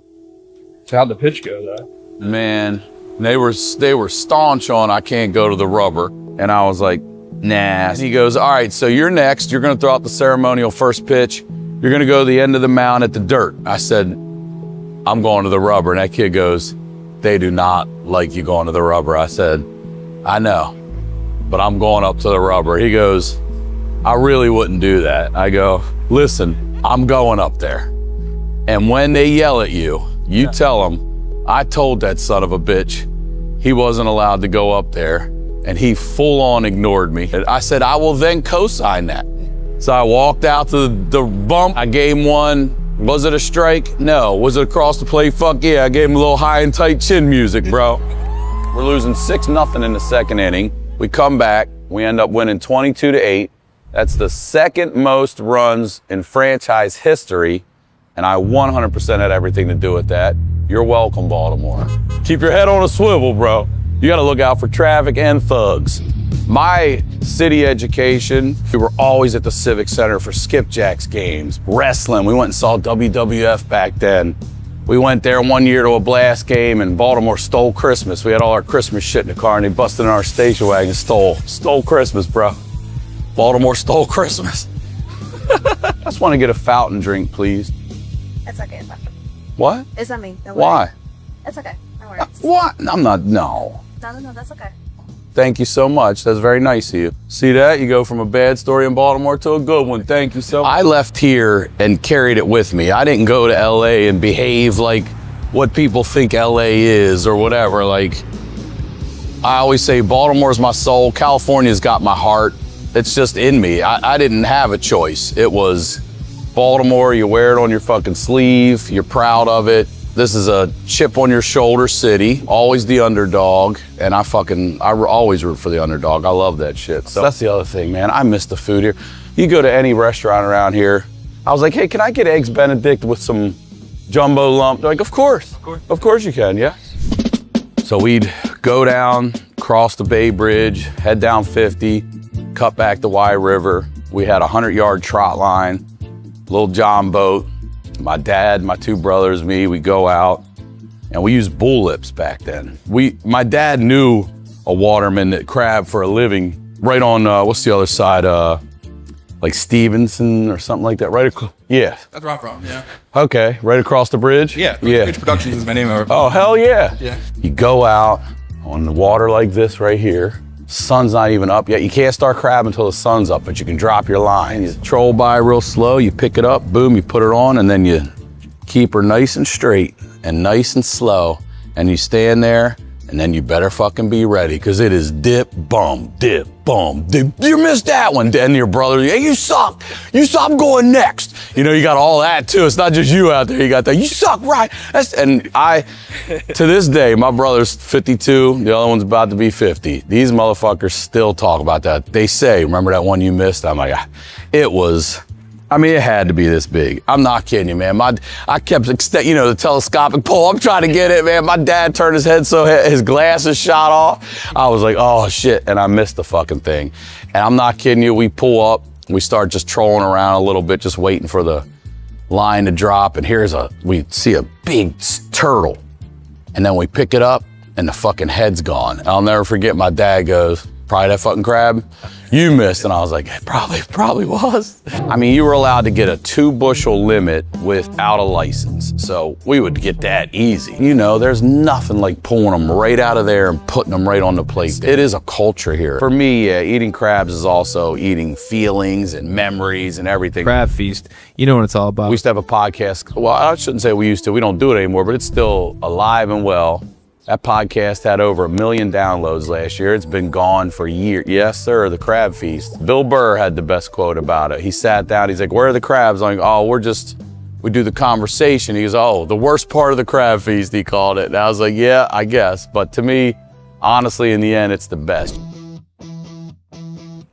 That's Pier 6, that's where I saw George Carlin. But there was a light guy that passed out at the end of the show up there. We just heard this boom, and we look up, and legs are sticking. It was so hot. He was like a light guy, a spotlight guy, and he was up in the top, way up in the top, and then the light just shot up to the ceiling, and you just see legs sticking out, and they're like, oh shit, he passed out. Carlin's about to wrap up, and they call the fire department. They pull up here. It's a scene, you know, and they tell Carlin he can finish, but he has to do it on hyperspeed. So we hear him do the classic bits at the 7:30. He's going, hitting them, and everybody's clapping. Meanwhile, he's doing his bit. There's a dude just like dead. They have to climb up there, and the guy is too big, so they can't, hold him and bring him down. So they put him in one of those metal stretchers. You see him like rescue people from cliffs and shit, and they're lowering him down while George Carlin's up there powering through his greatest hits. Phenomenal. Production story. So when I first get to LA, I'm a runner. I'm working for Fox Family at the time. It was my first runner job. They're throwing a Christmas contest where anyone in the continental United States can win $25,000 or $50,000, a damn good chunk of money. I'm the PA, and I get to go, and I'm like, hell yeah, this could be anywhere. It's Christmas anywhere in the US. And the lady that wins is in 3 Mile Island, Pennsylvania, in the middle of December, where radiation is definitely still humming. So the sketch of this is going to be an oversized elf and his plight to carry this, those big Price is Right size checks. The person they hire to be the oversized elf is Gary Coleman. Yeah. Gary Coleman, R.I.P., if you don't know, wasn't the nicest dude, wasn't the kindest guy after a while. Whatever reasons might be, he just was kind of a dick. And we're gonna fly in a day ahead, and then he's flying in the day after to shoot that day. We start getting phone calls from the limo driver who's at Gary Coleman's place, and Gary Coleman's not answering the door. So the guy's like, I don't know if he's here. I can hear people inside, I feel like, but I don't know. Knocking on the door. No one's coming. Gary Coleman flakes, fucking no call, no show Gary Coleman. And they say, Ryan, you gotta be the elf. And I'm like, I'm not fucking being that elf. And they're like, you're gonna be the elf. And I'm like, I can't fit in Gary Coleman's clothes. And I go, well, if I'm gonna be the elf, we're changing this script. We see an outhouse, middle of a cornfield. I'm like, shoot me coming out of that with this check. I go, why don't we just act like the van broke down and I'm under it? Because I got the elf shoes, so I'm acting like I'm working on the van. So they're letting me do it. Footage of this exists. Oh yeah. It went on in the air. Sweepstakes, bro. It had to. It's a sweepstakes. Now we're in legal trouble if we get to the house. While I'm standing on the porch, busload of kids pulls up right here. And I mean, they're going nuts. Mr. Elf, Mr. I'm like, God damn it. Mr. Elf. Oh, waving at me and shit. So I'm in there, I give the lady the check too. I got to pose with them and all that. And they're like, don't worry, we're gonna get you your SAG-AFTRA card for this. And I was like, great, you know what? Hell yeah. And then when I got back, guess what? They paid Gary Coleman anyway, and I didn't get my SAG-AFTRA card. And they didn't give me shit. And then Gary Coleman got fucking paid. And I know he's dead, but fuck Gary Coleman. When did you decide that was To be a pussy? That's the mentality here. When did I decide to be a pussy and a bitch? And how has it helped? No, I'll be old school for a second. If you're like, man, I got some feelings and some shit's going on, people are like, quit being a little bitch. That's what they tell you. That's what it meant here. You know what I mean? Like, you're just being a pussy right now. But I gotta give my dad credit. I've really thought about this. When our family first decided to split, when my mom was cheating on my dad, we went to family therapy. We were kids. My dad was in the Navy, Vietnam, man's man. But I believe him introducing us to that, just the idea of, hey, there's these people you can go talk to. I think that really sort of planted the seed. And then something happened where my daughter almost got hit by a car, and I've always, everyone's got their anxiety, but I've always been a pretty chill dude. And then after that, I just became unhinged, man. I got scared of heights. I couldn't fly. I was terrified to fly. Any little bump, I was like, oh. And my job is flying. I have to fucking fly. Telling Dr. Drew, he said, have you ever tried EMDR therapy? And I said, oh, I go to therapy. He's like, no, this is not talk therapy. And you would know if you've done it. They teach you this alternating beats. So I'm on flights just tap my legs. And people are looking at me like, this guy's got fucking Tourette's or something over here. Let me tell you something, man. It fucking works. I now live on the top of my building. I sleep on my flights. Tomorrow when I fly out here at 6 a.m., I don't care how bad that turbulence is on the way out of BWI, Daddy's sleeping, bro, okay? I got my eye mask already out ready. That's how good EMDR therapy works. And the thing I love about it as well is there is an end. If you go in with an issue, there's an end to it. It feels nice just to talk to somebody, but to actually get results is wild. I had never seen that out of the years of therapy I'd done, So she says, Mr. Sickler, as your occupational therapist, I can tell you happily you've passed your test, you're free to go home. And then I feel it. I feel it coming. I grab my chest and she's like, are you okay? And I said, I'm clotting. She said, what? I go, I'm clotting. And then boom, I fall back on the bed. She runs out. She gets a surgeon. This guy I couldn't tell you what this dude even looked like. All I was hearing voices. And he said, what's going on? I said, I'm clotting. He said, how do you know? I said, I've clotted before. He said, what's it feel like? An elephant on your chest? I said, it feels like 3 of them on my chest. And I'm just yelling, He goes, are you having a heart attack? And I said, I don't feel it. And as soon as he said that, they tell you about the jaw pain, the arm, I go, oh my God, I feel it right now because it's happening now. And he goes, sir, you might be having a heart attack and clotting. And then I black out. And that's death if I don't wake up. And what I find out when I wake up, it went through my heart and into my lungs. So now my heart is twice its size. My lungs are full. And they tell me the next 48 hours are touch and go. And they make me call friends and family to tell them I might not make it. You had a call like that? You had to make those calls? I had to call. First guy I called actually was my financial manager. He's now my great friend. He was there for everything. And because I was hard to talk and stuff, so I had to have him call my daughter's mother and say like, look, shit's not going well over there. Good news, he's got a living will and trust. Bad news, he might actually have to use that shit. I spent almost the whole month of January in there, a lot of it fighting for my life. It was a fucking nightmare, a literal nightmare. Did you get any moments of clarity in there? Yeah, I got a lot of clarity in there. You want to come out and live life, but you can't. I was on a walker for a while to a cane. You want to really you want to stop arguing about bullshit. And you really want to focus on people and things that matter and the things that matter with them, and family becomes super important, and all of it just tastes a little sweeter, and you really want to go get it. And can't tell you how comfortable I am telling people no now. If I don't want to go do shit just to feel like a good person, I'm like, I don't want to go do that. I'd rather hang out with my daughter. I have no problem saying no in the industry to hang out with my kid or my kids. My dad dies at 42. I'm 49. I'm just about to turn. I'm not even gonna make my 50th if I don't make it. And I'm like, fuck that. I've always said I want to be something. My father was unbelievable. My hero, my idol, my everything. But I always wanted to say I want to be something my father never was, and that's an old man.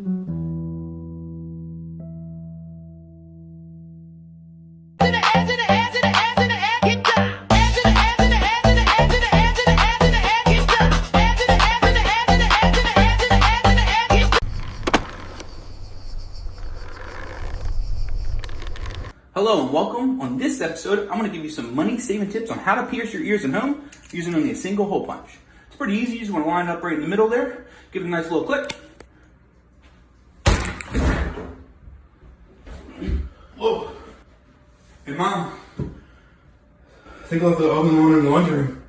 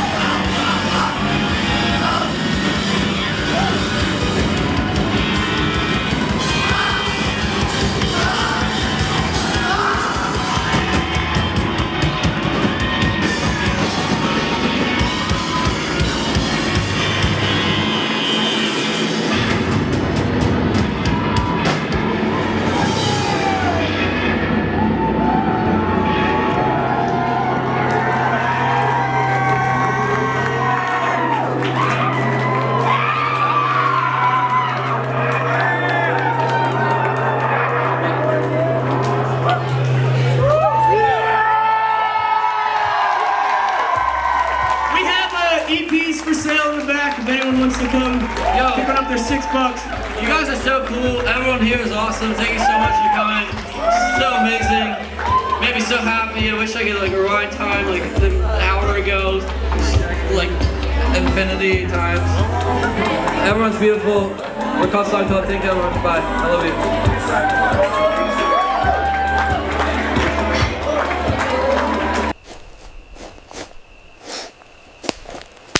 Stop watching me, you perv.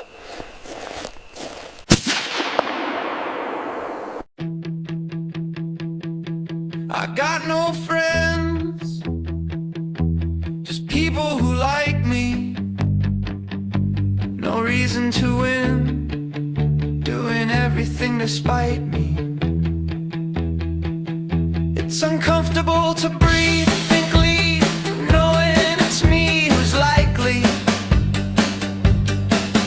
Independence is a menace in the eye of the beholder. Hold her, miss her, love and kiss her. A gentleman's blend, bender to follow. Strangers holler, impressions to impress. Only leaving me undressed and a mess. Just being by myself. I got no friends, just people who like me, but I don't like me today. Hope for tomorrow. It's funny I met you and let you complete me. I got no friends, just people who like me.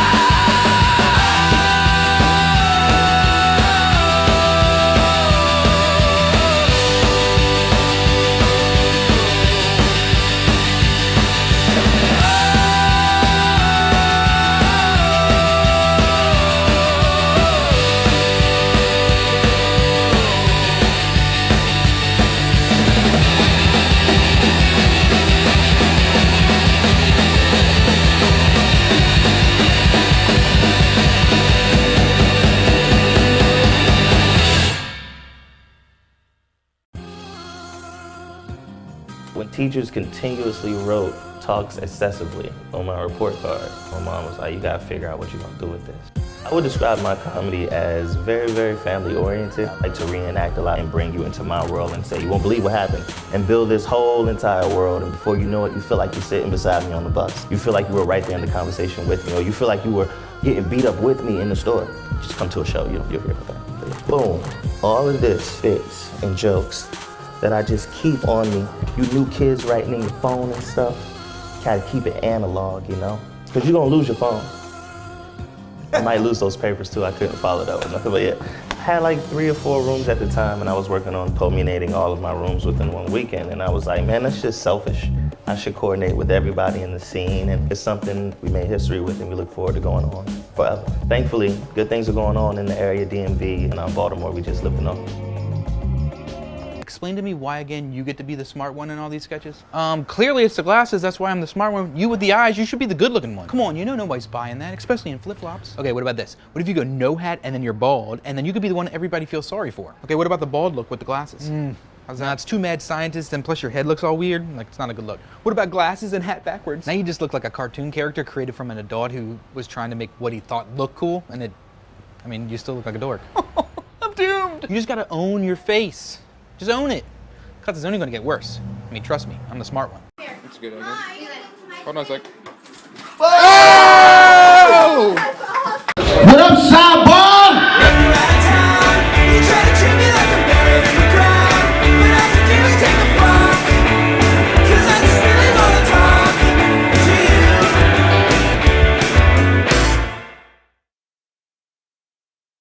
I was thinking, like, what would it be like if I were a parent?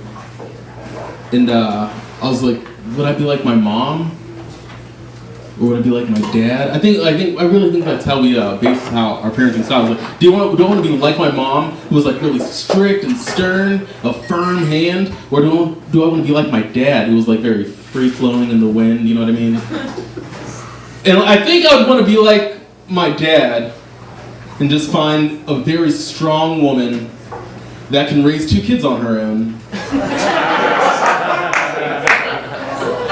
So my first time was Sidebar. It was April 24, 2011. So I've been doing it for like 2 years. That math's wrong, but whatever. And I went up and I was drinking way too much because I was so nervous. And I had about 5 minutes of material and I blew through it in 30 seconds. Like it never, like I talked about tight jeans and like I felt like everybody was supposed to know me already. I've never bombed hard in my life and now I'm still doing it, you know? So that's the beauty of this place. Beauty of comedy too. All right, what's going on? That was my Marvin Gaye impression. Did you guys know that Marvin Gaye actually changed the spelling of his name when he got famous? I just learned this recently. His name was originally spelled G-A-Y, and he actually added the E on the end because he didn't want people to think he's gay. That's true, isn't that crazy? Like, are people really going to judge you by what they think your last name sounds like? Like, my last name is Moran, which is just one letter away from moron, but I would never assume that would make people think that I'm gay. You know? You know, there's a lot of memories that I don't fully remember for reasons, mostly pints of Beau, but there have been a couple times, some of my best times on stage have been here because most of the time I go into it having a very loose idea of what I'm gonna say, and then I just kind of riff off of it, and doing improv definitely helps with that, but I guess for me it's like there have been times when it's just like I feel completely comfortable, I feel completely at ease, and I'm just able to, you know, open my mouth and say these really funny things and people really respond to it in like a good way, and that's really cool. I live at home, unsurprising to nobody, and I live like a wild animal, okay? Because a wild animal has 2 things he wants to accomplish in the day. A wild animal wants to find food and not be something else's food. Similarly, I only have 2 goals. I want to find some goddamn privacy to jerk off for once, and I want to not talk about my future. And if I can accomplish just one of those 2 things, it's a fucking good day. Like, the other day I almost got caught jerking off, and like, what do I even, like, what do you do? Like, what do you do? My door doesn't have, it has a knob that's purely decorative. There's no like latch or lock situation. When my mom comes up and she just goes like, tap, tap, and then just opens the door, do I just go like, no? Because that's just me being like, I'm jerking off. Like, that's announcing to everyone what I'm doing. So I just like rolled over slowly like an elephant seal at the beach. Like, very little effort. Because I'm like, maybe if I get caught, she'll be a little more careful with the knocking. I was just like, this is your fault. You brought this on yourself. Thanks for the laundry. Just put it at the foot of my bed. With my dignity. Because I'm a bearded little boy. I'm not a man. I'm a bearded boy. I'll never grow up.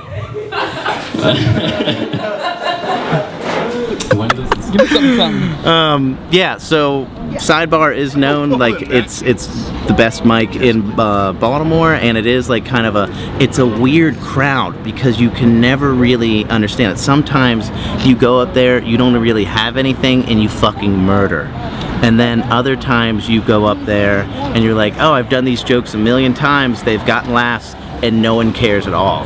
So it's like a weird dynamic, and that's why it's like its own beast, but also like you develop some of your best jokes here because you don't even realize you're telling them, and then it happens, and then it's magic.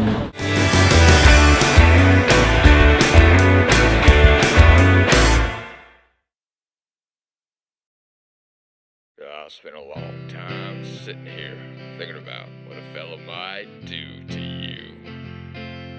And it's become increasingly clear what I've gotta do. Instead of sitting here and drinking beer and holding it tight, I'm gonna take you to the river in the middle of the night. I'm gonna baptize you, honey, you're as good as dead. So it's about time we take a walk, don't you think? It's getting a little too crowded in here for my taste. I say we take a stroll down to the riverside. We'll go down past the boathouse, you'll give me your hand, and I can tell from looking at you, you want a night full of sin. But I'm gonna baptize you, honey, you're as good as dead. Devil himself.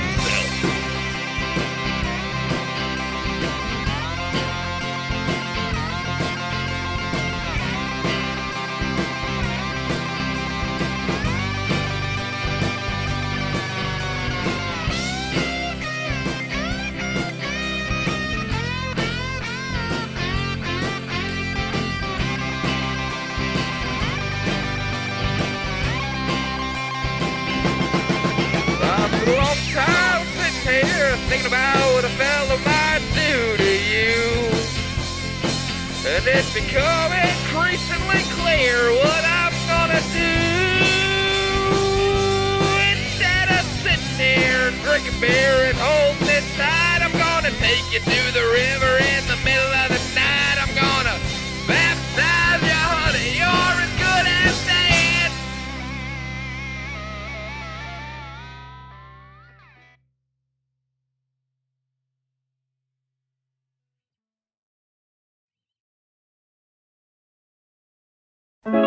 When you look at life, you have to think whether or not you're gonna blink, or look life in its eyes and realize you're a prize. When you look at life, you have to think whether or not you're gonna blink. Just don't forget what you know, that the power inside is going to grow. Now that's not to say that life ain't hard. There will be tumbles and some scars, but it's those times is when you learn.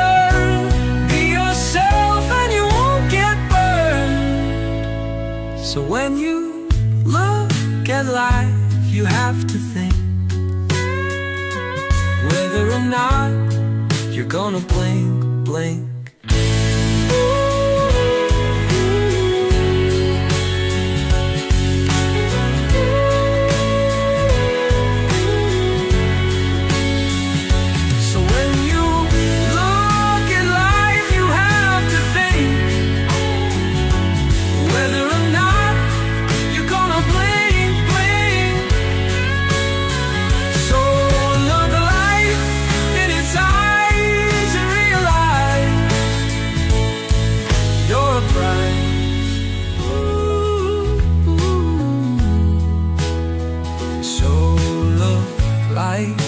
Eyes and realize you're a prize.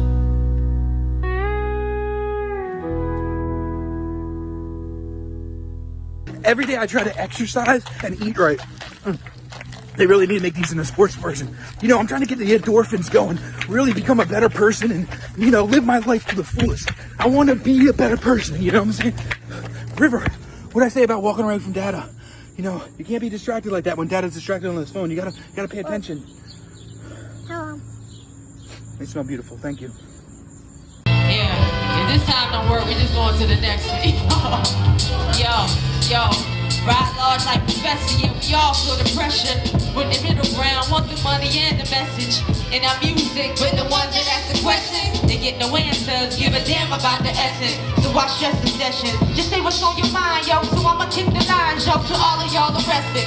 Covered with my bars, doubled up just like the necklace. They wear around their neck to show they checks is all the deafest. Unheard of, my word of. Ninth one that told me wreck it. My drive Daytona 5 ghosts, never do they see me. I'm up early, butter and toast, show eating Wheaties. Trying to get my thoughts together from dreams of pasta PDs. I had last night holding the mic like I was TD. ED on CD, on my rhymes can go for OT. I don't stop for nobody, it's rigor mortis the rapper. Pouring out liquor for niggas that out wrapped up means nothing. They wanna hear stories they can relate. They wanna hear stories about your life, about your day. Anything on my mind I don't hear, I can relate. So when I feel stressed, I come here and fade away in the drums, like I did when I was young in the drums. Ba-bum, ba-bum, ba-bum in the drums, like I did when I was young in the drums. Ba-bum, ba-bum, ba-bum, don't overthink what you think that they thinking. Am I too lyrical? Is it too simple? I'm thinking out of the zone, my attitude. Now fuck what you think. About to go all the way in, I give a damn about your mink. The fur from your furs and the money. If the streets come with the deals that you ink, that nigga sign without a blink. Don't bond with me well like bells and all pink. Strong-minded, frail shit, the lyrical darling. It was never all Goldie, oh these niggas all Goldie. They slave to the oldies, the presidents just think. That's real life rap, money, power, there's nothing left. Lot of sex, drug usage, and rapping about wealth. Ain't no balance in the system no more. We ain't well, ain't a rapper on the radio with stories to tell. Hip-hop never died, yo, the radio failed. Now the power's with the people, wonder if they can tell. Just some change for your thoughts like those in the well. As I kick it for you all and take it back for in the drums, like I did when I was young in the drums. Ba-bum, ba-bum, ba-bum in the drums, like I did when I was young in the drums. Yeah. Ba-bum, ba-bum, ba-bum. Give it up for Rhapsody, y'all. Give it up for my man GQ. My mama look at me and burst in tears. She only happy when her son happy. And sadly, I've been hurt for years. But as of lately, I've been working, yeah. And for the record, I keep driving until I wreck it. Life holding me controllably until I exit. My partner tripping, say his life got him feeling worthless. I know he wrong, cause see in life we all got a purpose. Fresh out of school, trying to get my head right. This all happened around the same time I met Ninth. At a point that had me feeling I was stuck inside. But years later, I'm in Bright Lady touching lives. When Granny died, I swear I heard seeing my cousin cry. Tell him I'm just an Oakland nigga with some Southern pride. Overcoming aggravation. Think I'm still pissed at myself for missing your graduation. Shit, I guess it'd be intuition my mind told me. Rock and rollin', I'm Bon Jovi, they eyes on me. With a 6th sense, my neck twist. All dogs go to heaven, try telling my ex this. Shit, funny how it all clicked perfect. I tread water till it all hit the surface. Yeah, loving everything that I decide to. I'm looking in the sky till my eyes blue. More than just a beat that I can rhyme to. Haven't had a window, I just climbed through DC. Thank y'all.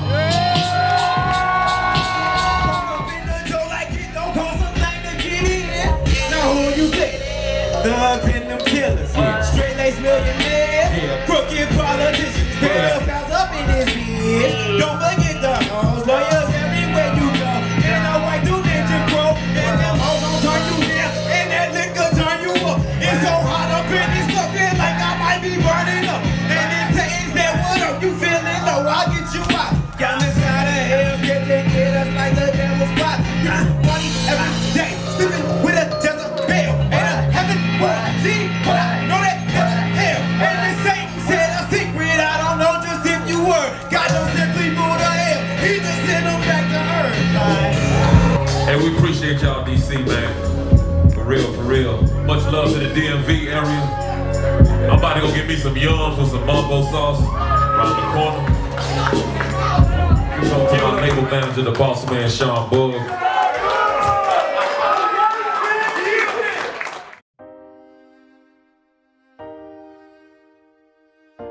Hi, my name's Max Levine. Recently, the New York Times posted an article that stated that as many as 40% of millennials don't like to eat cereal for breakfast. Well, let me tell you something, New York Times.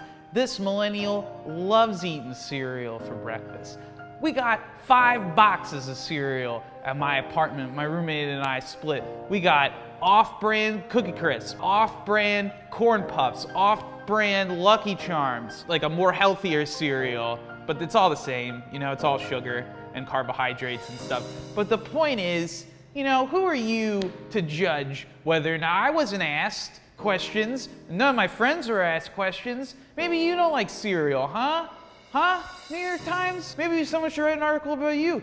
Oh, 40% of New York Times doesn't like cereal. More like 100% of New York Times is stupid and sucks and shouldn't even be around.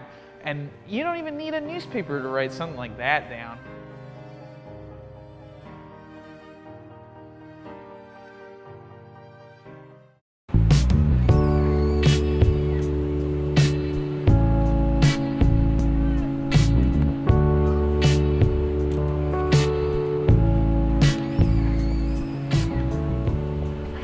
Good time today, Chester. Yeah, me too. I feel like we always have a really good time together. We should do this more often. You know, we've known each other for a long time, but we've never really got to know each other. Well, it's hard to get to know somebody. I dated a girl for a year once. Let's not talk about her. Let's talk about us. What are you talking about? Come on. You can't tell me you don't think about me. Aren't you curious? Rachel, I have no idea what you're talking about. So you don't want me? What? You're my sister. Step. Step, but still sister. We grew up together. There's pictures of us in the baths. You didn't like that? Well, I like the bath. They're nice. Don't get to take them that much. No, you're my sister. Come on, Chester, relax. Take deep breaths. Nothing has to happen unless you want it to. I know how you look at me. I'm not a stupid girl. No, you're not. Nobody has to know. I think you're beautiful. I think you're attractive, but I never thought this could happen. Kiss me, bro. Sicko! What? Stacy, bet me that you would make out with me if you got the chance. I cannot believe you're trying to hook up with your sister. Step! Stepsister! Step! What's wrong with you? We can never have dinner together again. Stepsister!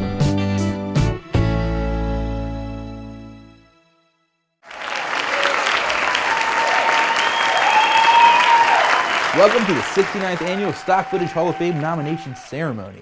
Stock footage is the unsung hero in the video industry, and today you get to choose the next inductee. And the nominations are, number 1, Cue Ball meets Cannonball.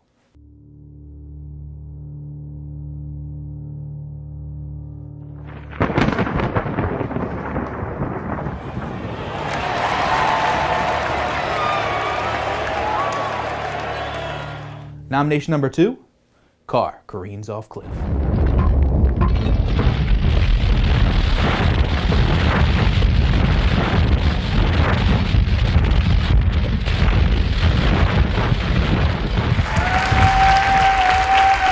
And last but not least, the Battle of the Bulges. But a girl with any real spirit will throw herself wholeheartedly into the Battle of the Bulges. And for her, there are gymnasiums. Our gyms are different. If you don't mind a mauling, you don't have to work. The machines do everything. They beat you and knead you and pummel you and shake you. You just have to be able to take it. That was back when women knew their place. Those are the nominations for this year's induction to the Stock Footage Hall of Fame. Now it's up to you to choose the winner. The video with the most views will become our next inductee. That's a tough choice, but you gotta make it. Only you. Please make it. Make it now. Choose one of them. You have to choose one of these three. Please. Don't do it, chicken! You can't fly! We are currently in Creative Labs, an art incubator right in the heart of Woodbury. We were just looking for an art space. It was a little bit bigger than we kind of expected. We have over 35 resident artists, from fashion designers to visionary illustrators. They kind of all found each other. I'm a upcycled artist. I make all my stuff from secondhand materials. I get a pile of stuff and I can only utilize some of it. I go out there and put it on there just to make it a little bit more creative and a fun space for everyone to enjoy. We adapt and grow this space based off the collective needs of our artists and our members that have access to it, and empower them to create. That's the goal of what we're doing. Streamline their work, their business, so they can create, kind of change the game so that art itself can patron itself. What we're doing is different, and I think that's always a good thing in art. It is an experiment, but also a statement of what happened whenever you bring a collection of really creative minds together, encourage collaboration amongst them, and great things come out of that.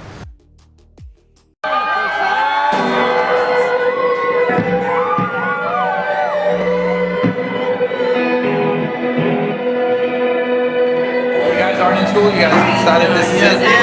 Dropping out of school helps significantly. Yeah. You're gonna be once you don't got shit to do, it's like you gotta do this. Everyone like kind of glorifies going to college and stuff, but I kind of glorify sitting on my house, like sitting on my couch at home. Start a band. That's my one advice to everyone in the world. Start a band. To be in Texas one day and then a week later be in Canada. This is a brand new song. It's about hot girls. It's about hot girls. Yeah.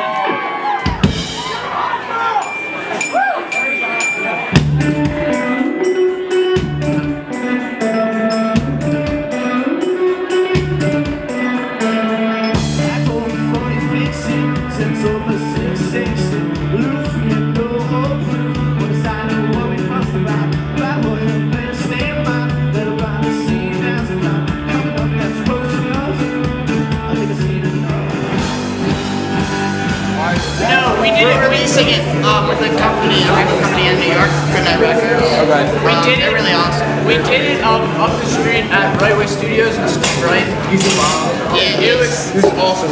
Steve is a hottie. This is like the most effort I've ever put into like anything.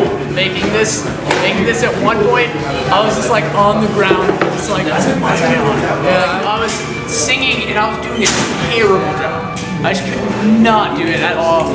So I was like, hey man, can you give me a sec? And he was like, sure. So he like turned off all the lights and I just like curled up in a ball on the ground and it was just like, oh my god. I just like had this like thing. And as soon as I like came out, I was like, we gotta get shit rolling. Like, gotta do it. And then I did it.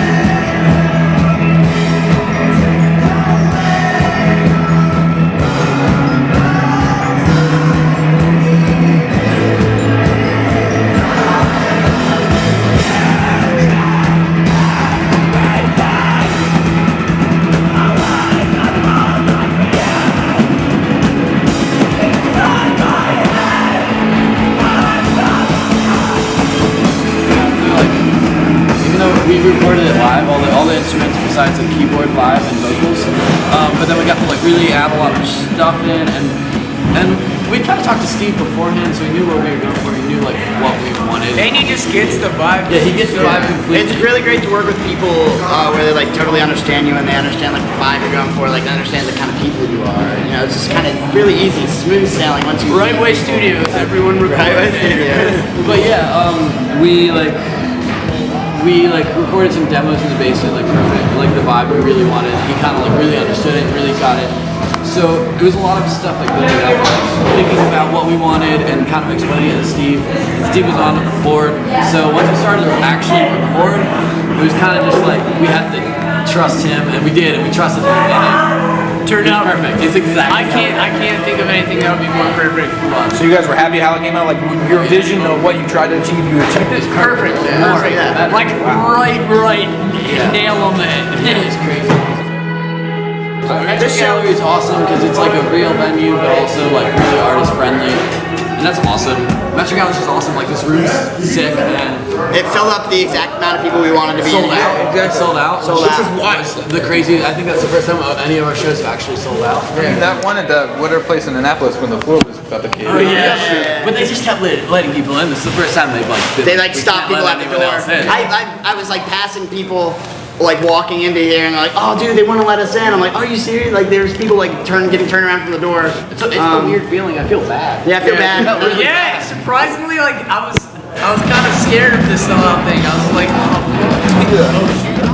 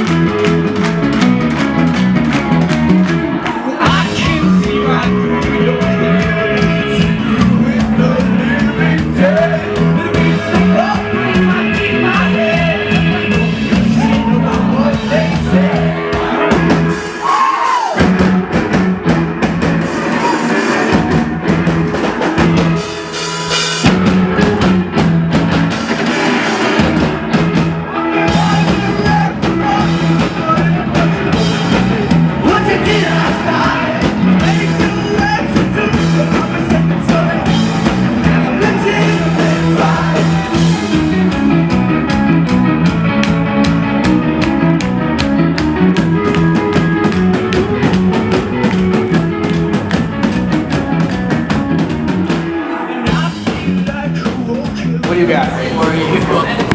Yeah, Corey. Friendship. You have to like the people you work with, I guess. No, absolutely. We like each other. We definitely like it. It's kind of like a mouth-on-mouth kind of friendship. Mouth-on-mouth kind of friendship, yes, I like that. Nice.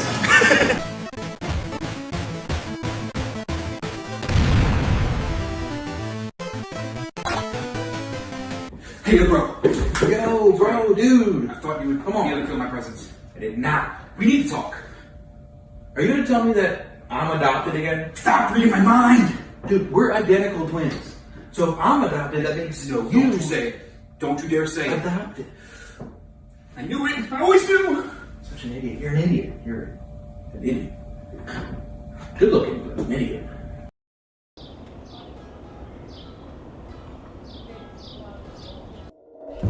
Are you ready? Are you ready for peace?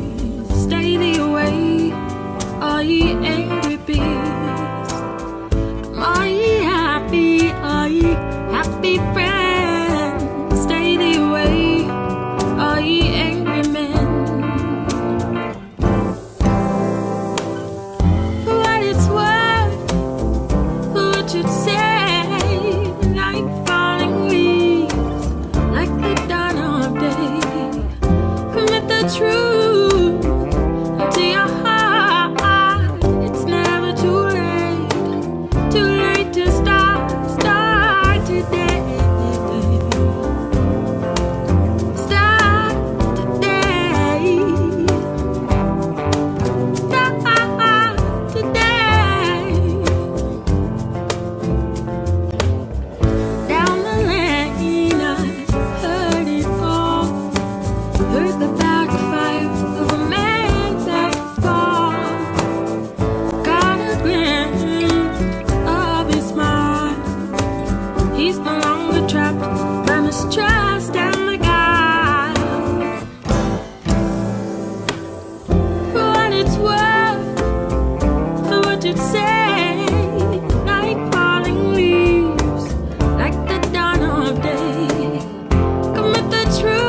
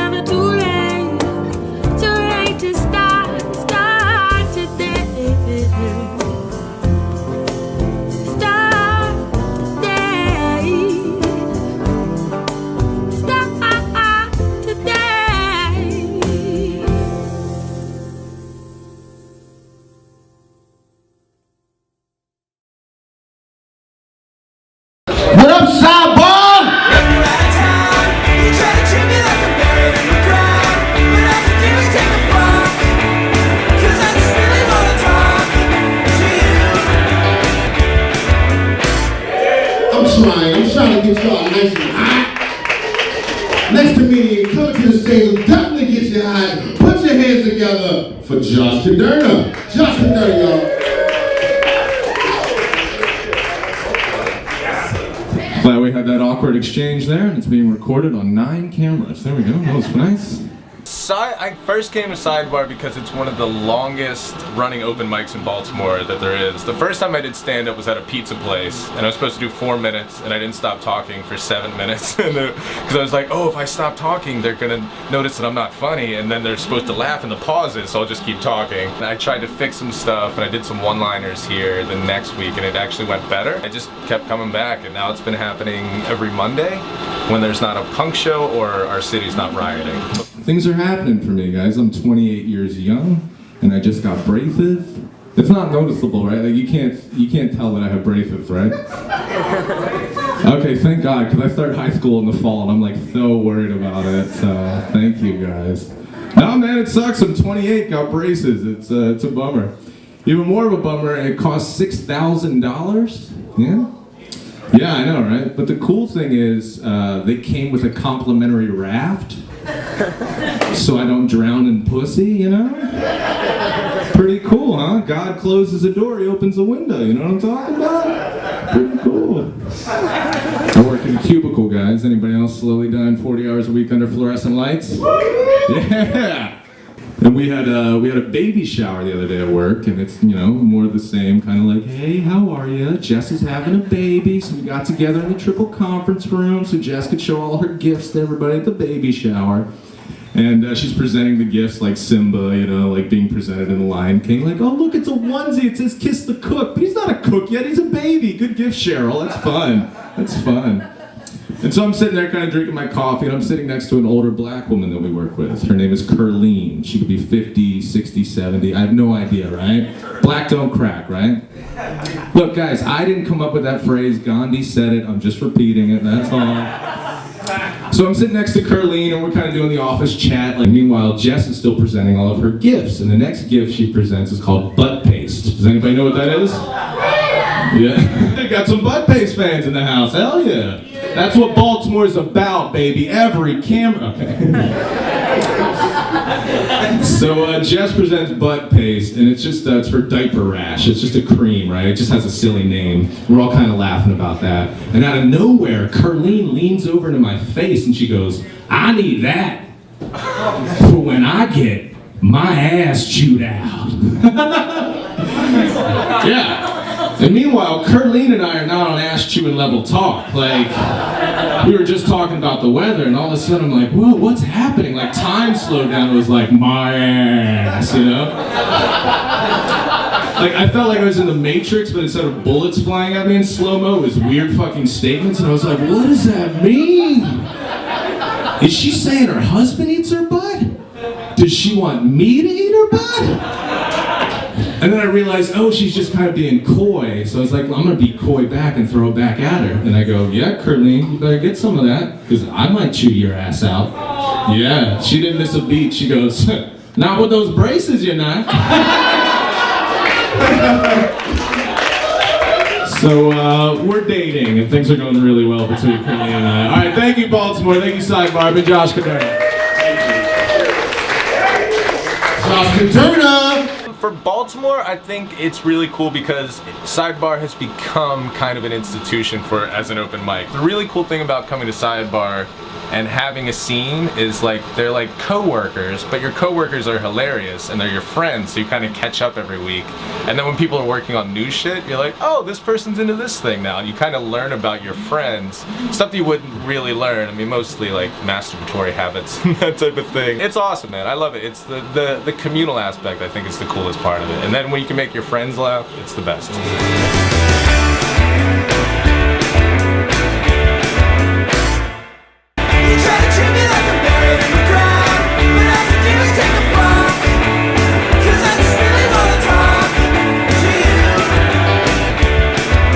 Another Sidebar regular, Brian Preston, everybody. Ahoy, hoy. For me, personally, I mean, Sidebar is just like, I've been coming here, I think, since probably before anyone here. Like, I remember, like, before this was like an actual comedy room, and like sometimes this dude Justin Jones would run like Black and Blue Comedy or whatever, where it'd be like part comedy show and then like part like bands and shit. This is like 5-6 years ago. No, for me it's just like this is Monday night. This is what this is for me. So I'm actually, you know what? I just want to come and talk to you guys from like a real place right now. I'm really, first of all, I'm glad that everyone came out tonight for comedy. You see, the beauty thing about comedy, right, just the beautiful thing about it is it's all about truth. And sure, sometimes our truth is about our poops or our boners or like our poopy boners and stuff. Really, that's what makes you grown. But no, sometimes it's about our poopy boners. But the thing is, though, right, is it's all about, at the end of the day, it's about truth. You see, truth is, it's beauty, it is power, it is just that sort of thing. And you see, there's some stuff going on out there just in the world that people, they need to speak the truth about. They need to say those very true things about. Now, I would be remiss to call myself a hero for being the person to speak that truth that the world needs right now, the truth that the world so desperately needs to hear about this one issue that I am incredibly passionate about. But alas, the world has no more place for scared men. I have to be that hero. I have to let that one unspoken truth out of Pandora's box. I've got to be the one to just let it out there, that one thing that's got to be said that can't go back inside the box. You see, the thing about it is the truth saves lives, the truth kills, but it's still necessary. So of course, tonight, right now, I'm going to speak that one truth to you all. And here it is. We don't necessarily know that Jared Leto is going to be a shitty Joker. We don't know that shit for sure. Everyone thought Heath Ledger was going to be really shitty as the Joker in 2008, and he was fucking amazing. So we made it through. You guys have been pretty cool. All right.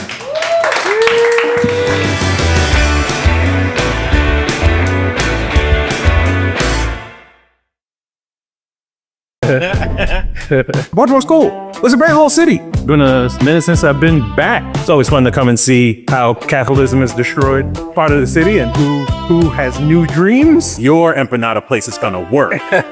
My name is Darren Charles, and I am a comedian. Think this is like year 15? I started comedy because I had a full-time job and I was like, I don't know if I want to do this for 40 more years. I went to school, and so I learned how to think critically and research, especially when you have a desk job. You read the news instead of working. So I would talk about things that were more contemporary, and people were like, oh, he enunciates. And he's talking about something that I saw on the news. It becomes like, oh, he tells such smart jokes. And it's like, no, I'm just telling jokes, man. Like, I may stop and Google it. It's crazy, but it seems to work. Yeah, my name is Daryl Charles. Hi, how you doing? How y'all doing? Good? Cool. I'm doing good, doing great, feeling great. It's been a great 2025 for me. Yeah, it's been pretty good. My wife and I decided to open up our marriage. Yeah. It's more a little ethical non-monogamy, you know what I mean? It's super exciting, getting all the polymorphs and the metamorphs together, and you know, sorry, I get so excited. I use language I know people don't readily understand. Let me dumb it down. We got divorced. That's what happened. We got divorced. That's what happened. But thanks to the cognitive behavioral therapy that I took in order to try to salvage my marriage, I've been able to take negative ideas and reframe them into positive actions that I can use in life. So when she told me I can go fuck myself, I took that to mean I can go fuck anybody. You know what I mean? So for the streets now. You know what I mean? That's what it means. For the streets. I was told that by a judge. He said, I now pronounce you for the streets. That's what it is. We outside. You know what I mean? Hell yeah. Hell yeah. Being outside's fun. Anybody trying to... Anyway, we outside. It's a good time. It's great. Condoms are bad. That stinks. Hate to go back to that. Sorry to bring it up. I see we're all in agreement.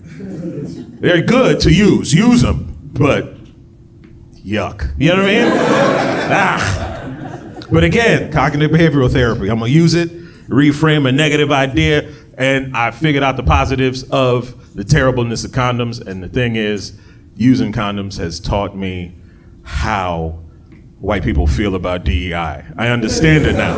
I understand it. I get it in my heart, because I'm like, it's a mild inconvenience, but can't you just let me do it like my dad did it? Come on, for real. I'm not the one that did it to you. Just let me get in first, and then I get everybody's got rights now, or whatever, but it feels better when we do it the old way. But believe me, nothing bad's gonna happen. There's a trickle-down effect. That'll clear anything out. I like that joke because it's a political joke about a failed economic policy and also a cum joke. It makes it fun. But I have been doing this comedy, following my dreams. It's been fun. Since I've been following my dreams, I have been selling blood and blood plasma. That's a thing I've been doing. Selling the plasma. You get more money for the plasma than the blood. Just putting that out there. They use the plasma to make drugs for like people with platelet diseases like hemophiliacs and stuff. Helps them out. I'm just letting you know this because it is a good cause. Also, they do have a referral program. Just saying, there's money out there. You just got to sell your body to get it. Nothing? All right. It's a joke. Please? All right, whatever. Who cares? Ha ha. Ha ha ha ha. Ha. But if there is anybody out here that wants to make a couple dollars with your boy, you should know that when you do go to sell your blood or blood plasma, you do, I almost said donate.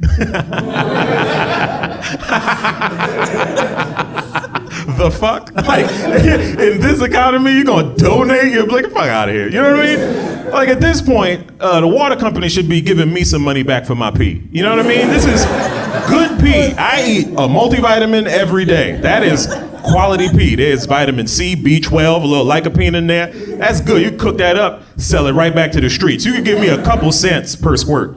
I'm just saying. But if you do want to sell your blood or blood plasma, you do have to fill out like a long medical history questionnaire when you do it.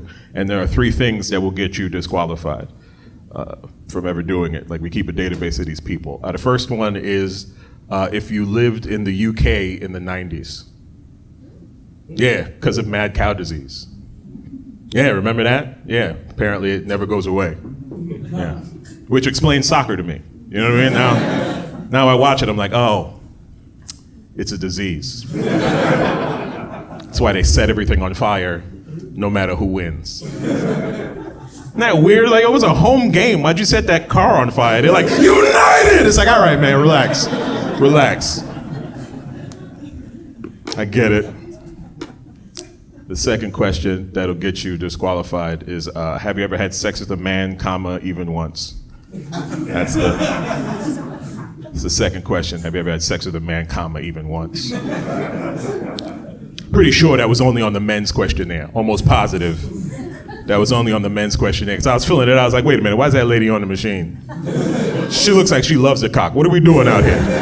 No, you saw the way she was walking. She looks fresh off her dick. Why is she on the... Oh, just dudes. Okay, cool.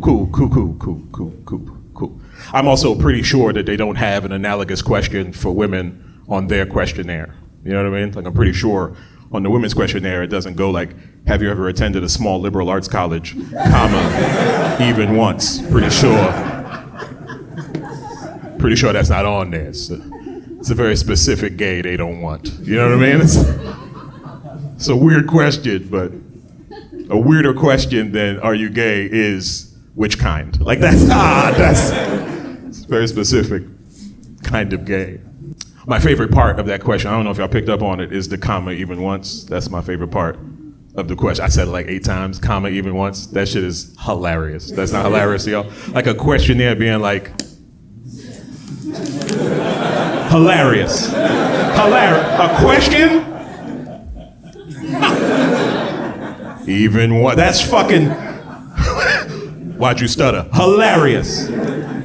I just want to be a fly on the wall when there's somebody who gets to that question and they're like,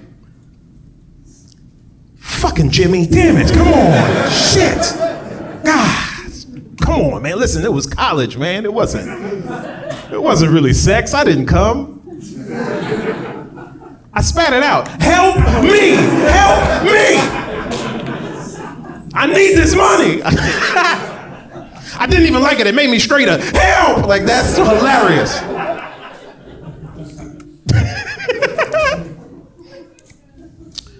They actually updated the question. They made it more inclusive. The administration did. Previous one, obviously. You know how it worked. Y'all know who y'all voted for. Anyway, they did update the question to make it more inclusive. So now it's on everybody's questionnaire, and it's no longer, have you ever had sex with a man? Come even once. The new question is, have you had anal sex with more than one partner in the last 12 months? That's the new question. Because apparently, the government wants me to work harder on my jokes. That's, they were like, you got it, but let's fix it.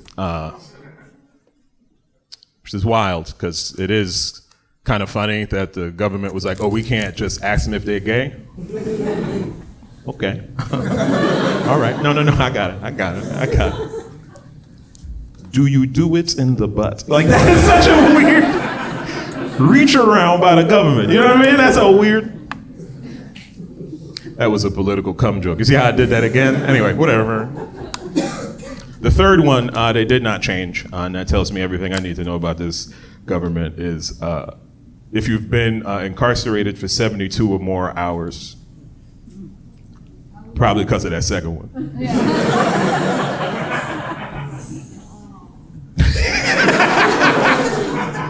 That one bothers me too, because they're just trying to keep people that look like me out this blood money. You know what I mean? You know how the laws work. You've made them. But then that's weird, because it's like, really? Like 72 hours? That's not long enough. You know what I mean? Like, what are we doing out here? Like, I'm not fast. Especially if I got caught. Like, I'm not a fast person. We need a little more. Can I get to know your middle name? Like, what is... I still know you as 92XJ4, whatever. What's your last name? Where's your grandmother from? Let's learn about each other before we just hop into the cot together. You know what I mean? For instance, have you had sex with more than one anal partner in the last 12 months? Because I need to make this money when I'm out. You know what I mean? Okay. All right, cool. I'll leave.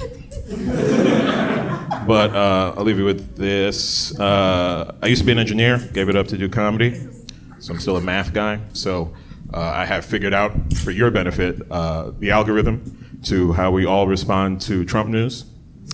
Yeah, I'm sorry to bring him up. Obviously, I didn't do it, but not because I'm black, because I'm smart. Anyway, you're a racist. But it's a pretty simple algorithm, and it works out. It's a pretty simple algorithm. It's disappointed plus surprise squared. That's how it works, and it works because if you use FOIL, you realize every time you see Trump in the news, you're disappointed that you're disappointed. Then you're disappointed that you're surprised. Then you're surprised that you're disappointed, and then you're surprised that you're surprised. That's how it works out pretty much every time. You could chart it out. You can see, like if you chart it, you'd be like, oh, it's asymptotic to the point where somebody's gonna do something about it. It's like we got close twice and nothing happened. You know what I mean? That was a joke about elections, not assassination attempts, okay? That was about elections, not assassination. Don't do that. I don't want to be outside like, I'm from here. You know what I mean? Please. All right, y'all. I'm Daryl Charles. Have a good night.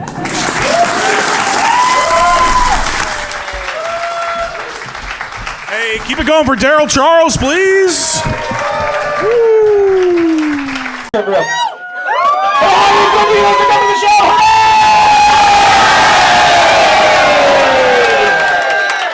So Andy opened this place 5 years ago. 5 years ago, I might as well have been trying to sell diamonds, and people would have been like, "No, we don't like diamonds. Just get the fuck out of here." Nowhere in New York would book me. When Andy said he was doing the 5-year anniversary, I've been talking about doing. We were going to do something secret, but we wanted to do it big, you know, balls deep. I like to start all the shows the same way. We can get all the way on the same page, get in the zone, as I like to call it. We just put our left hand in the air as high as we possibly can. And now clench your hand into a tight, tight fist. Tight as you can possibly get it. Think of something that really pisses you off and just get it out.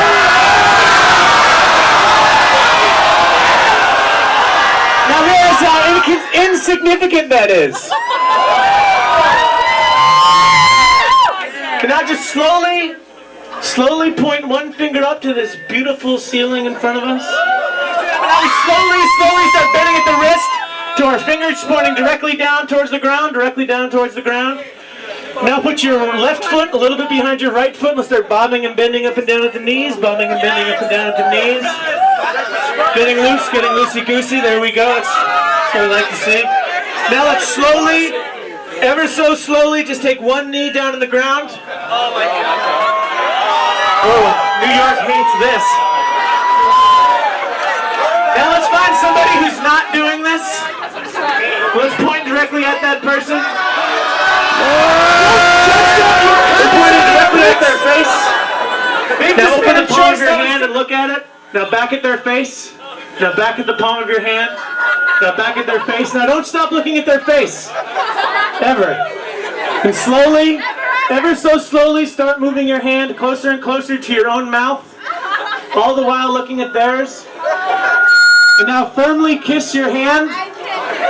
Now don't stop looking at that person, but put the kiss on somebody else's face. Wipe your hand on the dirty cake shop floor. Let's stand up and start to dance.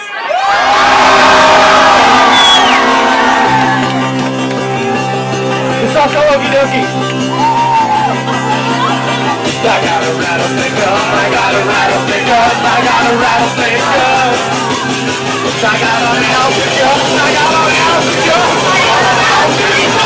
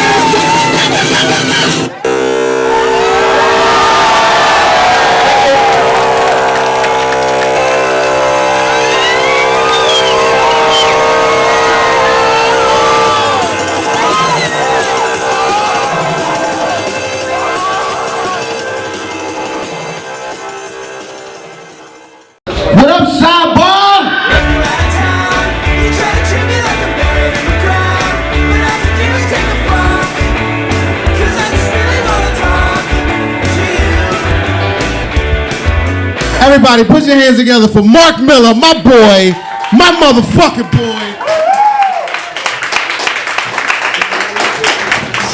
Problem solved.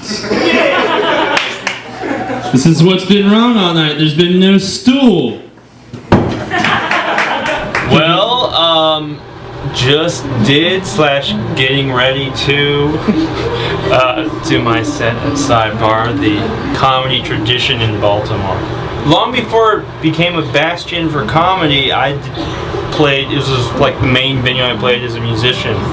So I have a long relationship with it. And when I started doing comedy, and then they started doing comedy, I was like, all right, it's like going back to my roots. My girlfriend did not come with me tonight. She's been upset with me ever since this one night stand that I had before I moved in with her. So we gotta go to IKEA next weekend and get a nightstand for her side of the bed.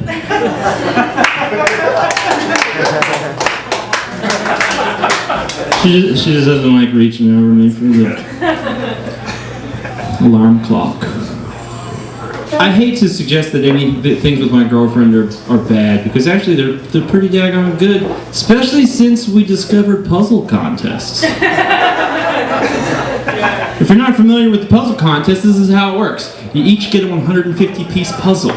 Then you have a race to see who can put theirs together the fastest. And the best part is, no matter who wins, you're both losers. And why break up when you're both losers? Just stick it out for the rest of your life. I try to make my jokes gifted with a learning disability. So I try to make it sort of intelligent enough that not everybody gets it, but also stupid enough that those that do get it are like, oh my gosh, give me a break. You really expect us to laugh at that? Okay, it was funny, but still. I think somewhere in America there's a set of identical twins. One of them's just let himself go. He's just a total fat piece of human garbage. And the other one has been on P90X, working out hardcore, ripped. And they are professional before and after models. Making a killing.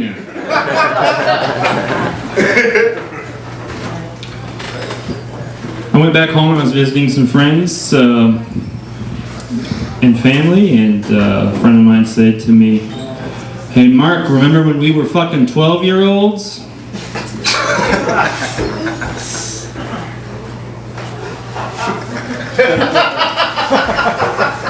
No. I don't remember that. Dude, you didn't even move into town till you were 13. I think what you're trying to say is, do you remember when we were 12 years old? Be careful where you put the fuck word. The more fucks you put in your sentences, the more care you have to take in where the S goes. Anyways, my closing thought, I think that we could really help a lot of racial tensions just by hosting a line dance. Because white people, black people, everybody loves line dancing. It's totally true. Some of you don't believe me, but go home and Wikipedia it.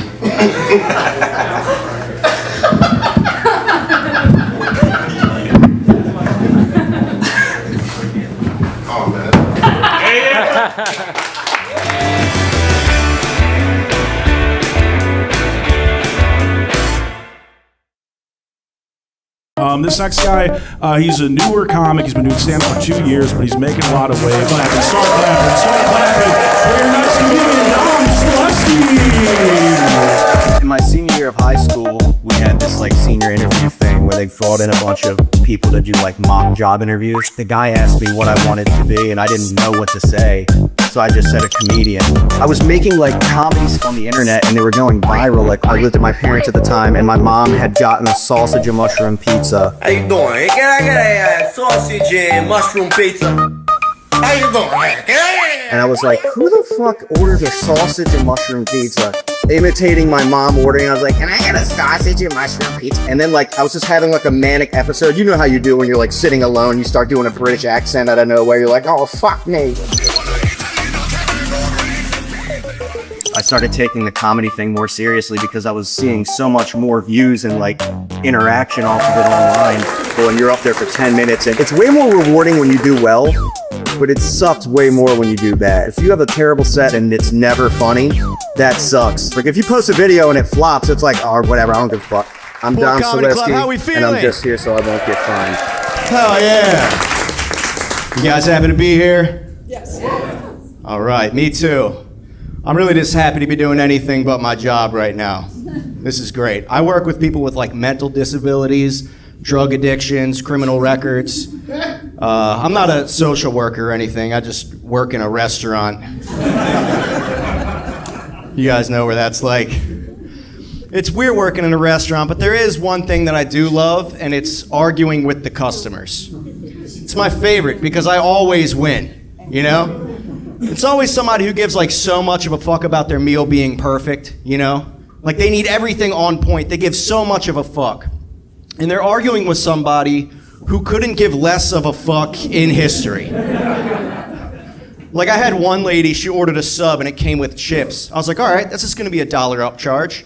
She's like, no, that doesn't make any sense. Somebody did it for me before and it didn't cost anything.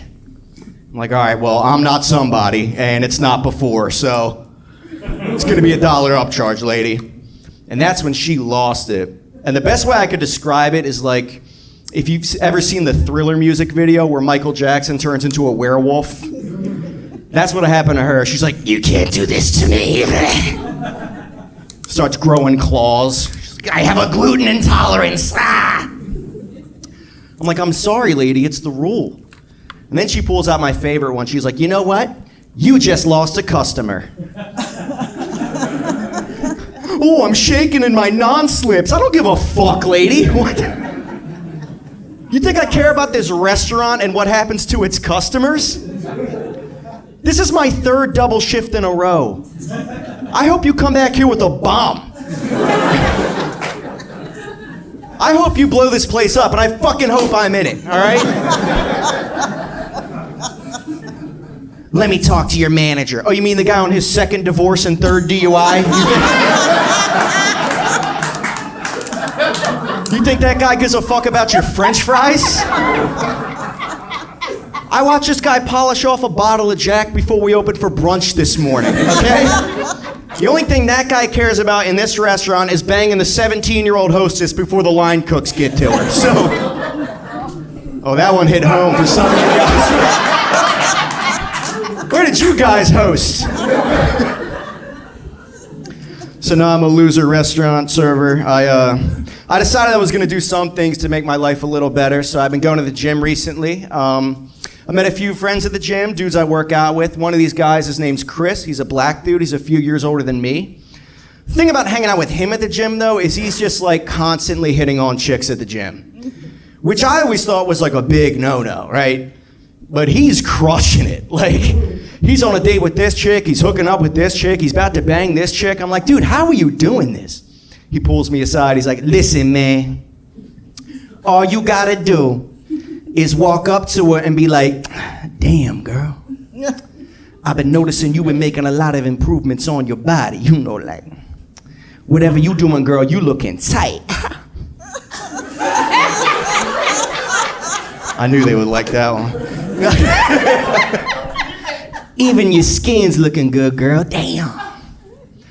And I'm just like, Chris, I don't know, dude, that's not gonna sound the same coming out of my mouth, bro.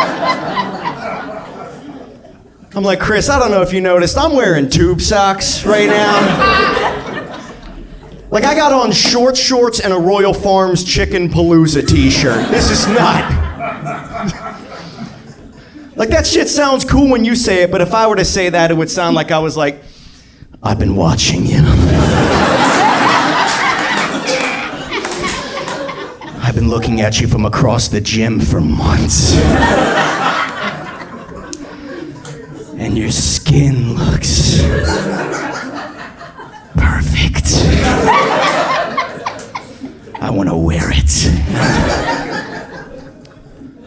all of a sudden I'm the reason women pick the bear. Do you guys remember that thing, the whole man versus bear debate on social media, where women were asked if they were in the middle of the woods, would they rather run into a man or a bear? And then women did what they usually do and picked the answer they knew would piss us off the most. I'd pick the bear. Fuck you, asshole. But the reason women were saying that they would do that is because they were saying that, like, yeah, a bear might eat them, but a man could do, like, unspeakable things, horrible things, things that a bear would never think to do. And I understand that, I get it, but, like, I've hiked the Appalachian Trail. Like, I spent months in the wilderness, mostly alone. And doing that, I've encountered men in the woods, and I've encountered bears in the woods. And I've raped them both. So, truth is, you don't want them to run into me in the woods. I understand that was an extremely trashy joke to make. I am white trash if you guys couldn't tell. Let me see if you guys are trash. Let me gauge the crowd. Has anyone in here ever hooked up with a cousin? It's a yes or no question. Me neither. Anyway, what happened? No, all right. I have. And before you guys get on me about this, listen, I know you guys may not want to bang your cousins, but like if you guys had to bang a cousin, you know which one it would be. So don't fucking look at me all weird. Anyway, I was on vacation. I was in Cancun. And just randomly, who do I run into? My cousin. That cousin for me. And very unfortunate. So, you know, I haven't seen my cousin in like 10 years. We're hanging out, we're at the bar, we're drinking, we're dancing. I'm like, yeah, we're getting the vibe going. I'm like, hey, I got a joint, you want to go out on the beach? So me and my cousin go on the beach, we're smoking a joint, we're listening to music on this Bluetooth speaker. And then it starts getting to a point where it's like, yo, this might happen. And then it happened. And that's not even the craziest part. The craziest part is like, you know, I've known my cousin my entire life. I never even knew he was gay. All right, thank you guys very much. My name's Tom Selesky. Have a good one. Cats act like they're better than me. Yeah, congratulations, you can use a litter box. You know who else poops in a box? Prisoners. Cats always bring their owners dead mice as gifts. Yeah, thanks. I will stick to bringing joy, unconditional love, and maybe a chewed up shoe. I heard a cat once say they were an apex predator. Bro, you eat Fancy Feast out of a can with a cartoon fish on it. Sit down. Don't do it, chicken! You can't fly! Becky, don't do it! Nobody's impressed! Is it recording? Yes. Okay.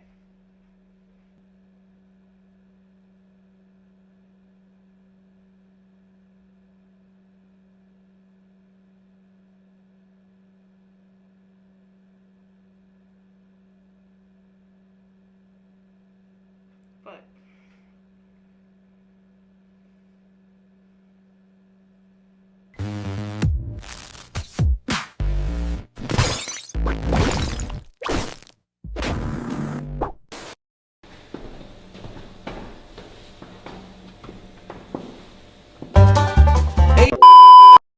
Let's do that again.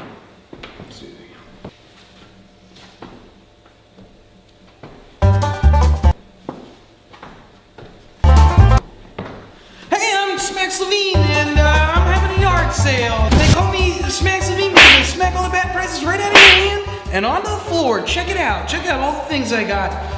Desperate Housewives Dirty Laundry Game.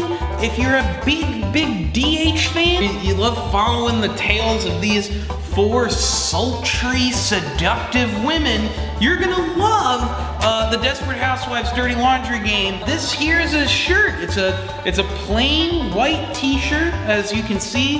There's nothing on it. But hey, you know, you get yourself a marker. You can write anything you want down, like, okay, look at that.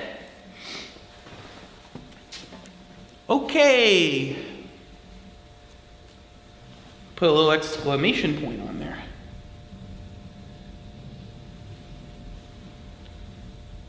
Ooh, okay. So that's, I found these tortilla chips to be a steal of the deal. They're only a little hard and a little bit of moldy, but for the price, who could beat it? These aren't for sale. This is very important that you understand it, because I've had people that come up to me and they're like, hey, we'd like to buy, how much are you selling these for? I'll give you $100, not for sale. Not for sale. Do you understand? Yeah, no, this was all her stuff, not mine.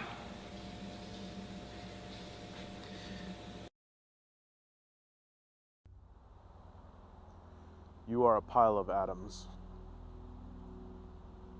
You are blood and bone, made of cells in a case. And if you zoom in a little further, you're just atoms in space. Atoms walking around this planet, bumping into other atoms, driving cars, reading books. Piles of atoms expected to know how to act and how to look. It's not fair. It's not fair. One day you're sitting in a shopping cart, staring up at your mom while she's pulling Hamburger Helper off the shelf, rubbing your head with her palm, and the next you're dragging yourself to a 9-to-5, dragging yourself to a bar to drink poison and lime so you don't have to feel alive. That one day you take your first step and the next you're running for your life. It's not fair. It's not fair. Because we're never told. Because no matter how grown we feel, we're never really that old. There's no notification that pops up to tell us we're an adult when the world stops understanding and expects results. Nothing can prepare us, not the wisest words from the wisest mouths can prepare us for how savage and cruel this world can be. What we understand, but no child should believe that you will struggle. Our lives are defined by our struggles. This isn't eat, pray, love. This is eat, shit, die. There is no safe passage around this. We have to go through. There's no advice out there that's going to tell you what you already knew. What you know in your heart, but you stop from reaching your head. That one day you will be dead. And when you are, you will wonder what kind of life you led. You are a pile of atoms, but you also have a name. What is your name? Say your name.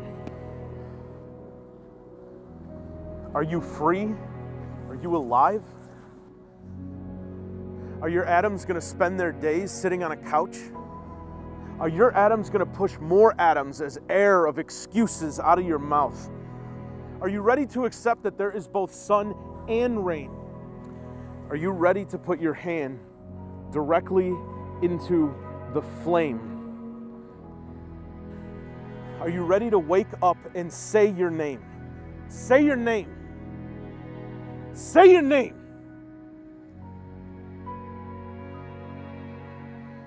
You are a pile of atoms, but you're also more than that.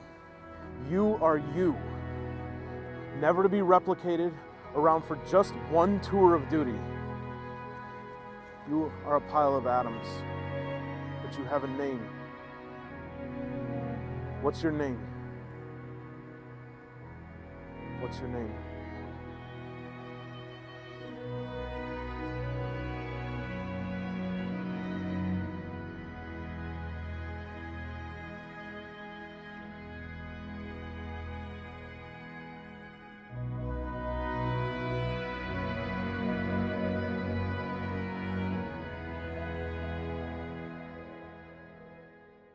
Dude, so check it out, all right?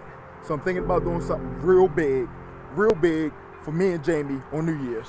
Yeah, Jamie? Jamie, dude. Jamie, yeah, check it out, check it out. Look, New Year's, think about it, right? Going to New York, getting a 5-star, okay, 4-star, 3-star hotel. 3-star hotel. Okay, a lot of stars. I mean, it's, all right, you know, I mean, I'm putting all my money into it. I'm going big. All your money? I mean, dude, I helped you pay your phone bill last month. There was this 4-star. No, but it's Jamie, dude. Like, is she worth it, dude? You know what I'm saying? Like, dude, I'm gonna do it big.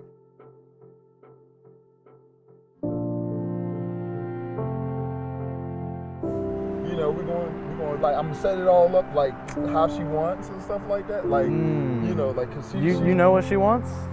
Yeah. Dude, it's crazy. But, you know, people sometimes change, you know? Maybe she got different wants. I don't know. That's a lot of risk for maybe a little reward, yeah. You know, it's one night. It's not. You don't know the things that she can do, dude. Like, really, you don't know. I think I might. I've heard some things. It doesn't matter. She's the one. She's the one for me. And you seem like you have a lot of doubt, and I'm not understanding why.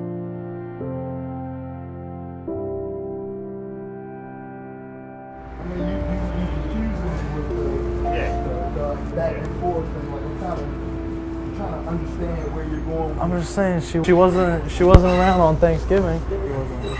She wasn't there on Thanksgiving. What are you trying to say? You're thinking long term with this relationship, right? And I think, you know, maybe I don't want to put anybody out or anything, but maybe she's not into you the way you think she's into you. What you saying, dude?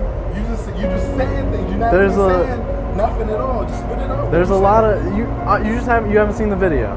The video with all the other dudes. Dude, what video are you talking about? The video with Tyler and Brian and Ben and Evan. What you saying is you're not saying anything that happened in the video. What happened in the video? They all dressed up like turkeys and they fucked her with a turkey. What do you mean they dressed up? They did the turkey thing with some. Yes, the turkey thing you were talking about. Talking about the animals. Who glazing my turkey?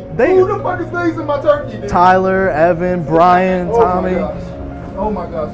You knew about this shit? Yeah, I thought you knew. Everybody knew about the video. Who's filming? Did you film the video? I didn't film the video, man. I mean, I did the mixing. I put the sound. You did a mix? You did a fucking mix of a turkey fuck. Who does a mix of a turkey?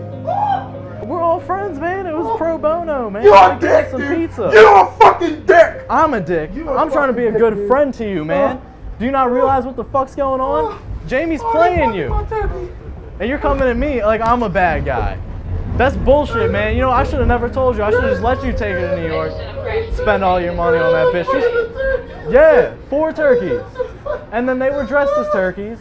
Yeah, and they glazed her turkey. They glazed her turkey. You crying?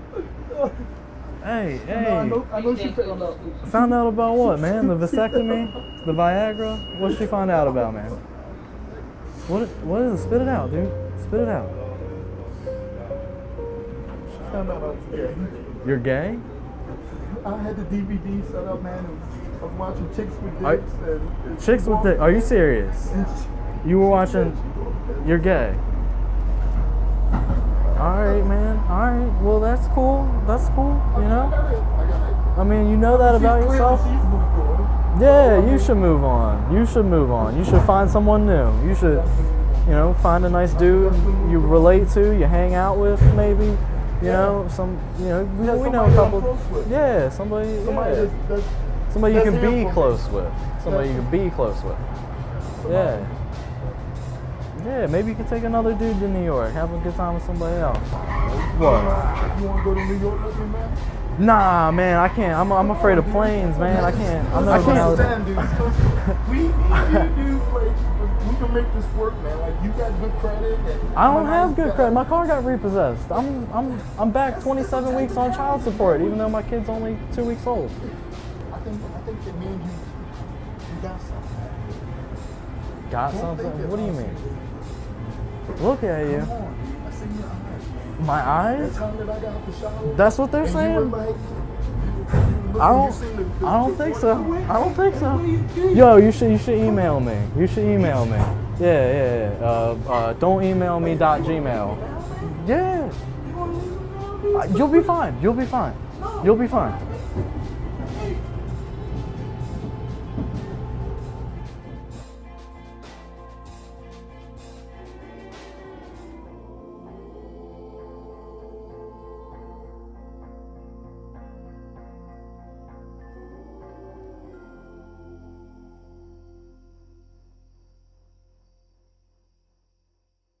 Do you have any motivation? Anyone you want to beat? I want to beat everybody.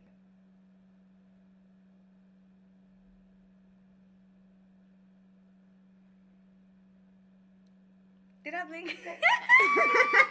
No. Okay, you can try again. You definitely try again. Did I blink? I think so. Yeah, that was questionable. I do a flicker, but it wasn't a blink. Okay, fine. Okay. Okay, I want one. Do I have to like close my eyes and open them? No. Okay, I would like that a lot better.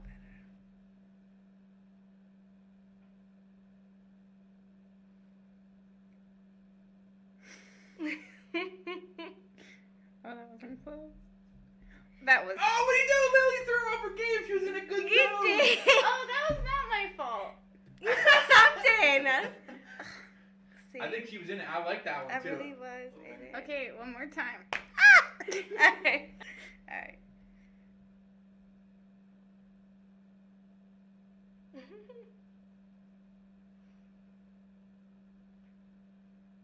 Okay, I'm done.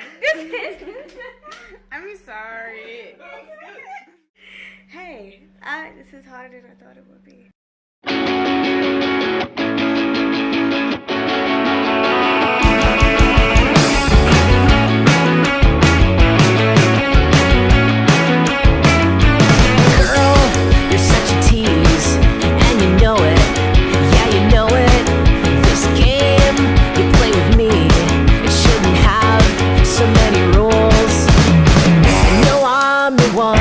Say it, but I come apart at the seams. Just give me a sign, 'cause I don't have the time to keep changing my mind all day.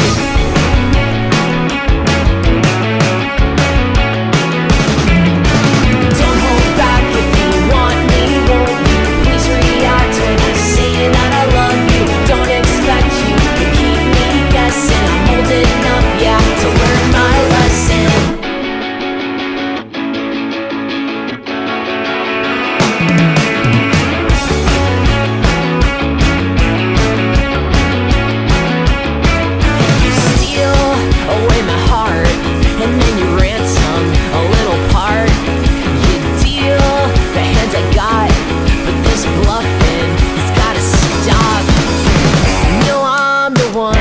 Say it, but I come apart at the seams. Just give me a sign, 'cause I don't have the time to keep changing my mind all day.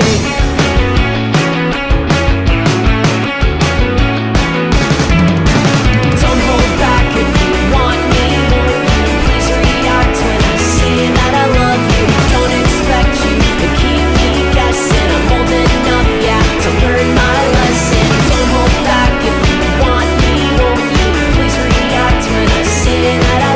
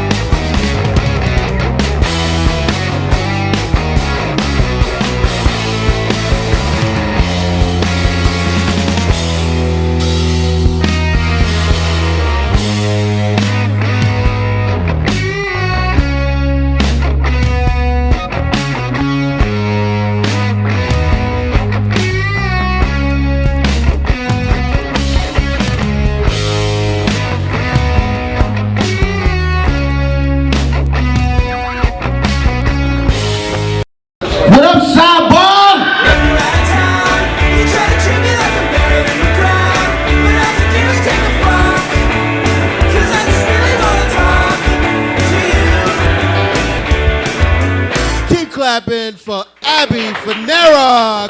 What's up? Okay. I went to Sidebar when I first wanted to get into comedy but was too scared, and the first night that I came it was Luke Marshall and Karagu, Utah, and I thought both of them were hilarious because I talked to Karagu afterwards and I was like, what do I do? Like, I want to do this but I'm like nervous and like I don't know, and he was like, you just come next week and you show up and you start doing comedy. You just start telling jokes and either they laugh or they don't, but you keep doing it. And ever since, Sidebar's my home. It's my family, so. I shaved my legs today, guys. That's not even the joke, but thank you. I did it. It's been a while, and I did it because I decided I want to be just a little bit more like Michael Phelps.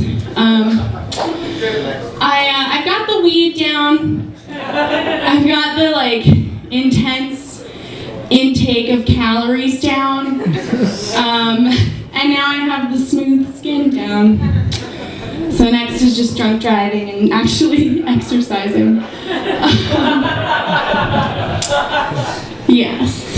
Guys, does anybody else in here feel like they're doomed to only ever have funny sex? Yeah, okay, good. I'm not alone. I wish that I could have like the HBO like in a tent with horses outside, like, or a war, like that type of like intense, passionate sex, but like I'm too immature. Like genitals start coming out and I'm just like, that's hilarious. What is that, a penis? Oh God. But no, like I don't know, I can't handle it. And one time actually I was having sex with this guy and he said, wow, I've never laughed so much during sex before. I was like, thank you, I'll be here all night. Guys, the internet's a weird place, and I was on it, and I saw this like side thing that I could click on called 22 Nerds Who Turned Into Bombshells, and it was just like kids who grew up. And there was one, and it was just like a 7-year-old, and it was like, this 7-year-old one time was 7. 10 years later, she has 2 boobs. Okay, thanks guys. I love you. I fucking love Sidebar. Abby Fanera. She was awesome, wasn't she? Up here laughing at dicks. Ain't nothing funny about a dick. Are you serious? Dick come out and supposed to be serious. You can't wear Daisy Dukes and laugh at dicks. I'm upset about that shit.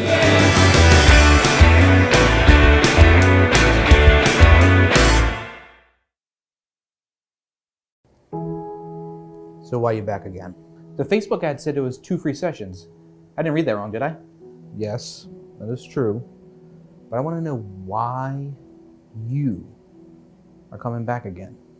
Well, the obvious answer is that it's a cheap way for self-exploration through the internet, fourth wall and it all. But the honest answer is I need it. I'm a people person, you know? I person with people. And since the pandemic, there's no people to person with. Ah, a people person.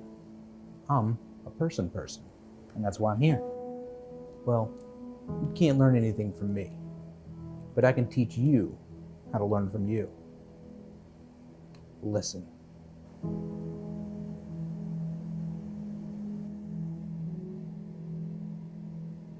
Did you hear that? No, but yeah. Yeah, you did. That's you.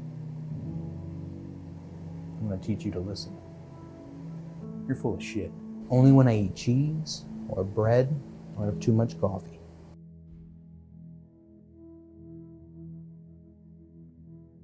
Yo, dude, are you like going to that awakening thing that's happening? What's that? Apparently, like, there's this like, you know, two planets are kind of aligning.